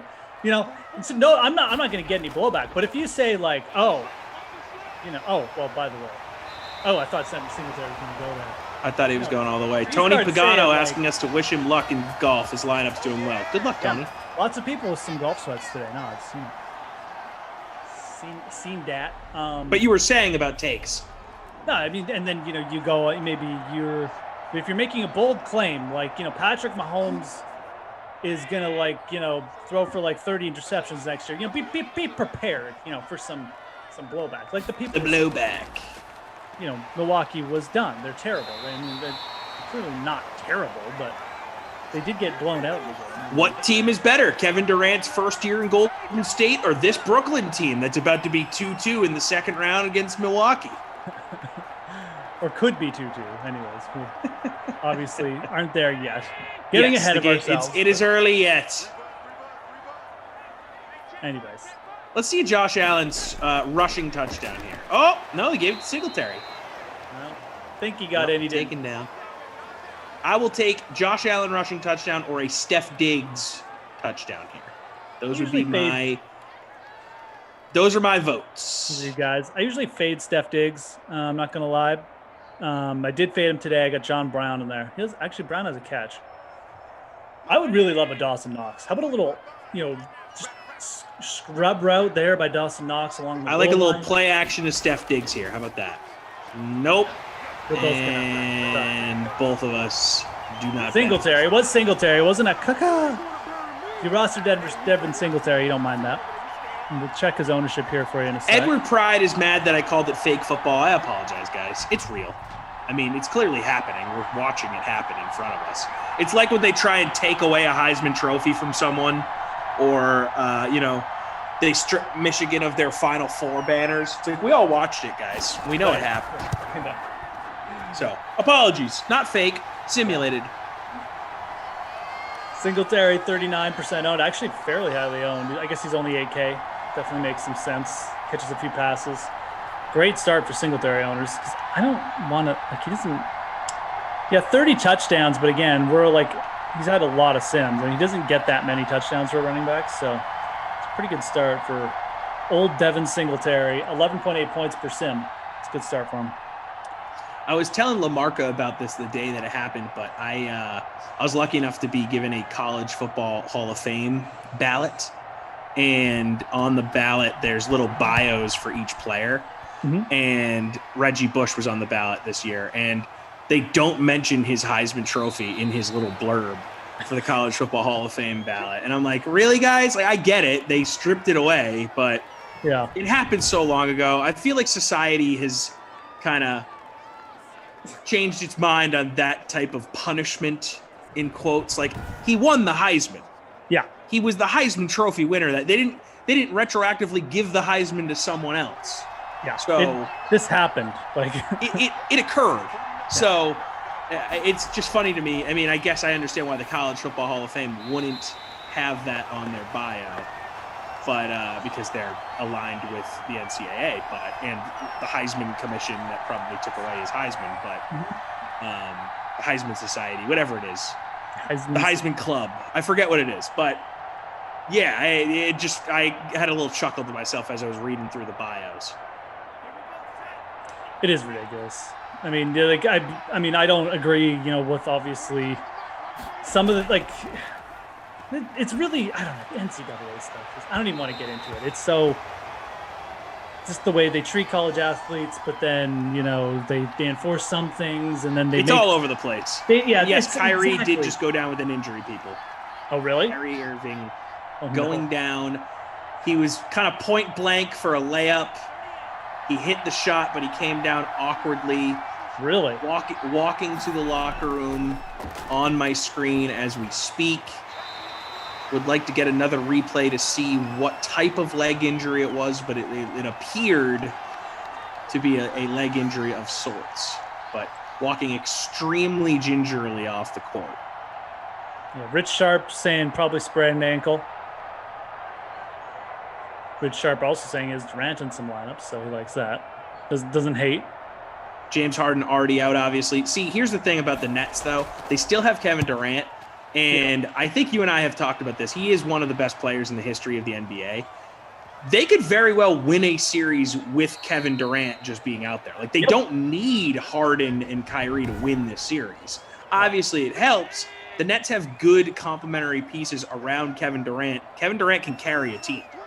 There's no question. No. He's done. Yeah, no, absolutely. They could win one game at the very least. I mean, absolutely. They're already up 2-1. So, yeah.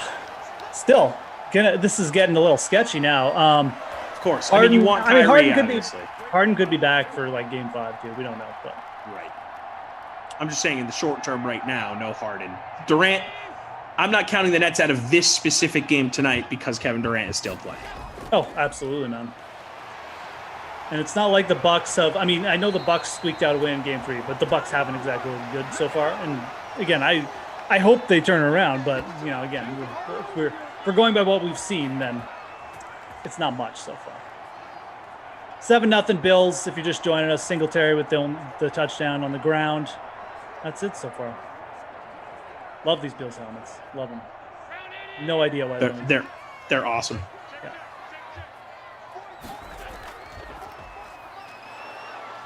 Really just pounding it with Singletary here in this first Q. 5 rushes already. It's a lot for Simville.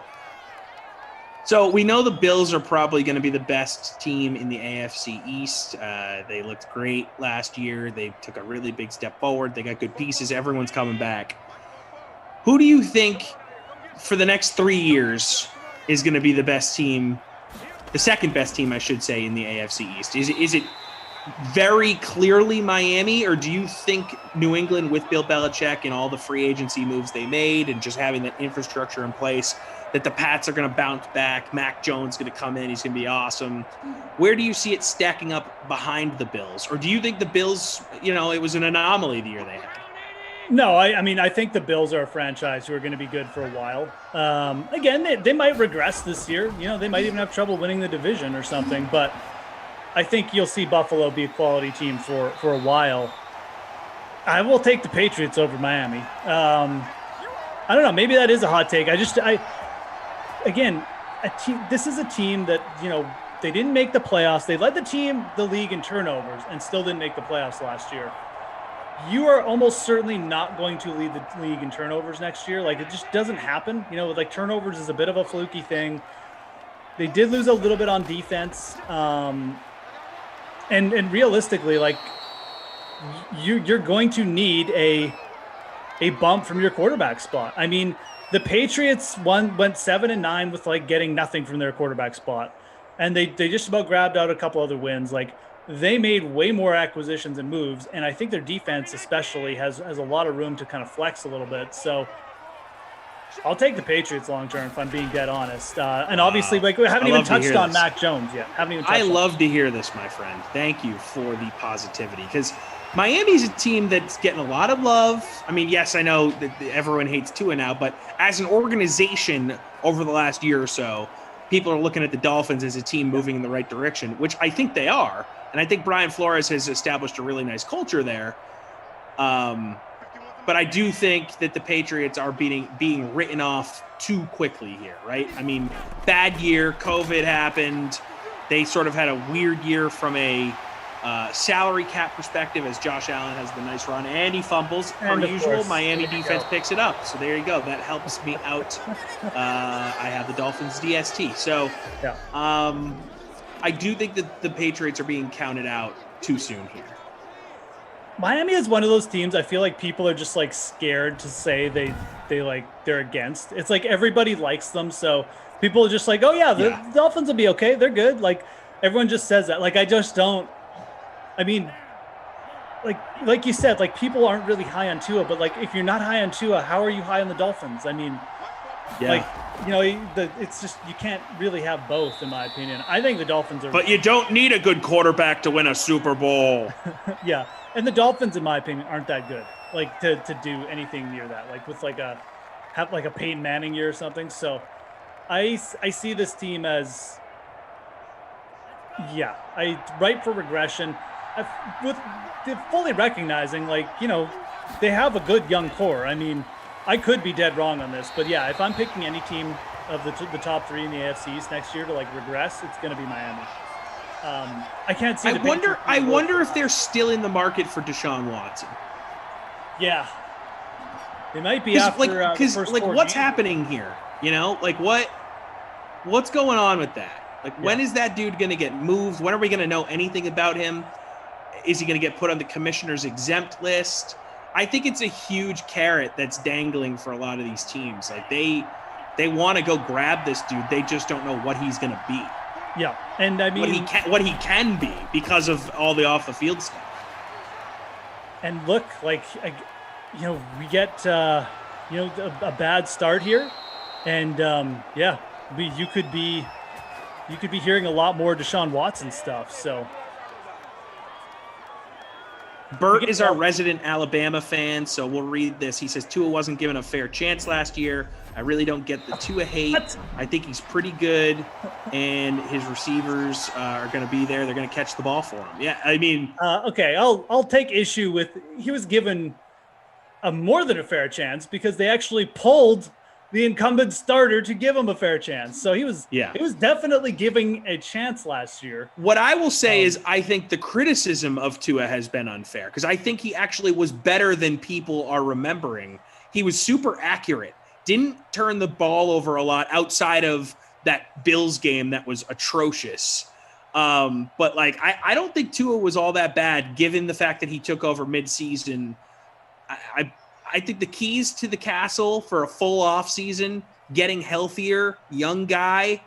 I like Tua. I have Tua stock that I am continuing to hold on to. Okay. Personally. Fair enough. I don't see it. I mean, yeah, he had some good, decent accuracy. He won them some games, regardless of people like to point to this. I mean, the Dolphins almost made the playoffs last year and he played half the season for them. So I do think there's possibility he improves. I'm not writing him off, but yeah, I'm not super high on him long term or anything. And my sweatshirt is currently yellow for those wondering on YouTube. Yes. Big banana, we'll call you the big banana. Wow,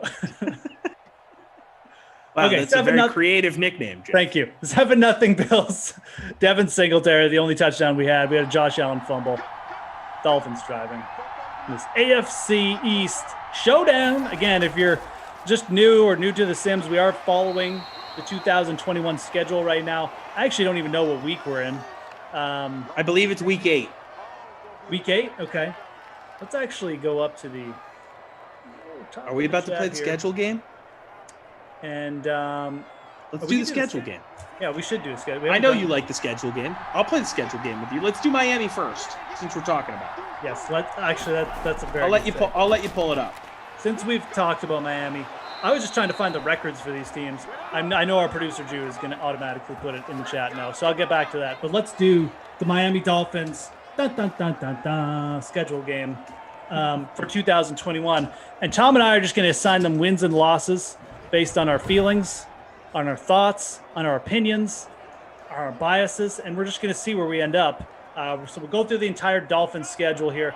And for the Sim schedule, Miami is 4-3, Boston's 3-3. So both these teams pretty even in terms of their win-loss record so far. And remember to point out that bye, too. I think that's always super important when deciding who's going to win and lose when we have these surface-level conversations without any real deep thought. That's true. We will point out the buys. I'll try and point out the Thursday night games as well. I feel like there'd definitely be one. So, okay. Let's watch the end of this drive, and then we'll get to it. We'll watch Let's see if old Sim Tua here can punch her in from the red zone. Oh my God, that's a disaster. People saying I look like Tweety Bird, Big Bird. Tweety Bird, that's a good one. I like that. I get it. I was very yellow there. It made my teeth kind of look a little yellow. I didn't love that. Well, that's not great. Yeah, come on. I brush my teeth twice a day. I'm big on teeth. Tom's got great teeth. I can tooth confirm. care. Big on tooth care here. Morgan used to work in the dentistry field, so she got me a super nice mechanical toothbrush. Okay. Been using that for about a year. Ooh, nice pass. I'm into it. Who's 15 now? Wilson in my lineup. Wilson! Always forget about him because he didn't play last year, of course. We talked about Tom Hanks yesterday, too. We talked Forrest Gump. Now I make a Wilson reference. Shout out to Castaway. Another great movie. Yeah. Well, when you're in that many good movies. Captain mentioned. Phillips, another one, doesn't get talked about enough. It's fantastic. I'm the captain now. Hey, look at me. Look at me. Get into a. Proof the haters wrong. He's not even in my lineup. I'm just rooting for him. Taken down. You know what? I didn't roster Devontae Parker, and I know he hasn't really done anything this game, but he's a guy I like to have in my lineup for the Dolphins because I always feel like towards the end of Sims, like he has huge fourth quarters. Okay. You and I think, did a sim together where Devontae Parker had like 3 touchdowns in the second half. Possible. Possible. I've done a lot of. I forget who I do sims with. I just remember. So do I. I mean, yeah. Who knows? Tua is 3 for 8. He's actually really having a bad sim, if we're being dead honest. But he can third and make goal. Give it to Breda. Give it to Breda. Give it to Breda. Yeah, Breda is my captain. I'm not gonna lie. I'm probably not gonna win this sim. So, make fun of me. I'll probably finish last. This could be a Matt Breda. Actually, they're close enough. A power formation. Motion. No, and drop back in. Oh, you missed Breda open. Oh, did they? Oh, wow. That thing bounced in the air. Everyone had a chance. Nice. That was. Hey, bring out the field goal kicker here. Like he just cannoned it from 3 yards out and just bounced off his helmet or something. Sanders is actually a sneaky good kicker, like in real life. Oh, fourth down. Let's go. Roll the dice, Monty. Let's go. Breda. Got it now. There he is. Yes. Wait, that's Breda, isn't it? No, wait. Uh-oh. That's no. Did we just get vultured? Oh, no. Jordan Howard. Oh. Play it. Kaka! Jordan Howard on the touchdown. That Did helps. not see that coming. Yeah, that's not great, Bob. Not great. Wow. All right. Well, that hurts. Honestly, that hurts. They went for it. And that hurts. I'm sad on a Sunday, but you know what's going to cheer me up? The schedule game? Yeah. Okay, good. I was waiting for you to say it. I was hoping that's what you were going to do because I had nothing else. So that's all I got to offer right now. It's the schedule game. The Miami Dolphins schedule. Okay, let's hop to it. Week 1. Dolphins. This is it, bro. This is going to test your fandom right here. Can you give us an unbiased answer? Can you look at this without your Patriots glasses on? Week 1, Dolphins on the road in New England. At New England, I am going to give the Patriots the loss. What? I am going to go with the W for the Dolphins. I'll step in and be the Belichick homer. Big W for the Patriots there. They're going to take this Brian Flores-led team and show them what happens when you get 10 turnovers per game. Cam Newton's going to hold on to the ball. The defense is going to be dominant. They're going to get sacks from Tua, turnovers. I'm a wounded soul after watching that team be stinky last season. They went 7-9, felt like they went 2-14. You're just so used to success. You don't know what. That's what it is. That's totally what it is. I'm not used to being a mediocre team. Week 2. At home, but two tough division games right off the bat. Bills at Dolphins. I will go with Buffalo. I guess I'm starting Miami 0-2, and this fits with my narrative of I'm not sure how good the Miami Dolphins actually are. I know they're not better than the Bills. It is a home game for them, so it'll probably be a close spread, but I'm definitely going Buffalo there. Devin Singletary with a nice grab. Week 3. This one gets a little easier to predict. Although it's on the road, and the Dolphins are going to be flying basically cross country here. They're on the road against the Vegas Raiders, and this feels like a trap. It's a trap. I'm going to say that they win. Yeah. This is really this schedule is going to test how much I want to give them the loss here so bad, but I'm going to give them the win. I just don't think, I think at the very least they're probably going to pick up a win in one of these 3 games. I'll give it to them versus the Raiders. Maybe they do pull the upset against the Bills or something, but I could see them losing that game just because of the travel, and the Raiders, they're sneaky. They're going to win 7-8 games probably. Yeah. My dad, by the way, chiming in saying, we are listening after our refreshing Dell's lemonade. It's mom, but it says it's dad. So my mom texting from my dad's phone. Do they just fans still listening, baby? Do they have a hose and sometimes just water the plants as they're sitting there too? I kind of sure. There's some watering being done of the plants. Yeah, I like that. Shout out Dell's Lemonade, great spot in Rhode Island. So Tom has them 2-1 after 3. I have them 1-2, and again, I'll give them the win versus the Raiders. But maybe they upset the Bills and then they kind of barf it up versus the Raiders. Devin Singletary house. Oh. That's a house call. Wow. Honey, the landline is ringing. Ring, ring. Hey, this is Devin Singletary. I'm coming over in a few minutes. Touchdown. For some reason, he did a version of the Dirty Bird there at the end. I know, yeah. I can't understand that because they're not playing a bird team. No, last time I checked, Buffalo's more birds. Anyways, Devin Singletary's looked dangerous all sim. He's looked like he's ready to pop. He's looking good. Did pop, so 2 touchdowns now. Are we putting him in the driver's seat right now for the wooden nickel? Dude, he's got 1.5 hands on the driving wheel, man. He's got 97 rush yards, Tom, and 2 touchdowns. This is the guy who averages 11 points. That's a spicy buffalo wing, baby. Yeah, man. He is pretty highly owned.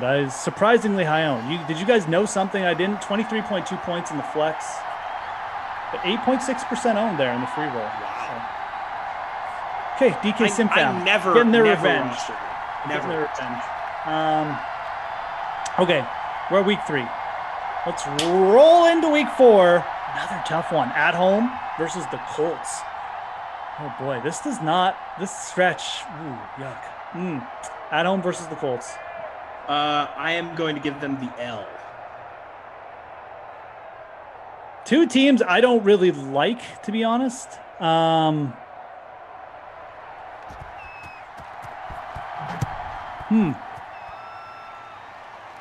Colts! Come on, don't be crazy. We did the Colts the other day. Yeah. What did I actually? I wonder if I gave the Colts the win here. I'll give the Colts the win here. I probably gave the Colts the win there. Do you have it there? Yeah, that's what I'm saying. I feel like you probably did. I gave. Actually, I had the Colts losing in Miami. But I'm changing my mind. I now have the Colts. No, we're allowed to change. This is our game. Yeah. It'll be a close one. I will give the Colts the win too. Yeah. But here's the thing. Week 5 on the road at the Buccaneers. Ooh. Oh, man. I'm going to go win for Tampa. I mean, he's had some success over Miami and throughout his career. I mean, I'm not giving the Dolphins the win against the Bucs. I could definitely see them pulling off that win against the Colts. And you know what? I'm going to give them the win against the Colts. I'm going to go back. I'm going to say that they're going to be 2-4. No, wait. 1. I got them at 2-3 right now. You got them at 2-3. No, you know what? I'll stick with my first opinion. No, I'm just anti-card. I'm gonna have them at 2-3. I'm gonna give them the win versus the Colts, loss versus the Bucs. Let's go. We both got them week 6. We got their different ways. Week 6 on the road at the Jaguars. At Jags, I will give the Dolphins the win.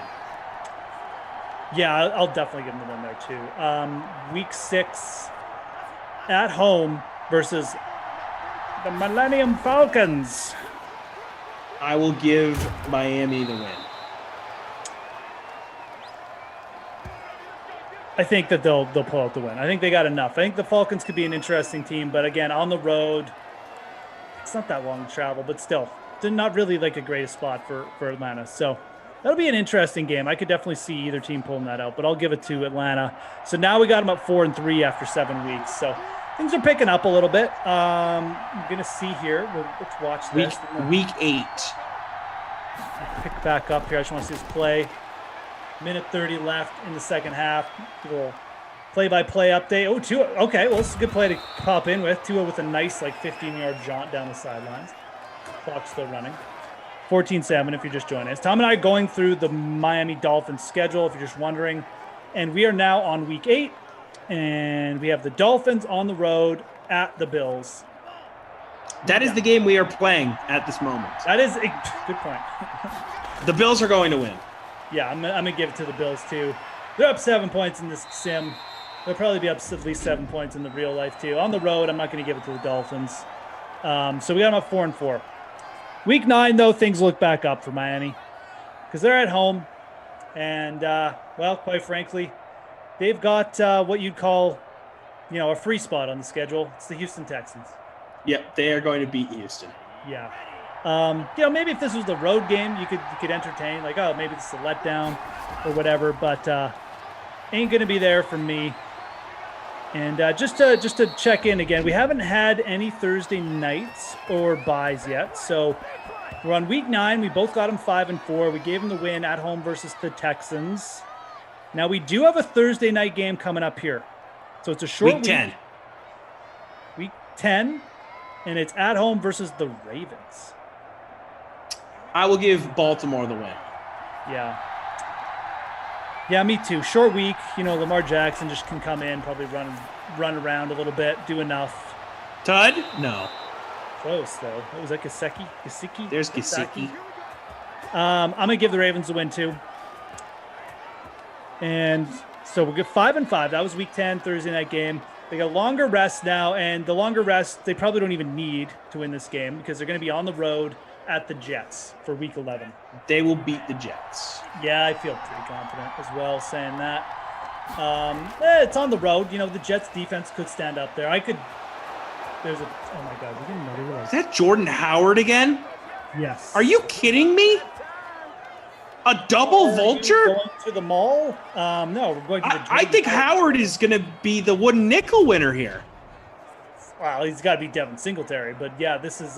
No, think about the ownership here. Well, let's check his ownership while we're at it. I can't imagine it's very high. 8.6% owned. He was 2,600. He's got. I'm seeing 5.4% owned in the big contest. Yeah, in the big 1%. I mean, that's crazy. Yeah. He's definitely even lower in the big. 2 touchdowns. I think it's a rare case where for me the best player on the field is not going to get the wooden nickel at this point at halftime. 12.5 points in the flex for Jordan Howard, 2,600. He's got 5 rush yards. He's got 2 touchdowns. We got a tie game too, 14-all, 14-14. All right, we got a Devin Singletary. All the touchdowns have come from the running backs, Singletary and Howard. That's it. That's all you need to know. 2 each. Okay. Where were we? Week 12. Were we on week 12? They just beat the Jets in New York, week 11, unless there was a bye week that we missed. So week 10 they lost to Baltimore. Week 11 they won in New York. Do we have them at 6-5? 1, 2, 3, 4, 5, 6. I have them at 6 wins through 11. Okay, perfect. Glad someone's paying attention. We have them back at home for week 11. Excuse me, week 12. Excuse me, week 12. Back home against the Panthers. They will beat the Panthers. Yeah, I'll give them that one too.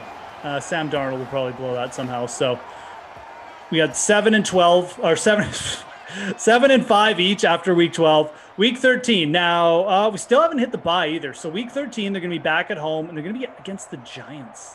That is home against the Giants. I'm gonna straight up give them the L. I just do not trust this team enough. I have to give this team at least one bad loss where they should and I'm going to do it here against the Giants. I think the Giants, that's a good. That feels right because they're coming off 2 straight wins. Yes. Against good teams. I mean, bad teams, I should say. Yeah, I can see that. Could get complacent. They're not, the best team in the NFL. They have to have some bad losses here. Yeah. That feels like a good spot to give them a bad loss. Sure. Okay. So you're with me then. You're going to go. Yeah, I'll give them an L there. Yeah, and I don't hate the Giants that much. Like, I think they have a decent defense. Is this good? Oh, man. Looked good, didn't it? It came off. Good distance. Yeah. That would have been big for my lineup. Had a little Josh Allen action there just on the ground at the end. Our producer saying bad loss will be against Jacksonville. I actually kind of like that call as well. Well, Bert's a Jags fan. I know, but I do like that call. Like, I'm not gonna change my mind or anything, but I could definitely see that. Okay, so we're at week 13. Tom and I have given them a 7-6 record. We just gave them. We are now on to week 14. Yes, and the bye is after week 13. So we're on to week 15. Yes, week 15. Technically, it'll be their week 14. Like as far as playing games, their 14th game. Don't confuse the people, Jeff. Sorry, 14th game. It's week 15. Yes, week 15. Let's look at this. Let's look at the stats here first. Well, yeah, we don't need to rush this. We're good. 105 yards. Josh Allen, 72 yards. Allen having a pretty good game. He's 7 for 7. He's got a bunch of rush yards too, which we're going to see. I'm green right now, apparently. No passing touchdowns. I like the color updates. This is fantastic. 62 rush yards for Josh Allen, 98 rush yards for Devin Singletary. So we just basically need 1 Singletary rush to get us into the bonus. 2 touchdowns for him. 2 touchdowns for Jordan Howard. Matt Breida owners not happy today. 12 yards. Unreal. No touchdowns. 6 yards rushing, 2 touchdowns, 2 carries. What are we doing? I mean, the Madden gods are just not happy with us. The passing in this game has been abysmal as well. 4 catches for Diggs. He leads everybody receiving. Jakeem the Dream Grant has 2 for 43. You got Gesicki. That's so Gesicki, man. 2 catches for 30 yards. That's it, folks. There ain't much else going on. All right, what do we got for our lineups here? I'm in 67th. How about you? Oh, I am way back. 102nd. I need a Matt Breida, 2 Matt Breida 80-yard touchdowns to get back in this, I think.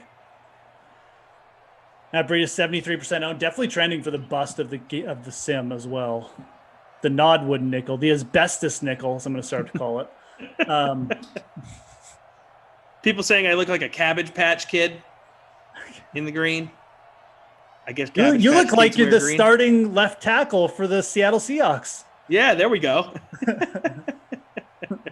When they wear those neon green uniforms that are on Thursday night. Tom's the starting center for the Seahawks. No, I was a right guard in football. Right? Were you for real when you played? Yeah. All right. So.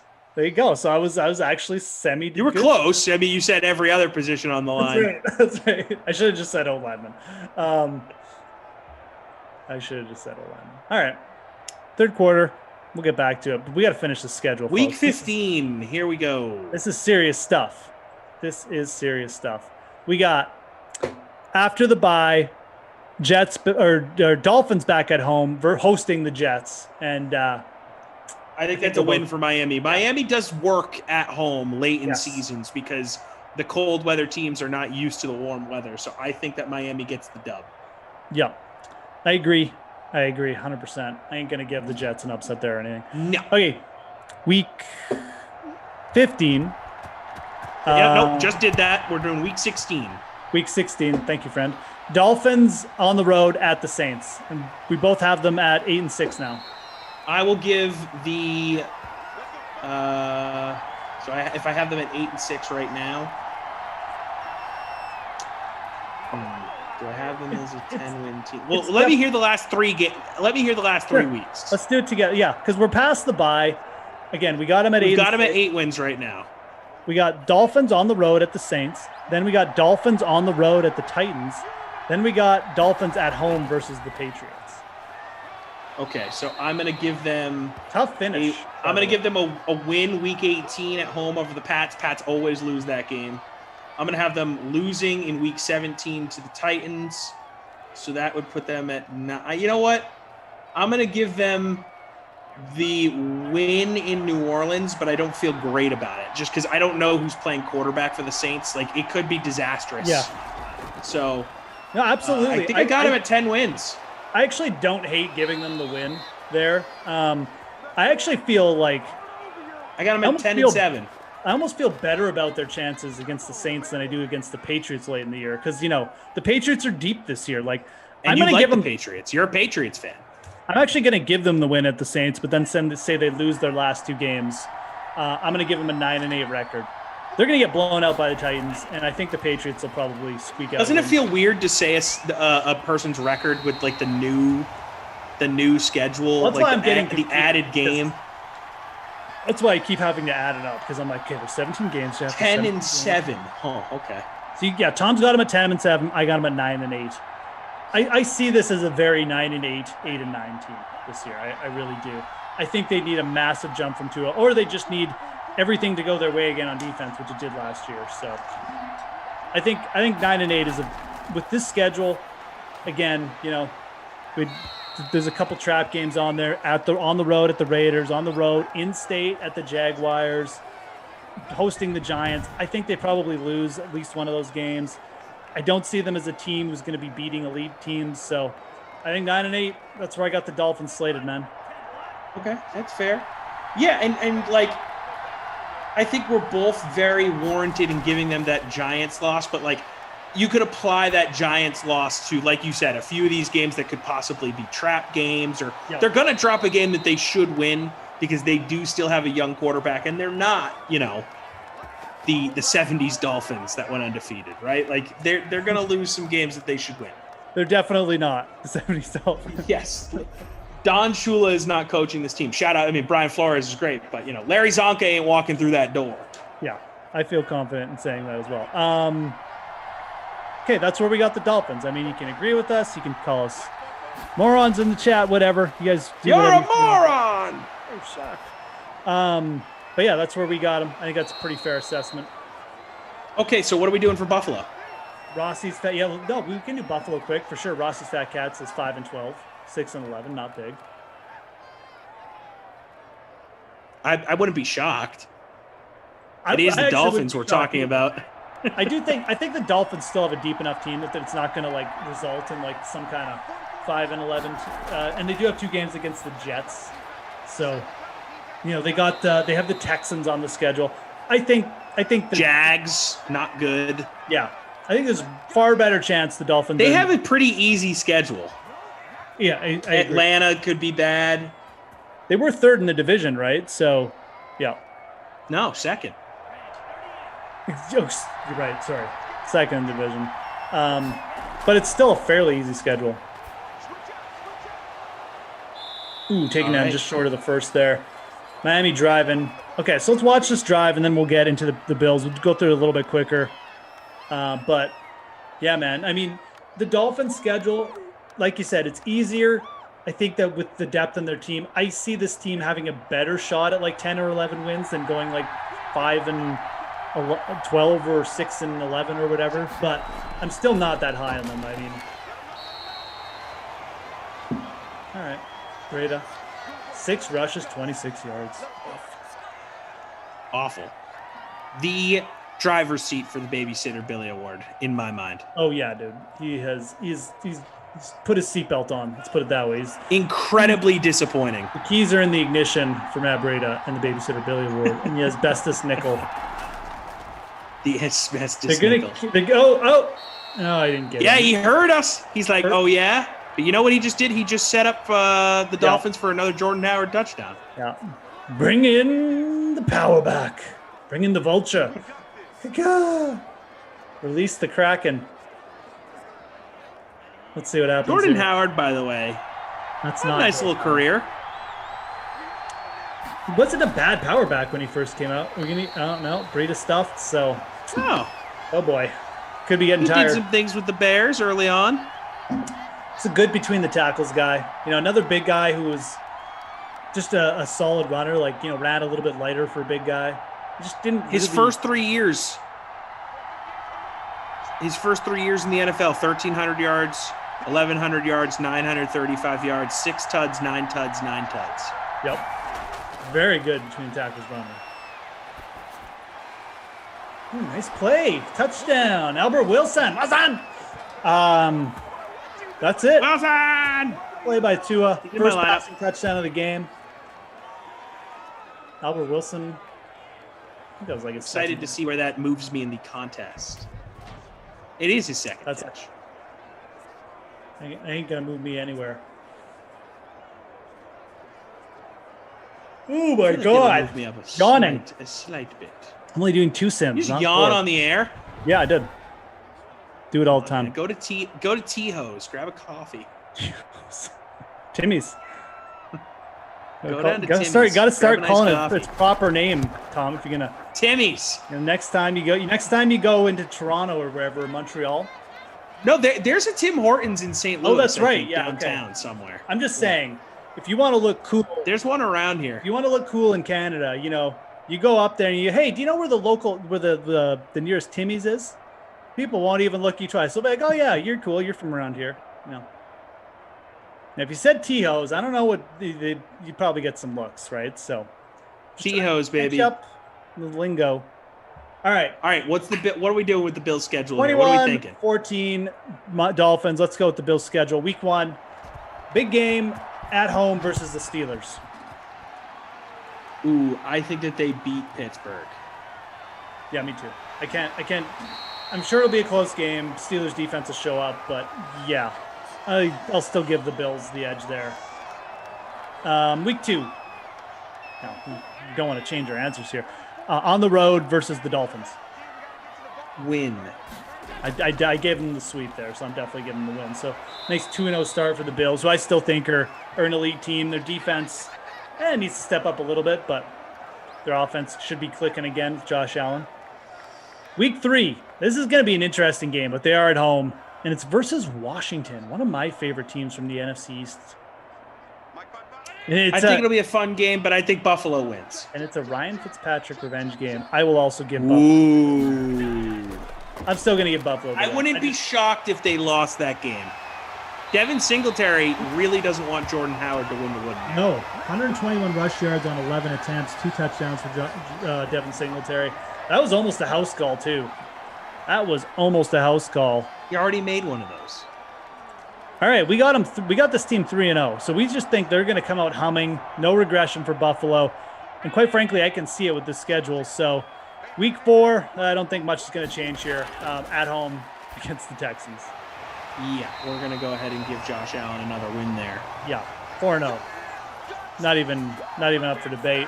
Look, they have some losable games here. Washington's going to be good.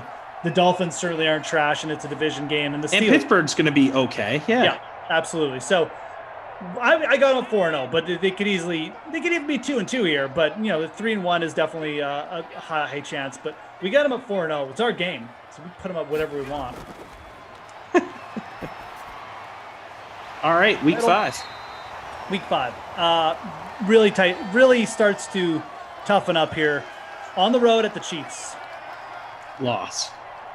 Yeah, I'll give them the loss too. It just the Chiefs, quite frankly, I'm hard pressed to pick anyone against the Chiefs since Patrick Mahomes is playing quarterback. He doesn't lose games. Yeah, he rarely loses, I should say. And I don't think the Bills have the horses on defense to do it. That was weird. Tip ball. That was week 5. So week 6, another tough game on the road at the Titans. Let me see who I gave the win to. I'll keep this one consistent because I don't feel confident either way. This was week 6. I gave them the win, so I'll give them the win in Tennessee. I'm going to give them the loss regardless of what I gave them before. Hey, that's allowed. So I got them at 4-2. You got them at 5-1. So I'm going to give them the loss on the road at the Titans. Week 7 at home against the Dolphins. So they got 2 games against the Dolphins early in the season. which again, probably not good for Miami's chances, if we're being dead honest here, as we get to the end of the quarter. I'm going to give Buffalo the win. Yeah, I'll give them the win. Big bounce back spot, 5-2. You got them at 6-1 as we get to the end of the third quarter here. We'll just do a quick update. Take a little break. We still got one quarter left to play. This game has been, for how much rushing there's been, this game has produced some points. Only 151 yards for Tua, 92 yards in the air for Josh Allen. One passing touchdown. That was Tua to Albert Wilson. Daniel has me in pink. Pretty in pink. Pretty in pink, like, what's the girl who played that role? Molly Ringwald. Molly Ringwald, yep. We'll play Tom Ringwald. Singletary, 11 rushes, 121 yards, 2 touchdowns. Breda, 36 Oh, what's yards. going on here? Why did my YouTube just do that? Sorry about that, guys. Oh. Did we lose you? Maybe you didn't hear it, but I heard it. Can you hear me? I can hear you, yeah. Oh, okay. Yeah, no, my YouTube just started screaming at me. Oh. It's like, hey, I have you muted for a reason, YouTube. What did it say? It was playing the audio of our broadcast. Oh, okay. I see. Not supposed to do that. No, it's not. But no, you sound fine, man. Okay. Cool. Okay. Diggs, 70 yards, 6 for 70. Jakeem Grant, 5 for 65. Gesicki, 3 for 36. Breda, 3 for 19. John Brown, 2 for 17. Albert Wilson, 2 for 20. And the only receiving touchdown of the sim. That's where we're at through 3 quarters. No one really threatening for the bonus. Singletary has achieved the rushing bonus. Definitely is having the best game, breaking the slate a little bit. Otherwise, though, we are going to have a fairly exciting finish. Buffalo ball. Cool. Let us Speaking get of back. Buffalo, week 8. Week 8. You got them at 6-1. I got them at 5-2. They're on the road. They're at the Jaguars. Wait, did we skip a bye or something? Because this is supposed to be week 8 that we're playing.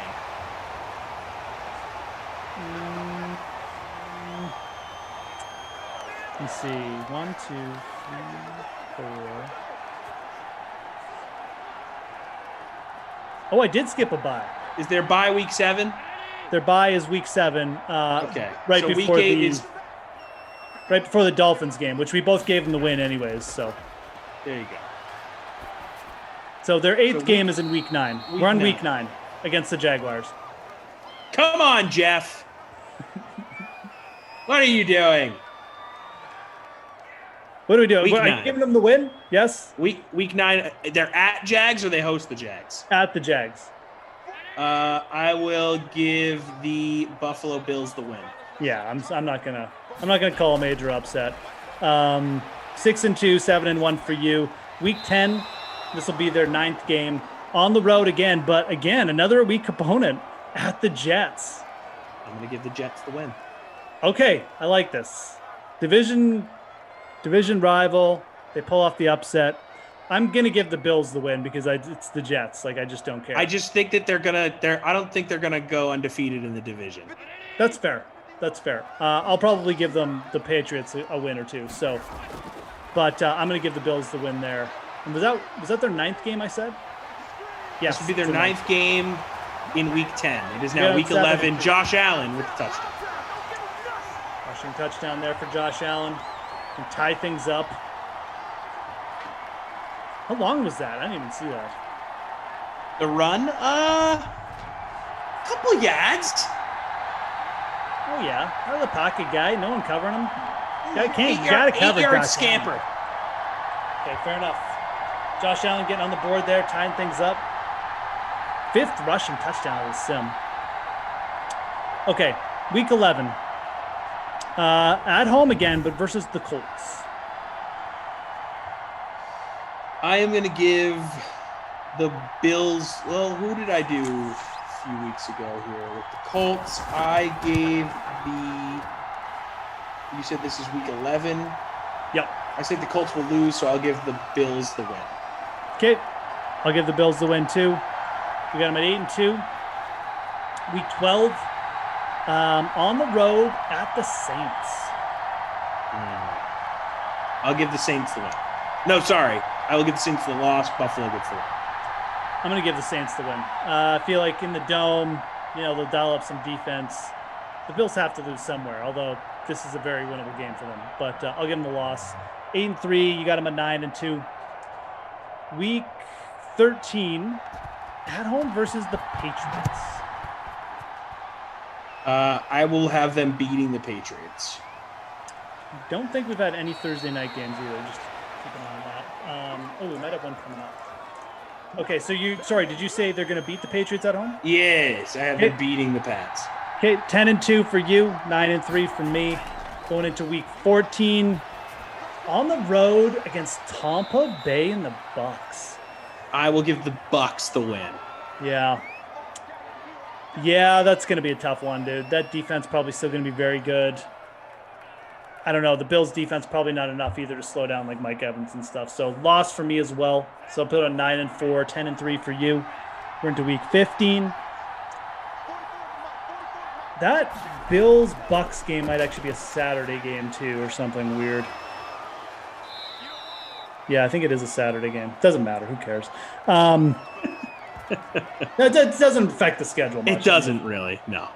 So the players would say it does, but it doesn't. Yeah, players. Well, screw them.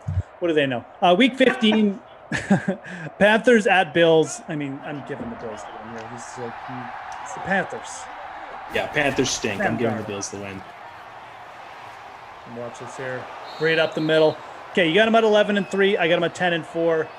Week 16, Bills on the road at the Patriots. I'll give the Pats the win. Yeah, I'm definitely giving the Pats the win there. Like you said, I'm not putting them undefeated in the division. So 10-5 for me, 11-5 for you. I think that's right. Does that sound right? I have them at 4 losses. Yeah. So 12-4. Yeah, that's right. 12-4 for you. 11-5 for me. Week 17, Falcons at Bills. Bills get the win. I mean, those outdoor Falcons playing in that cold weather. Yeah, actually, this one isn't even up for debate. I can't give the Falcons a win here in January. Forgot what, and to further that point, the Panthers coming in December, that's going to be a disaster for the Panthers too. So both giving them the win. You got them at 13-3. I got them at 12-4. No, I got 4 losses. 1, 2, 3, 4. Yep, and I think you have 5. Okay, so 11-5, 12-4. Sorry about that. Week 18 at home versus the Jets. I mean, they could clinch. They could have the division clinch. So it's like that's what I'm thinking too. Zach Wilson's going to be hurt by now too. So I'm going to give them the loss because they have the division clinched, and I think the Jets are. Yeah, I am. Okay. I'm going to give them a late. So they're going to get swept by the Jets. Hey, it's a divisional thing, right? I mean, exactly. You can apply one of my early season Jets loss. You can give that to one of the Miami matchups if you'd like. I just think that they're going to lose 2 games in the division. Because I have them losing to the Pats too. I just don't. Week 18, I have them winning so many games at that point, and I don't think the division is strong enough that it's going to matter for them. I think they'll have things wrapped up. Yeah. You got them at 12-5, right? 1, 2, 3, 4, 5, 6, 7, 8, 9, 10, 11, 12. Yep.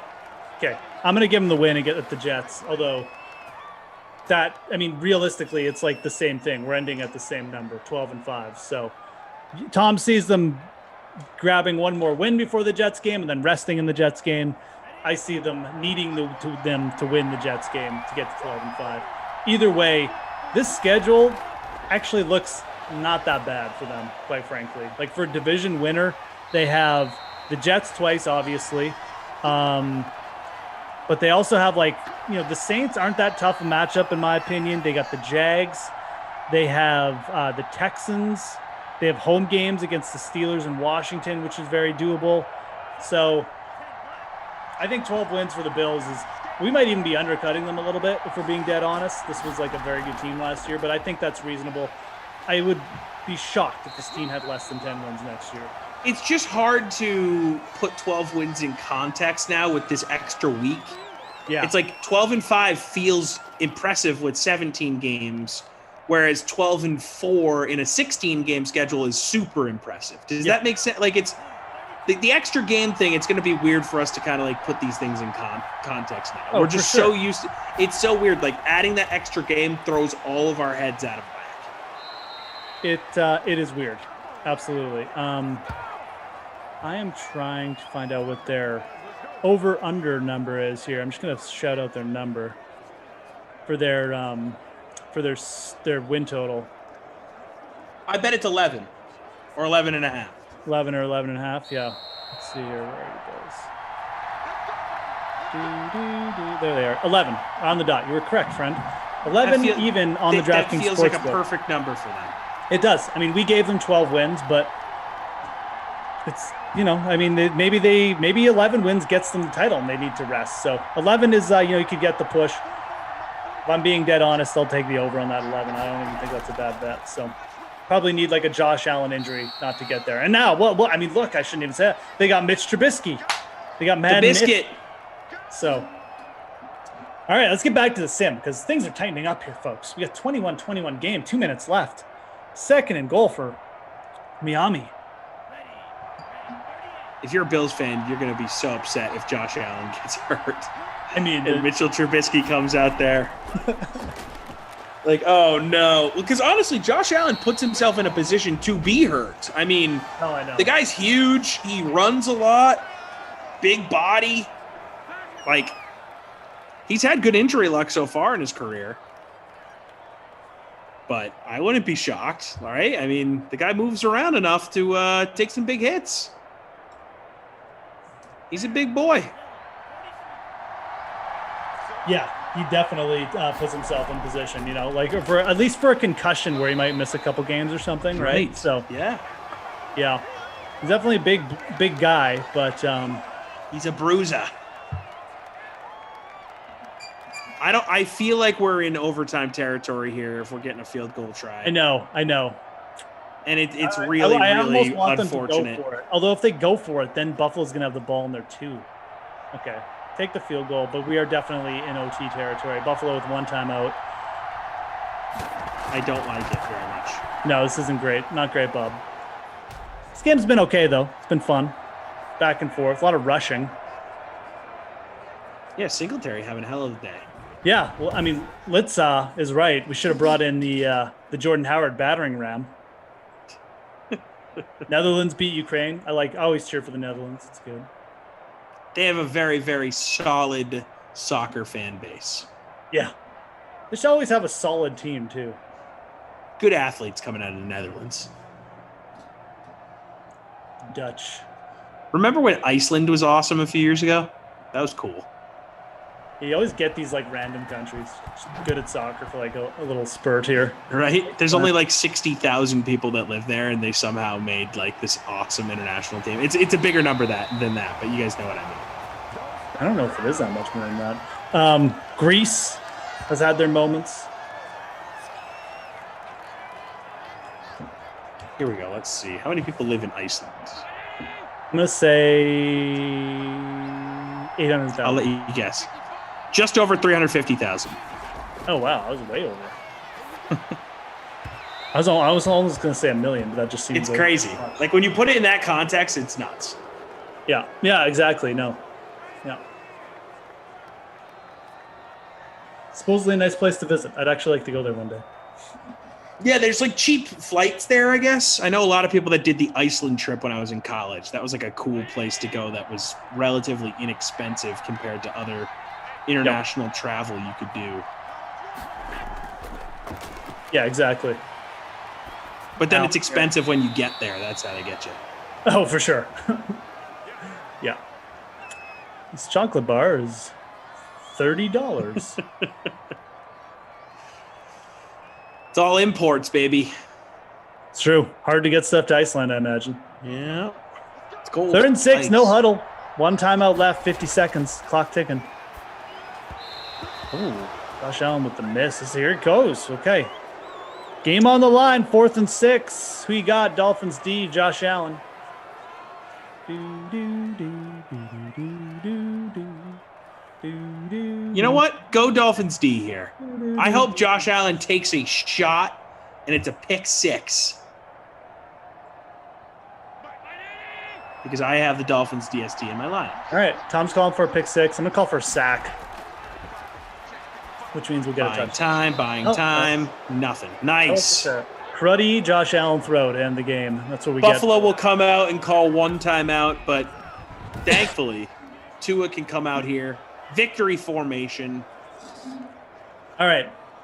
We are giving – who are we giving the player of the game to? Is it – It's Singletary. I'll give it. Okay, we'll give it to Singletary. I'll be nice, but I'm going to give a hat tip to Jordan Howard.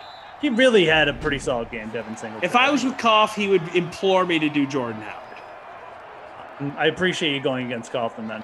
121 rush yards. He had a couple of receptions as well, which kind of really added to his total. Like, he had 45 yards in the captain spot. That's a big day. It's a big boy game. 30 points in the flex for Devin Singletary. Again, he was kind of popular, but he wasn't that popular. I'm giving the babysitter Billy to Breda, only 11 points in the flex, over 70% ownership. You can't give up 2 touchdowns. You gotta tackle Jordan Howard before he gets on the field, man. You gotta step up for your owners, your fantasy owners, man. Right. You can't let that happen if you're Matt Breda. Yep. Can't do it. You gotta start yelling at your coach on the sideline or something. Right. Yeah. Throw a water cooler or something. Yeah. Throw a hissy fit, just like I do when I have to work with Kaufman. Okay, that's it. Yay. All right. Oh, we avoided overtime. I've been on a very good streak of avoiding overtime. Like, I'm going to hit. You just jinxed yourself, and tomorrow night when you and I do a sim together, we're getting OT. Quad OT back to back, 100%. I know. You don't say it. I agree, but I have definitely. What are you doing? I've been walking the tightrope here, but avoiding OT left and right. I've not had a long overtime game in a while, so we're going to get some extra football tomorrow night. I'm virtually guarantee it now. I like how the chat just, why don't you guys like overtime? Because I'm hungry, man. I mean, I was straight up like, I want to go eat or something, so that's it. Because we don't plan for that, guys. That's right. Come on. So, we plan our lives around these things ending around certain times, and then we go do our thing. And then we come back and we do another sim. And then we come back and we do another sim. And then we come back and we do another sim. That's how everyone's day works on the weekend, right? That's pretty much it, man. Oh wait, no, that's my weekend day. It was fun hanging out this Sunday. DK, yes. I'm not gonna lie. We got this is it for me. Tom's back for one more. Don't forget, check out the DK Nation DraftKings playbook next week, guys. My U.S. Open cheat sheet will be up there for the the U.S. Open Championship, excuse me. So check that out. We got the golf show Tuesday, 3 p.m. Eastern with Reed and I as well. Get the green, so tune in for that. Be a bunch of U.S. Open stuff on the stream next week. So appreciate you guys checking that out. You can give me a follow at the Fantasy Grind. Tom, hit him up with Great Dane. Well, you do it. Great Dane Nation, check it out, Apple, Spotify, or wherever you get your podcasts. We had Dan Patrick on this past week. It's our final guest of our unofficial week 1. We'll be giving you some hiatus content over the summer, as we're calling it, because, Morton is a busy guy, wants to travel. So we banked a lot of stuff late last week. It's going to be fun for you guys to listen to. Check it out, Apple, Spotify, or wherever you get your podcasts. Dan Patrick, that sounds good, man. So check that out. What's your Twitter? My Twitter is at yaboy TC Fresh, YABOI TC Fresh. Go check it out. Give me a follow. Come on. Give Tom a follow. Let's go. Smash the like button. Smash the like button too for the stream, guys. Appreciate you hanging out, obviously. 6 p.m. Eastern, Patriots-Chargers, Lamarca and Tom. 8 p.m. Eastern, Jaguars, Seahawks, Kaufman, Rossi. 10 p.m. Eastern, Washington at Broncos. Brendan Glasheen making his triumphant return with Jason Rossi to the streams. That's going to be the rest of your Sunday. Pat Mayo show is up next, guys, so check that out. I'll see you tomorrow.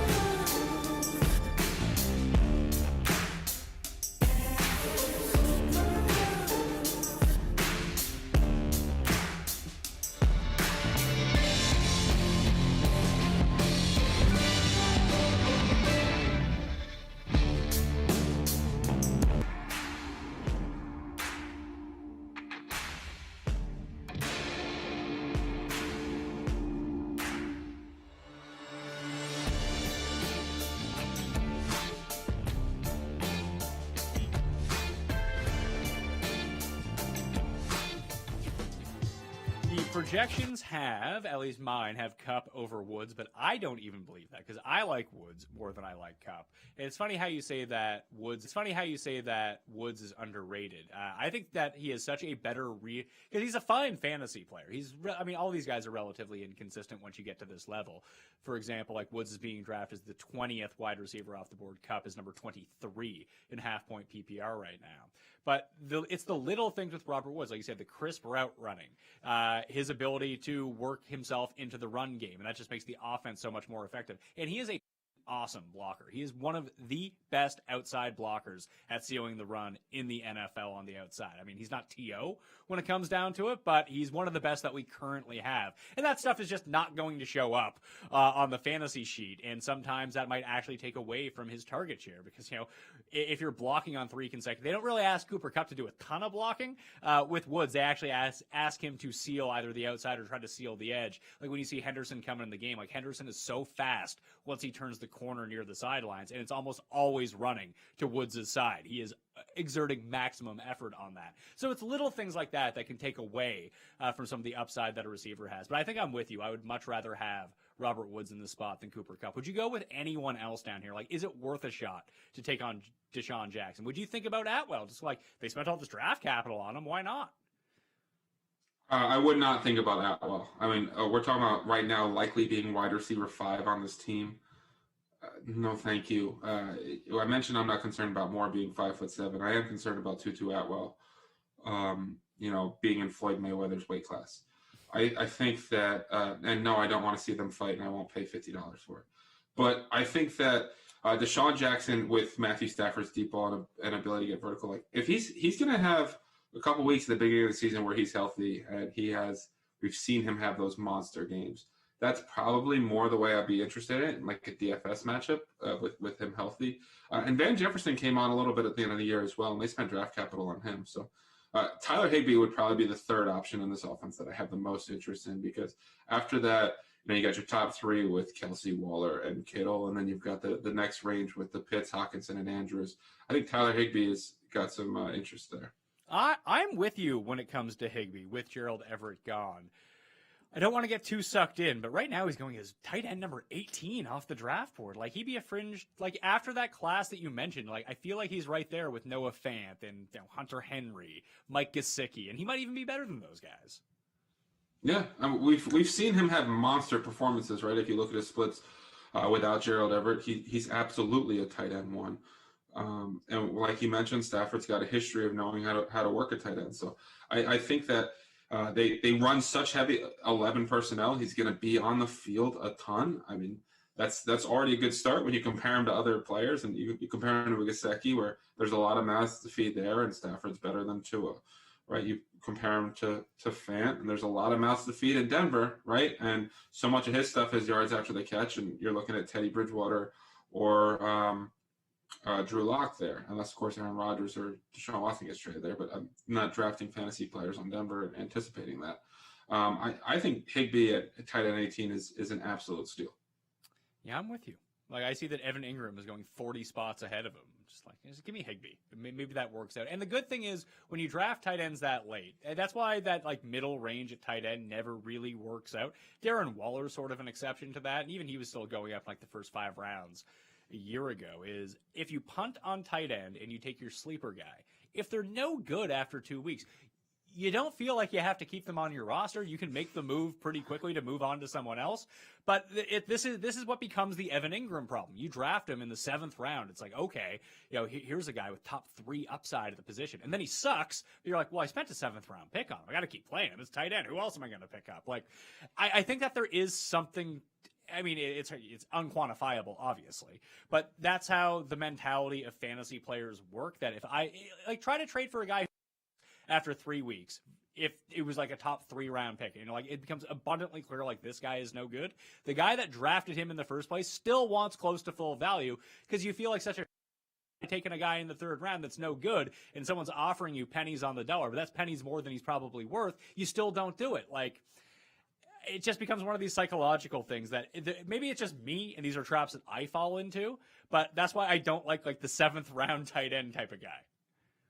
I mean, you're talking about basic human psychology, right? Like once you invest in something, to you, it's worth at least that, even if you're just the idiot that paid that price, right? So tight end after those top three guys, and we can argue about Pitts and Hawkinson and Andrews, but after those top three guys, it's definitely a crapshoot on a weekly basis. We see this every year. Every year we have the same conversation.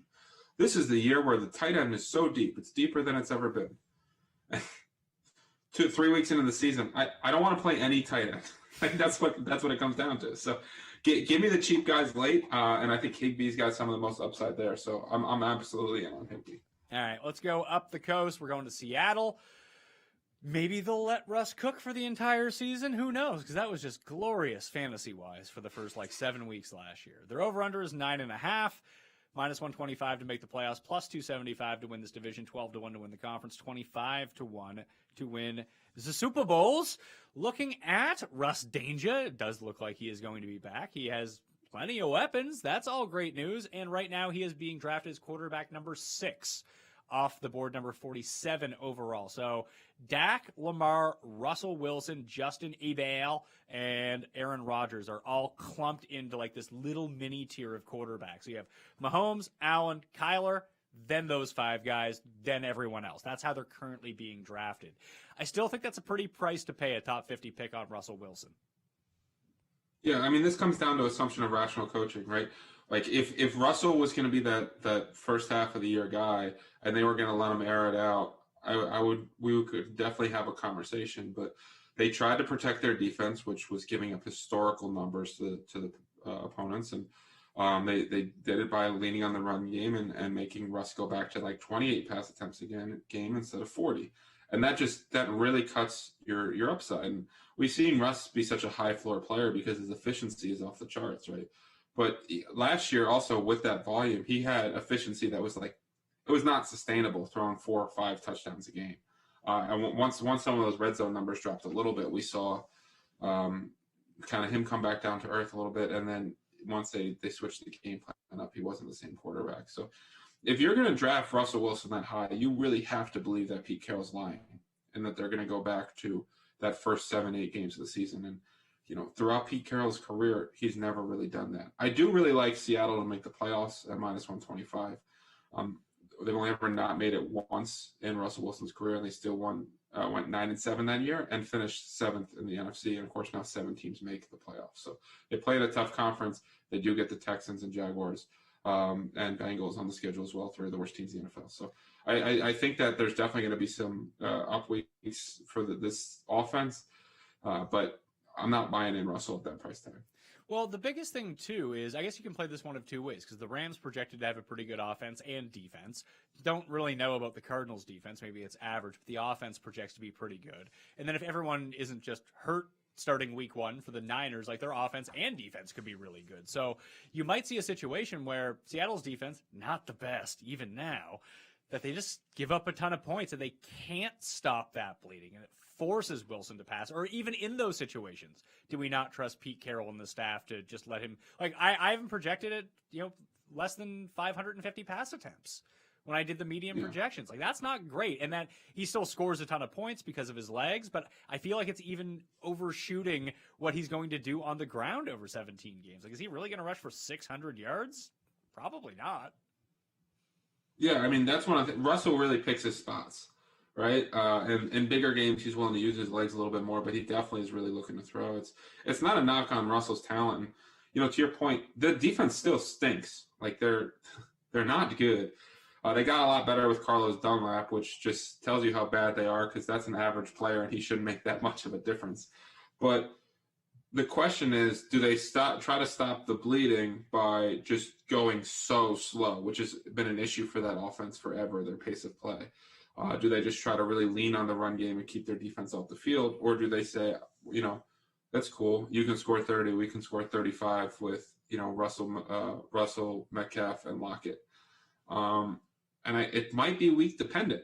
You know what I mean? Some games they're not going to have a choice. They're going to go down 14-0 and they're going to have to air it out. But I just think Carroll's got a history of doing this, so does Schottenheimer, that I'm a little bit worried about buying in on uber efficiency and low volume. Yeah, it's even funny to look at the rushing yards for Russell Wilson. Like, as the season went along, he ran, at least attempts-wise, a little bit more. But you get these weird fluctuations, like 29 rushing yards, 9. 52, -1. 45, 12. Like, it's going to come. It's just going to be wildly inconsistent. Like you said, it's not like having Lamar Jackson back there and be like, oh, just pencil him for like 10 for 85 every single game. Maybe sometimes he'll score more than that, and that will be fantastic. Sometimes he'll rush for a touchdown. The biggest thing that I found with his rushing, like, it'd be one thing if he was inconsistent with the attempts and the yardage, but he only scored 2 rushing touchdowns last year. So despite the fact that he runs a ton, he rarely calls his own name near the goal line. And I think that's what keeps him out of that very upper echelon tier. Now, maybe my projections are a bit low at 550 passing attempts, because if you bump him up to like 600 or 615 with the efficiency that he has, then all of a sudden he's back in the running to be number 1 overall fantasy quarterback. I just don't see it happening. Yeah, I mean, that if you're all in that Russell Wilson is going to have the volume, draft him there. If you have any concerns, and you and I both have concerns, I think you let someone else take that gamble. In the backfield, Chris Carson returns once again as the guy that no one wants to draft. Doesn't even seem like Seattle wants him, but he continues that every time that he's healthy to be like a very good running back too on your fantasy. And like, it's funny because he's always overpriced on DraftKings, it seems, until he's like hurt for like 3 weeks, and then like doesn't play, and then all of a sudden you catch him at like 4,700. It's like, oh, Chris Carson time, let's go. But whenever he's healthy, he's good, straight up. But Rashad Penny is back this year. DJ Wicked Dallas got some run a year ago. Alex Collins is still on this roster. He's being drafted as running back number 20 right now. And I think that's sort of the issue. Like, I think he could finish as running back number 20. That's fine. I don't know if I want to spend pick number 35 on Chris Carson is the problem. Well, I guess the issue, too, is you run out of running backs real quick when you do those drafts, right? And he's kind of got that workhorse upside. They will give him 3 to 4 targets a game. He is the goal line back. DJ Dallas and Alex Collins are, other than, give you the ability to do an amazing DJ thing, are not really NFL players I worry about at all. And Rashad Penny, we're going into year 4 now. I just don't care. Carson's whole thing is health, because when he's healthy, he's also a great weekly DraftKings play, right? A guy that gets you the 16 to 24 points. So I actually think that RB20 is a really good price tag for him. And end of round 3, early round 4 is a price that I'm willing to pay on Chris Carson. Doesn't that seem like, we talked about the dead range of tight ends, like round 6 through 10, where like the quote unquote safe third tier tight end is, like, it just doesn't pay off. It does feel like end of round 3 through like round 7 at running back, like maybe you'll find a gem in there, but more than likely there's a reason that these guys aren't considered upper echelon to begin with, and you're better off just waiting to like round 10 and taking guys on the back end of perceived split situations who actually just win the job, backups, guys who might be starters in week 4, rather than taking like this type of player. Like, this is the David Johnson range from last year. Yeah, I wasn't in on David Johnson. I think Carson's probably one of the last running backs that I have real interest in, but typically I try to leave. I don't want to have the heart and soul of my running back roster be constructed in the 3rd through 7th. I'm more than happy to get 1 to 2 real studs early on, load up on wide receivers and tight ends, and come back for what's ever left over at running back and let everyone else deal with those headaches. All right. Penny, running back number 59. Is that worth a late round flyer just to see if he's healthy this season? Then all of a sudden, maybe he can chip away when Carson inevitably goes down. Yeah, I mean, I think you're talking about a guy that's not going to play much unless Carson gets hurt, right? So that's why you would be drafting him, though. Like we talked about Henderson a little bit earlier. He's legit just a handcuff. Yeah, that's what he is. Who do you think would be a better handcuff, though, Henderson or Penny? Henderson. Okay. I think that the Seahawks would still mix in some of those other guys. Why? If we go, I think Henderson would be a bell cow. Yeah. If we go to wide receiver, obviously you have Metcalf, you have Lockett. Where does Lockett rank? Obviously, like I said, the DK Metcalf's going to be like a top 5 wide receiver when it comes down to drafting. Deserves to be there. Where do you put Lockett? Do we look at his inconsistency last year as something of an aberration? Does he work himself back into a top 15 guy? Because that's where he was when Russ was throwing all the time. So I guess if you were to pair one with Russ and try to make it feasible for yourself, it would probably be Lockett just based on ADP instead of having to spend all that draft capital on DK Metcalf as like a late first round, early second round pick, right?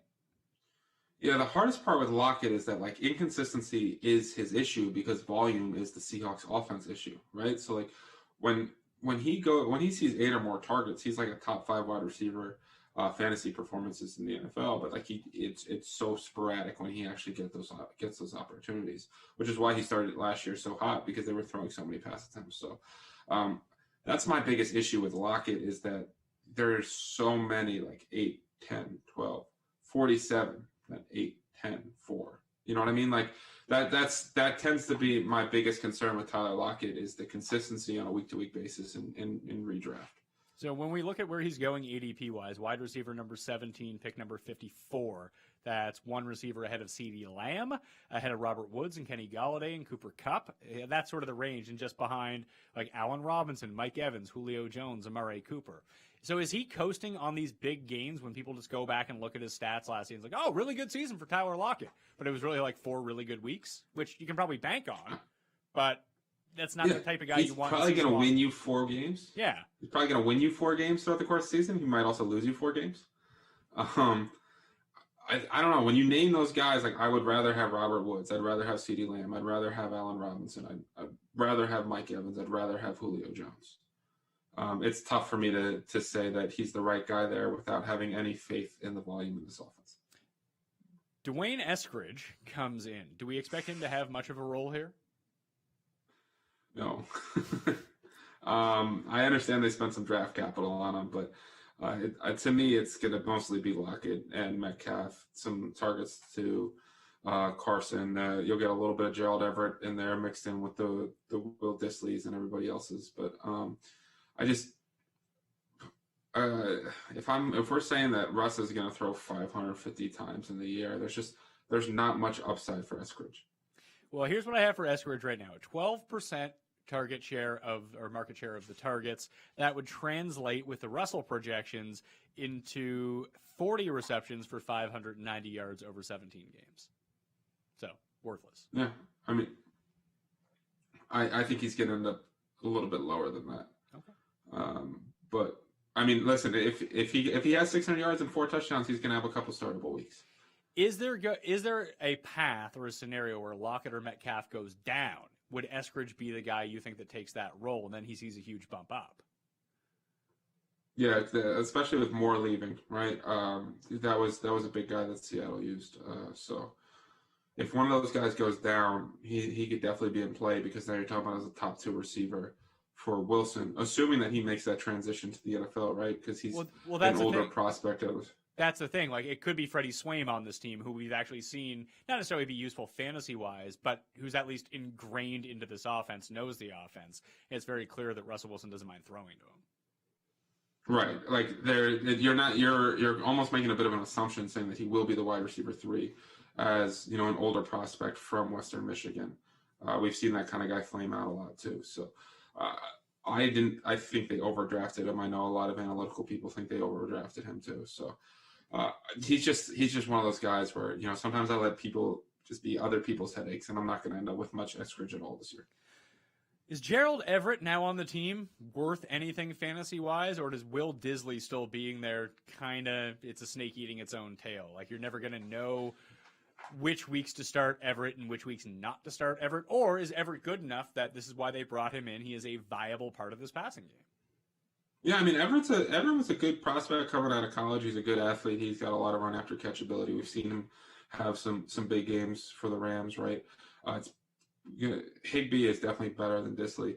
The Seahawks do have a history of really splitting those tight end snaps and looking at 40%. But if he can get to 60 or 65%, he could be one of those guys that you almost draft Everett and maybe Higbee is the last 2 tight ends, right? And just say, well, let's see if one of these 2 works out. And if neither one of them works out, I'm going to look at the waiver wire in week 3. San Francisco, probably one of the most difficult teams to cap from a fantasy perspective this year. 10.5 wins, minus 177 to make the playoffs, 2-1 to win the division, 6.5 to 1 to win the conference, 14 to 1 to win the Super Bowl. They are expected to be good. They were bad last year, mainly due to health reasons, but it all starts at the top. You have Trey Lance, who they just drafted. They are returning Jimmy Garoppolo. How long until Trey Lance starts for this team?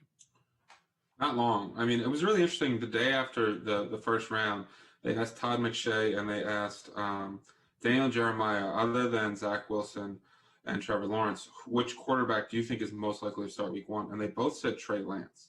Now, I know that Jimmy G is the presumed starter right now, but if there's a preseason this year, Lance is clearly the more dynamic player. Shanahan has a history of a rookie quarterback in Robert Griffin with that athletic upside that he was able to kind of groom. And, you know, that rushing ability is a huge aspect to that offense. They've got so many playmakers in George Kittle and Deebo Samuel and Brandon Ayuk who are just dynamic after the run after the catch that I think Lance could end up starting real early. We also haven't seen a top 5 quarterback not start that season, I think, like, in forever. So I think it's just a matter of time before Lance starts. And once Lance starts, he could be one of those sneaky late round quarterbacks because of his athletic upside with all those weapons where he could become extremely fantasy viable. Do we think that the skill position players in this offense are better if Lance or Jimmy G is starting? I think Jimmy G is just a dude. I think Lance has a lot more upside.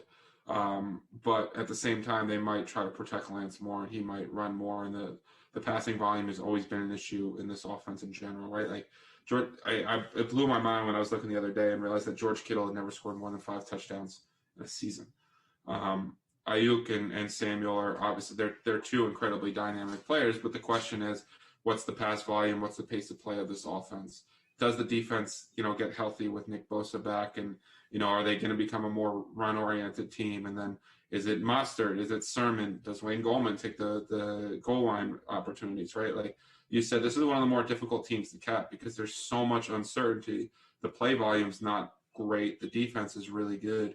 And it's probably going to be a weekly headache in terms of the game script, but there's just so much talent on this team. Trey Lance is currently being drafted as quarterback number 24 off the board. Basically, Jimmy G is not going, so either they think that Trey Lance is going to start, or even if Jimmy G does start, it's not going to be for long, then Trey Lance will eventually be the quarterback. What sort of upside do you think that he has? Let's say he starts from week 1. He's being drafted just after Derek Carr and just ahead of Taysom Hill at the moment. Like, with his rushing ability, he could be a top 10 quarterback, couldn't he? Or will they just not run enough plays? No, I mean, I think Jalen Hurts is kind of what you would say his ceiling was in his rookie year. So a top 10 quarterback, that rushing upside. Again, anytime you have that kind of rushing upside, rushing volume, you could see a top 10 quarterback season. So I think that's definitely within the range of outcomes if he plays all 17 games. Running backs. Now this is tough, especially if Lance is starting. Maybe he galvanizes some of the rushing attempts to himself, some of the goal line work, because that leaves us with Mostert, Trey Sherman. I mean, Juszczyk is going to end up getting like 4 touchdowns somehow and just take it away from the other ones. Jeff Wilson will eventually come back from injury, and Lord knows that he'll end up scoring 8 touchdowns this year somehow. You mentioned Gallman. JaMycal Hasty is still on this roster. Obviously you can draft these guys. Which one do you want to draft for the price? Like, you just say, you know what, give me the cheapest one, and hopefully that works out.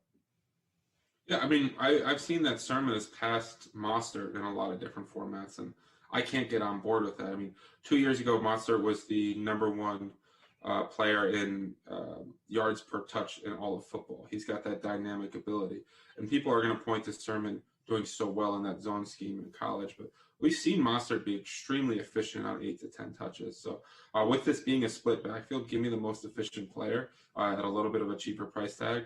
I think as long as Mostert stays healthy, and obviously he's already battling a slight knee ailment, but that's not considered to be anything serious, I think he's going to end up leading the team in fantasy points. Well, and maybe in your Galaxy Brain leagues that Sermon's going ahead of Mostert. In regular leagues with regular people, why don't you get out with the people a little bit more, Elliot? Mostert's going as running back number 25. Sermon's going at number 50. Okay, well, in the Galaxy Brain leagues, I see that people are Galaxy Braining it. At 25 running back discount, I'd probably rather Sermon.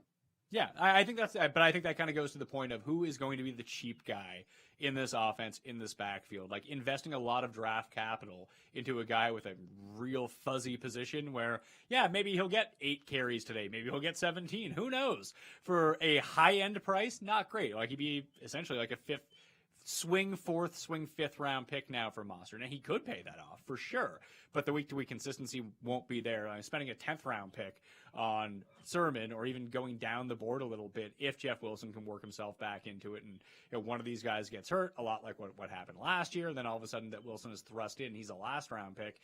You're not forced to play these guys, but if they find themselves into a position where they play themselves into the starter, where you can trust them, well, you were never having to rely on them anyway. It just makes your team stronger overall, rather than spending the extra draft capital, and then all of a sudden you have to have these guys be good for your fantasy team, and they're just not. So your fantasy team sucks. So that would be the wait on the ADPs and see how this shakes out. You could be right though. As we go a month from now and reports come out of camp, Sermon could pass Mostert in terms of the ADP. That's just not what I've been seeing so far.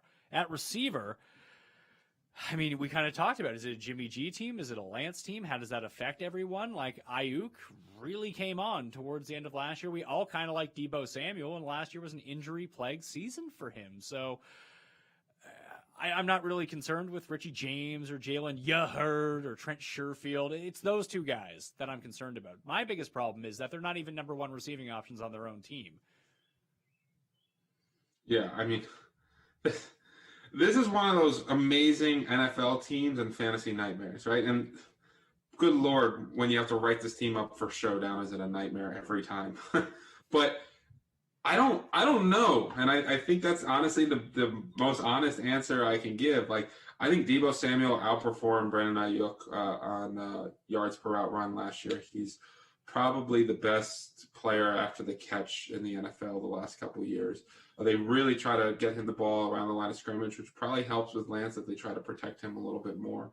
But like you said, like, this team's going to have games where they only throw the ball 22 times, and they have 3 mouths to feed, all guys who kind of have that alpha type personality, and you're paying, obviously premium draft capital for Kittle and Ayuk's. I would probably rather Samuel as the cheapest option, but all 3 of these guys for me are kind of like, when I'm going in a draft, are they falling a little bit below where they're supposed to go? That's probably where I want to take them. That's kind of where I want to get my exposure to these guys, because there's so much unknown with all 3 of these. Ayuk's going approximately 25 picks ahead of Samuel right now. I think that just leans you towards Samuel. Right. 100% agree. Like, Deontay Johnson, Chase Claypool, Brendan Ayuk, T. Higgins, Odell Beckham is how that is going in the mid-20s. Then you have Brendan Cooks, Robbie Anderson, Deebo Samuel, Will Fuller, Hollywood Brown. That's what you're looking at in the mid-30s with wide receivers coming off the board. I just feel more comfortable with Samuel there. I don't even know, like, he just feels like someone I'll use on DraftKings rather than have on my season-long team. Like, I think the only receiving option that I want is going to be George Kittle, obviously. But if they only pass 22 times a game, at least I feel comfortable that Kittle's going to get like 8 to 10 targets of those 22 pass attempts. Yeah, when Kittle leaves the field because he's hurt, man, he's a warrior, right? Like, he broke his foot and tried to keep playing last year, and the doctors were like, "You're going to be out 8 weeks." He's like, "I'll see you in 2." That dude is a monster. I would take him after Waller. Obviously, Kelsey is tight end 1.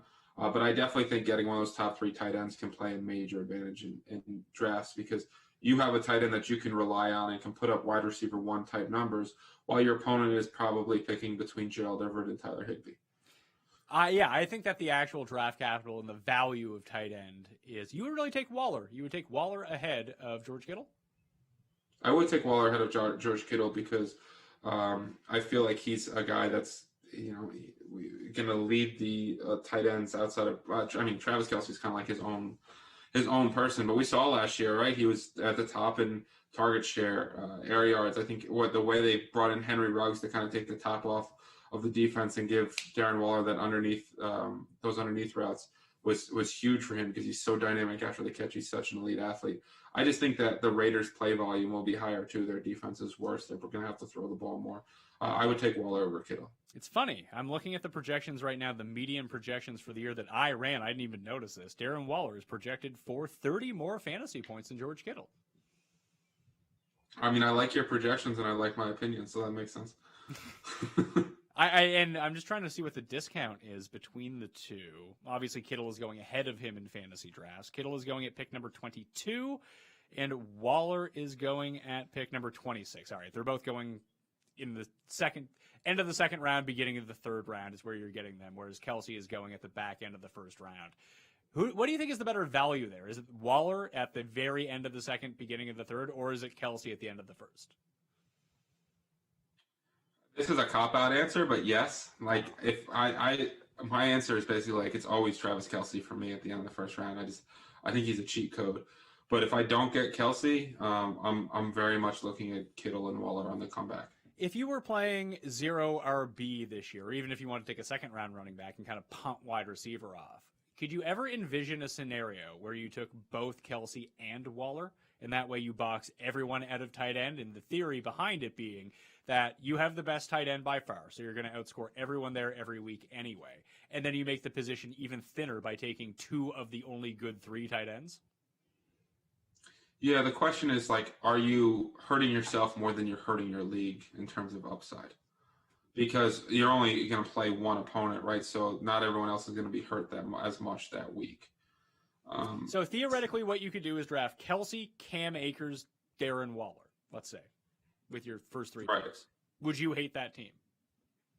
No, I would not hate that team. Because that's the thing about Kelce and Waller. They both have opportunities to be top 10 scoring wide receivers, right? I mean, Kelce was there in the running for leading the league in receiving yards last year. He's just such a cheat code. Because at that point, you could still build, like, if with Cam Akers as a solid number 1, although he's not being drafted that way, you could still have basically your pick between Mike Evans, Allen Robinson, and Terry McLaurin as your wide receiver 1. Then you could draft, you could probably draft Kenny Golladay, Tyler Lockett, who we've talked about, CeeDee Lamb, DJ Moore, like that realm, and Cooper Kupp, that realm of receiver as your wide receiver 2, if that's how you wanted to play it out. Or you could take, your Mosterts of the world. I probably wouldn't want to do that. And then you could even look at, DJ Chark, your boy David Johnson going at pick number 77. Like, there's a way that you can piece that together where it doesn't kill you. And I guess it depends on who you're drafting with. Like, if it's a super sharp league, it's a theory that I always wanted to try out, and I tried to do it last year with Kelce and Kittle. It just never really worked out that way, that I could get them all on the same team, because Kelce started going too high that you couldn't snag them as a back-to-back in 2 and 3 after getting a running back in round 1. But I'd just be very curious if that strategy was viable or not. I definitely think it is viable. I think your point about depends on your league and your league mates and how sharp they are and everything. That makes a ton of sense. And it helps that wide receiver is the deepest position, right? Because now we've moved from the 2 receiver sets to the 3 receiver sets to the 4 receiver sets, that the ball gets spread out so much and there's so much passing volume that there's so many fantasy viable receivers every week, right? So you can definitely load up. I mean, Terry McLaurin is going to be a beast. Allen Robinson is going to be a beast. DJ Moore is one of my favorite players if they stop missing him in the end zone every single week, right? Like, I think that the more you lay it out, especially in a lot of these redraft leagues, you can get an advantage and really just load up on wide receivers. I think if you're going to do that, I'm going to do it as 2 tight ends and a running back, not 2 tight ends and a receiver. All right, that will do it on the Pat Mayo Experience. I want to thank Elliot Chris from FTN Fantasy, FTN Daily, and FTNBets.com for joining me on the line. Once again, if you go to any of those sites, especially FTNBets.com, and use code Mayo, you get yourself a discount over there right now. And also check out the AFC East preview, the NFC East preview. We're going to have more and more previews, in fact, one for every division, shockingly enough. So smash the like button of the episode. Once again, sub to Mayo Media Network. And in the comment section, please, you tell me who the highest scoring wide receiver is going to be in the NFC West this season. Thank you all for watching. I'm Pat Mayo. I'll see you next time.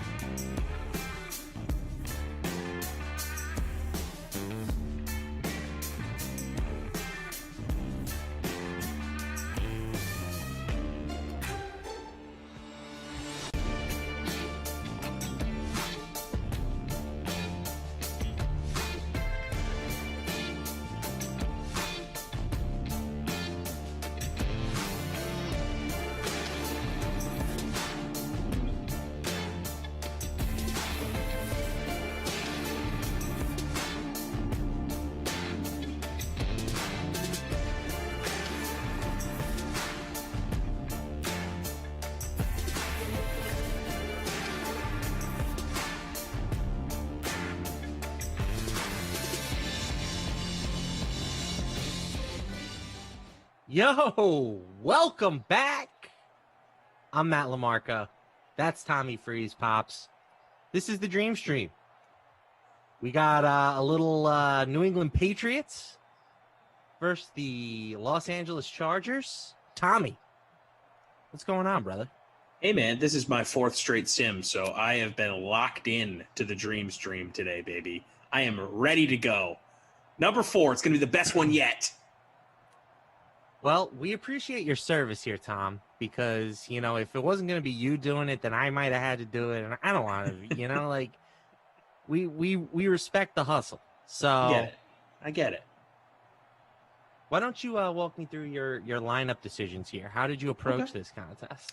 I really sort of just threw everything up against a wall and tried to see what would stick, to be honest here. So we went with Sony Michel in the captain spot. Okay. I don't know. We'll see how it works. Keenan Allen, Damiere Byrd, Austin Eckler, Cam Newton, Joe Reed. All right. Believe it or not, I got a lineup in. Wow. Cool. I went with my man, scheming like Keenan Allen in the captain spot. Okay. I played both quarterbacks, Cam Newton and Justin Herbert. Yeah. I got in Julian Edelman. Oh, okay. I got in Jimmy Blanco. Yeah, okay. A.K.A. James White. Yep, sweet and I played the Chargers D. Ooh, I wish I did that. They do things. They have some guys. Yeah, they do things. Dang. They have some guys. So that's my team. We'll see what happens. Let's have a Sunday. I put on the Hawaiian, the Flower Power shirt. I'm trying to bring the vibes today to the chat. I love that. To the Dream Stream. Honestly, next time you and I work together, LaMarca, I'll wear a Hawaiian. We'll do the Hawaiian theme. I think every man needs one. Yeah. Oh, Are they tacky? Yes. Should they be a regular part of your wardrobe? Maybe. But you need one. You know what I'm saying? You need a Hawaiian just to let everybody know, yo, I'm chilling today. 100%. Dude, I have more Hawaiians in my collection than I care to admit. Oh, you're a big Hawaiian guy. Oh, yeah.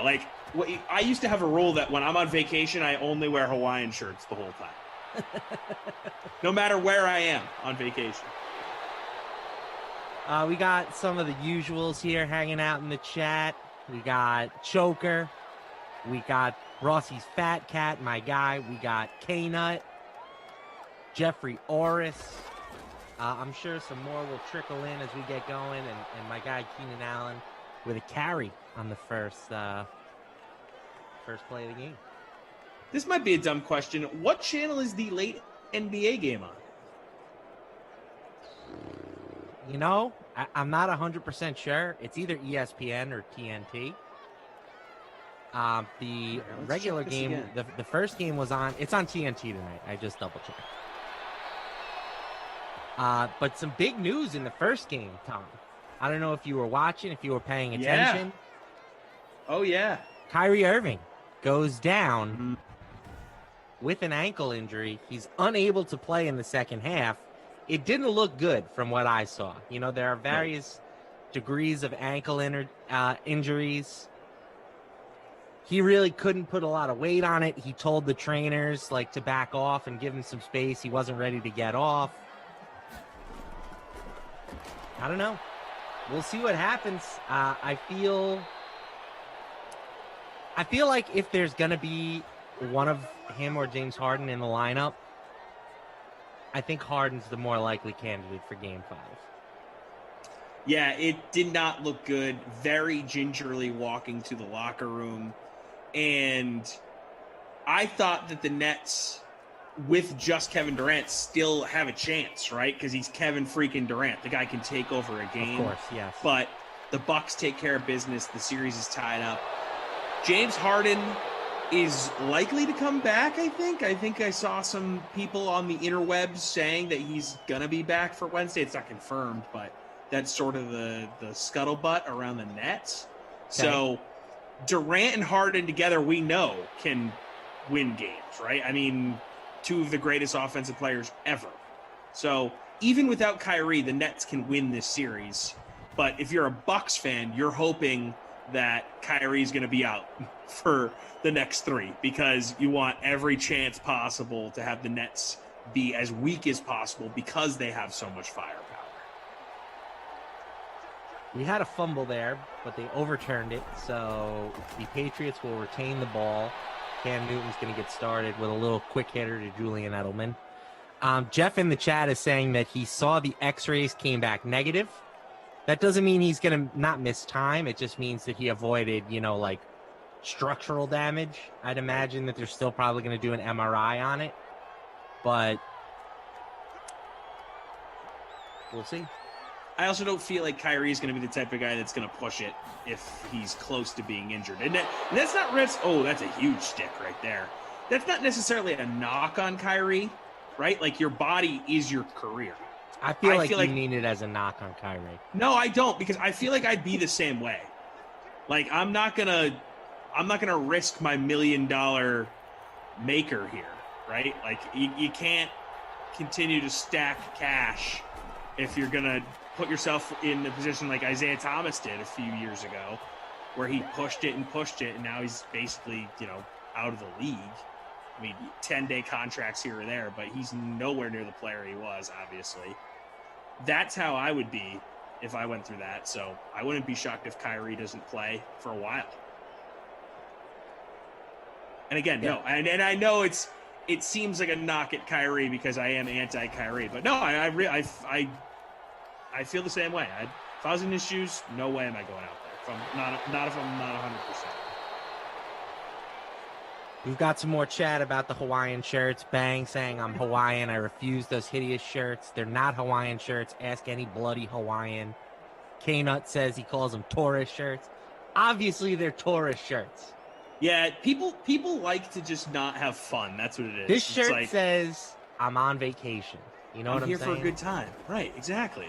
I'm not here for a long time. I'm here for a good time. You know what I'm saying? Fun. Freeze pops. Yeah, I mean, get at it. Oh, those aren't actually Hawaiian shirts. Hawaiian shirts are this. The Hawaiian people of Hawaii don't wear those. You know who do, though? Me. And I call it a Hawaiian shirt. So, back off, bruh. I might go fire up the blender after this, Sim. You never know what's going to happen. Uh-oh. Little frozen daiquiri action on a Sunday. Slice up some pineapple. Love me a little coconut in Napple. there. Why not? So yeah, that series is now 2 games apiece. Headed back to Brooklyn in Game 5. I would imagine the Nets, even if both Irving and Harden can't play, I would think that Nets still probably favored. I would think so, and I honestly, I wouldn't be like, oh, the Nets are definitely going to lose, because they have Kevin Durant. He's Kevin freaking Durant. They have a shot to win without both of those dudes playing. My man Giraffe King in the building. He goes, so if we were to follow your narrative, Tom, first we need to imagine that you are an NBA player. Yeah, yep. Sure, I can go along with that, he says. Yeah, we're talking hypotheticals here, guys. Pepe Sylvia, great name, says my Hawaiian shirt makes me look like a waiter at a Chinese restaurant. Never seen a waiter at a Chinese restaurant wear one of these puppies. Maybe where they're from, maybe they live in Hawaii. And in Hawaii, the Chinese restaurant workers wear Hawaiian shirts. It's an interesting gimmick. I actually don't have an image in my head of what a Chinese restaurant waiter would wear. I mostly do takeout Chinese. I rarely am sitting down at a Chinese restaurant. I don't think there are a lot of them, I think they have the dine-in option, but I mean, the hallmark of a good Chinese restaurant is speedy delivery. I have a theory. Ooh, I like theories. That no matter what you order from a Chinese restaurant, if you're going to go pick it up, it's 10, 15 minutes. You could call in and say, one egg roll, and they'll say, okay, 10, 15 minutes. Or you could order 75 General Tso's specials, and they'll be like, all right, 10, 15 minutes. Doesn't matter. It's because in the back, they just have those massive trays, like they have at the buffet. They just have that in the back. It's all those massive trays of things. It's all hot all the time. Scoop here, scoop there. You gotta love a good Chinese place, man. I think I'm lower than most on Chinese food. I just kind of find it all tastes the same.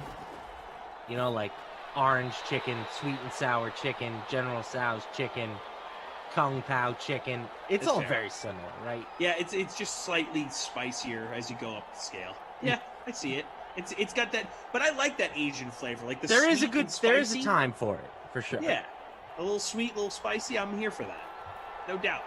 So we had another punt. Another punt. A good fried rice. Got down inside the 10, but Cam is going to give the Patriots a little bit of breathing room. Gets one out to Aussie. Oi, oi, oi! There you go. I hate Aussie. Have you heard Rossi's insane prediction that Aussie is going to have a massive year as a tight end 3 for the Patriots? I have not, but you are 100% right. That is an insane prediction. He has some wild takes sometimes.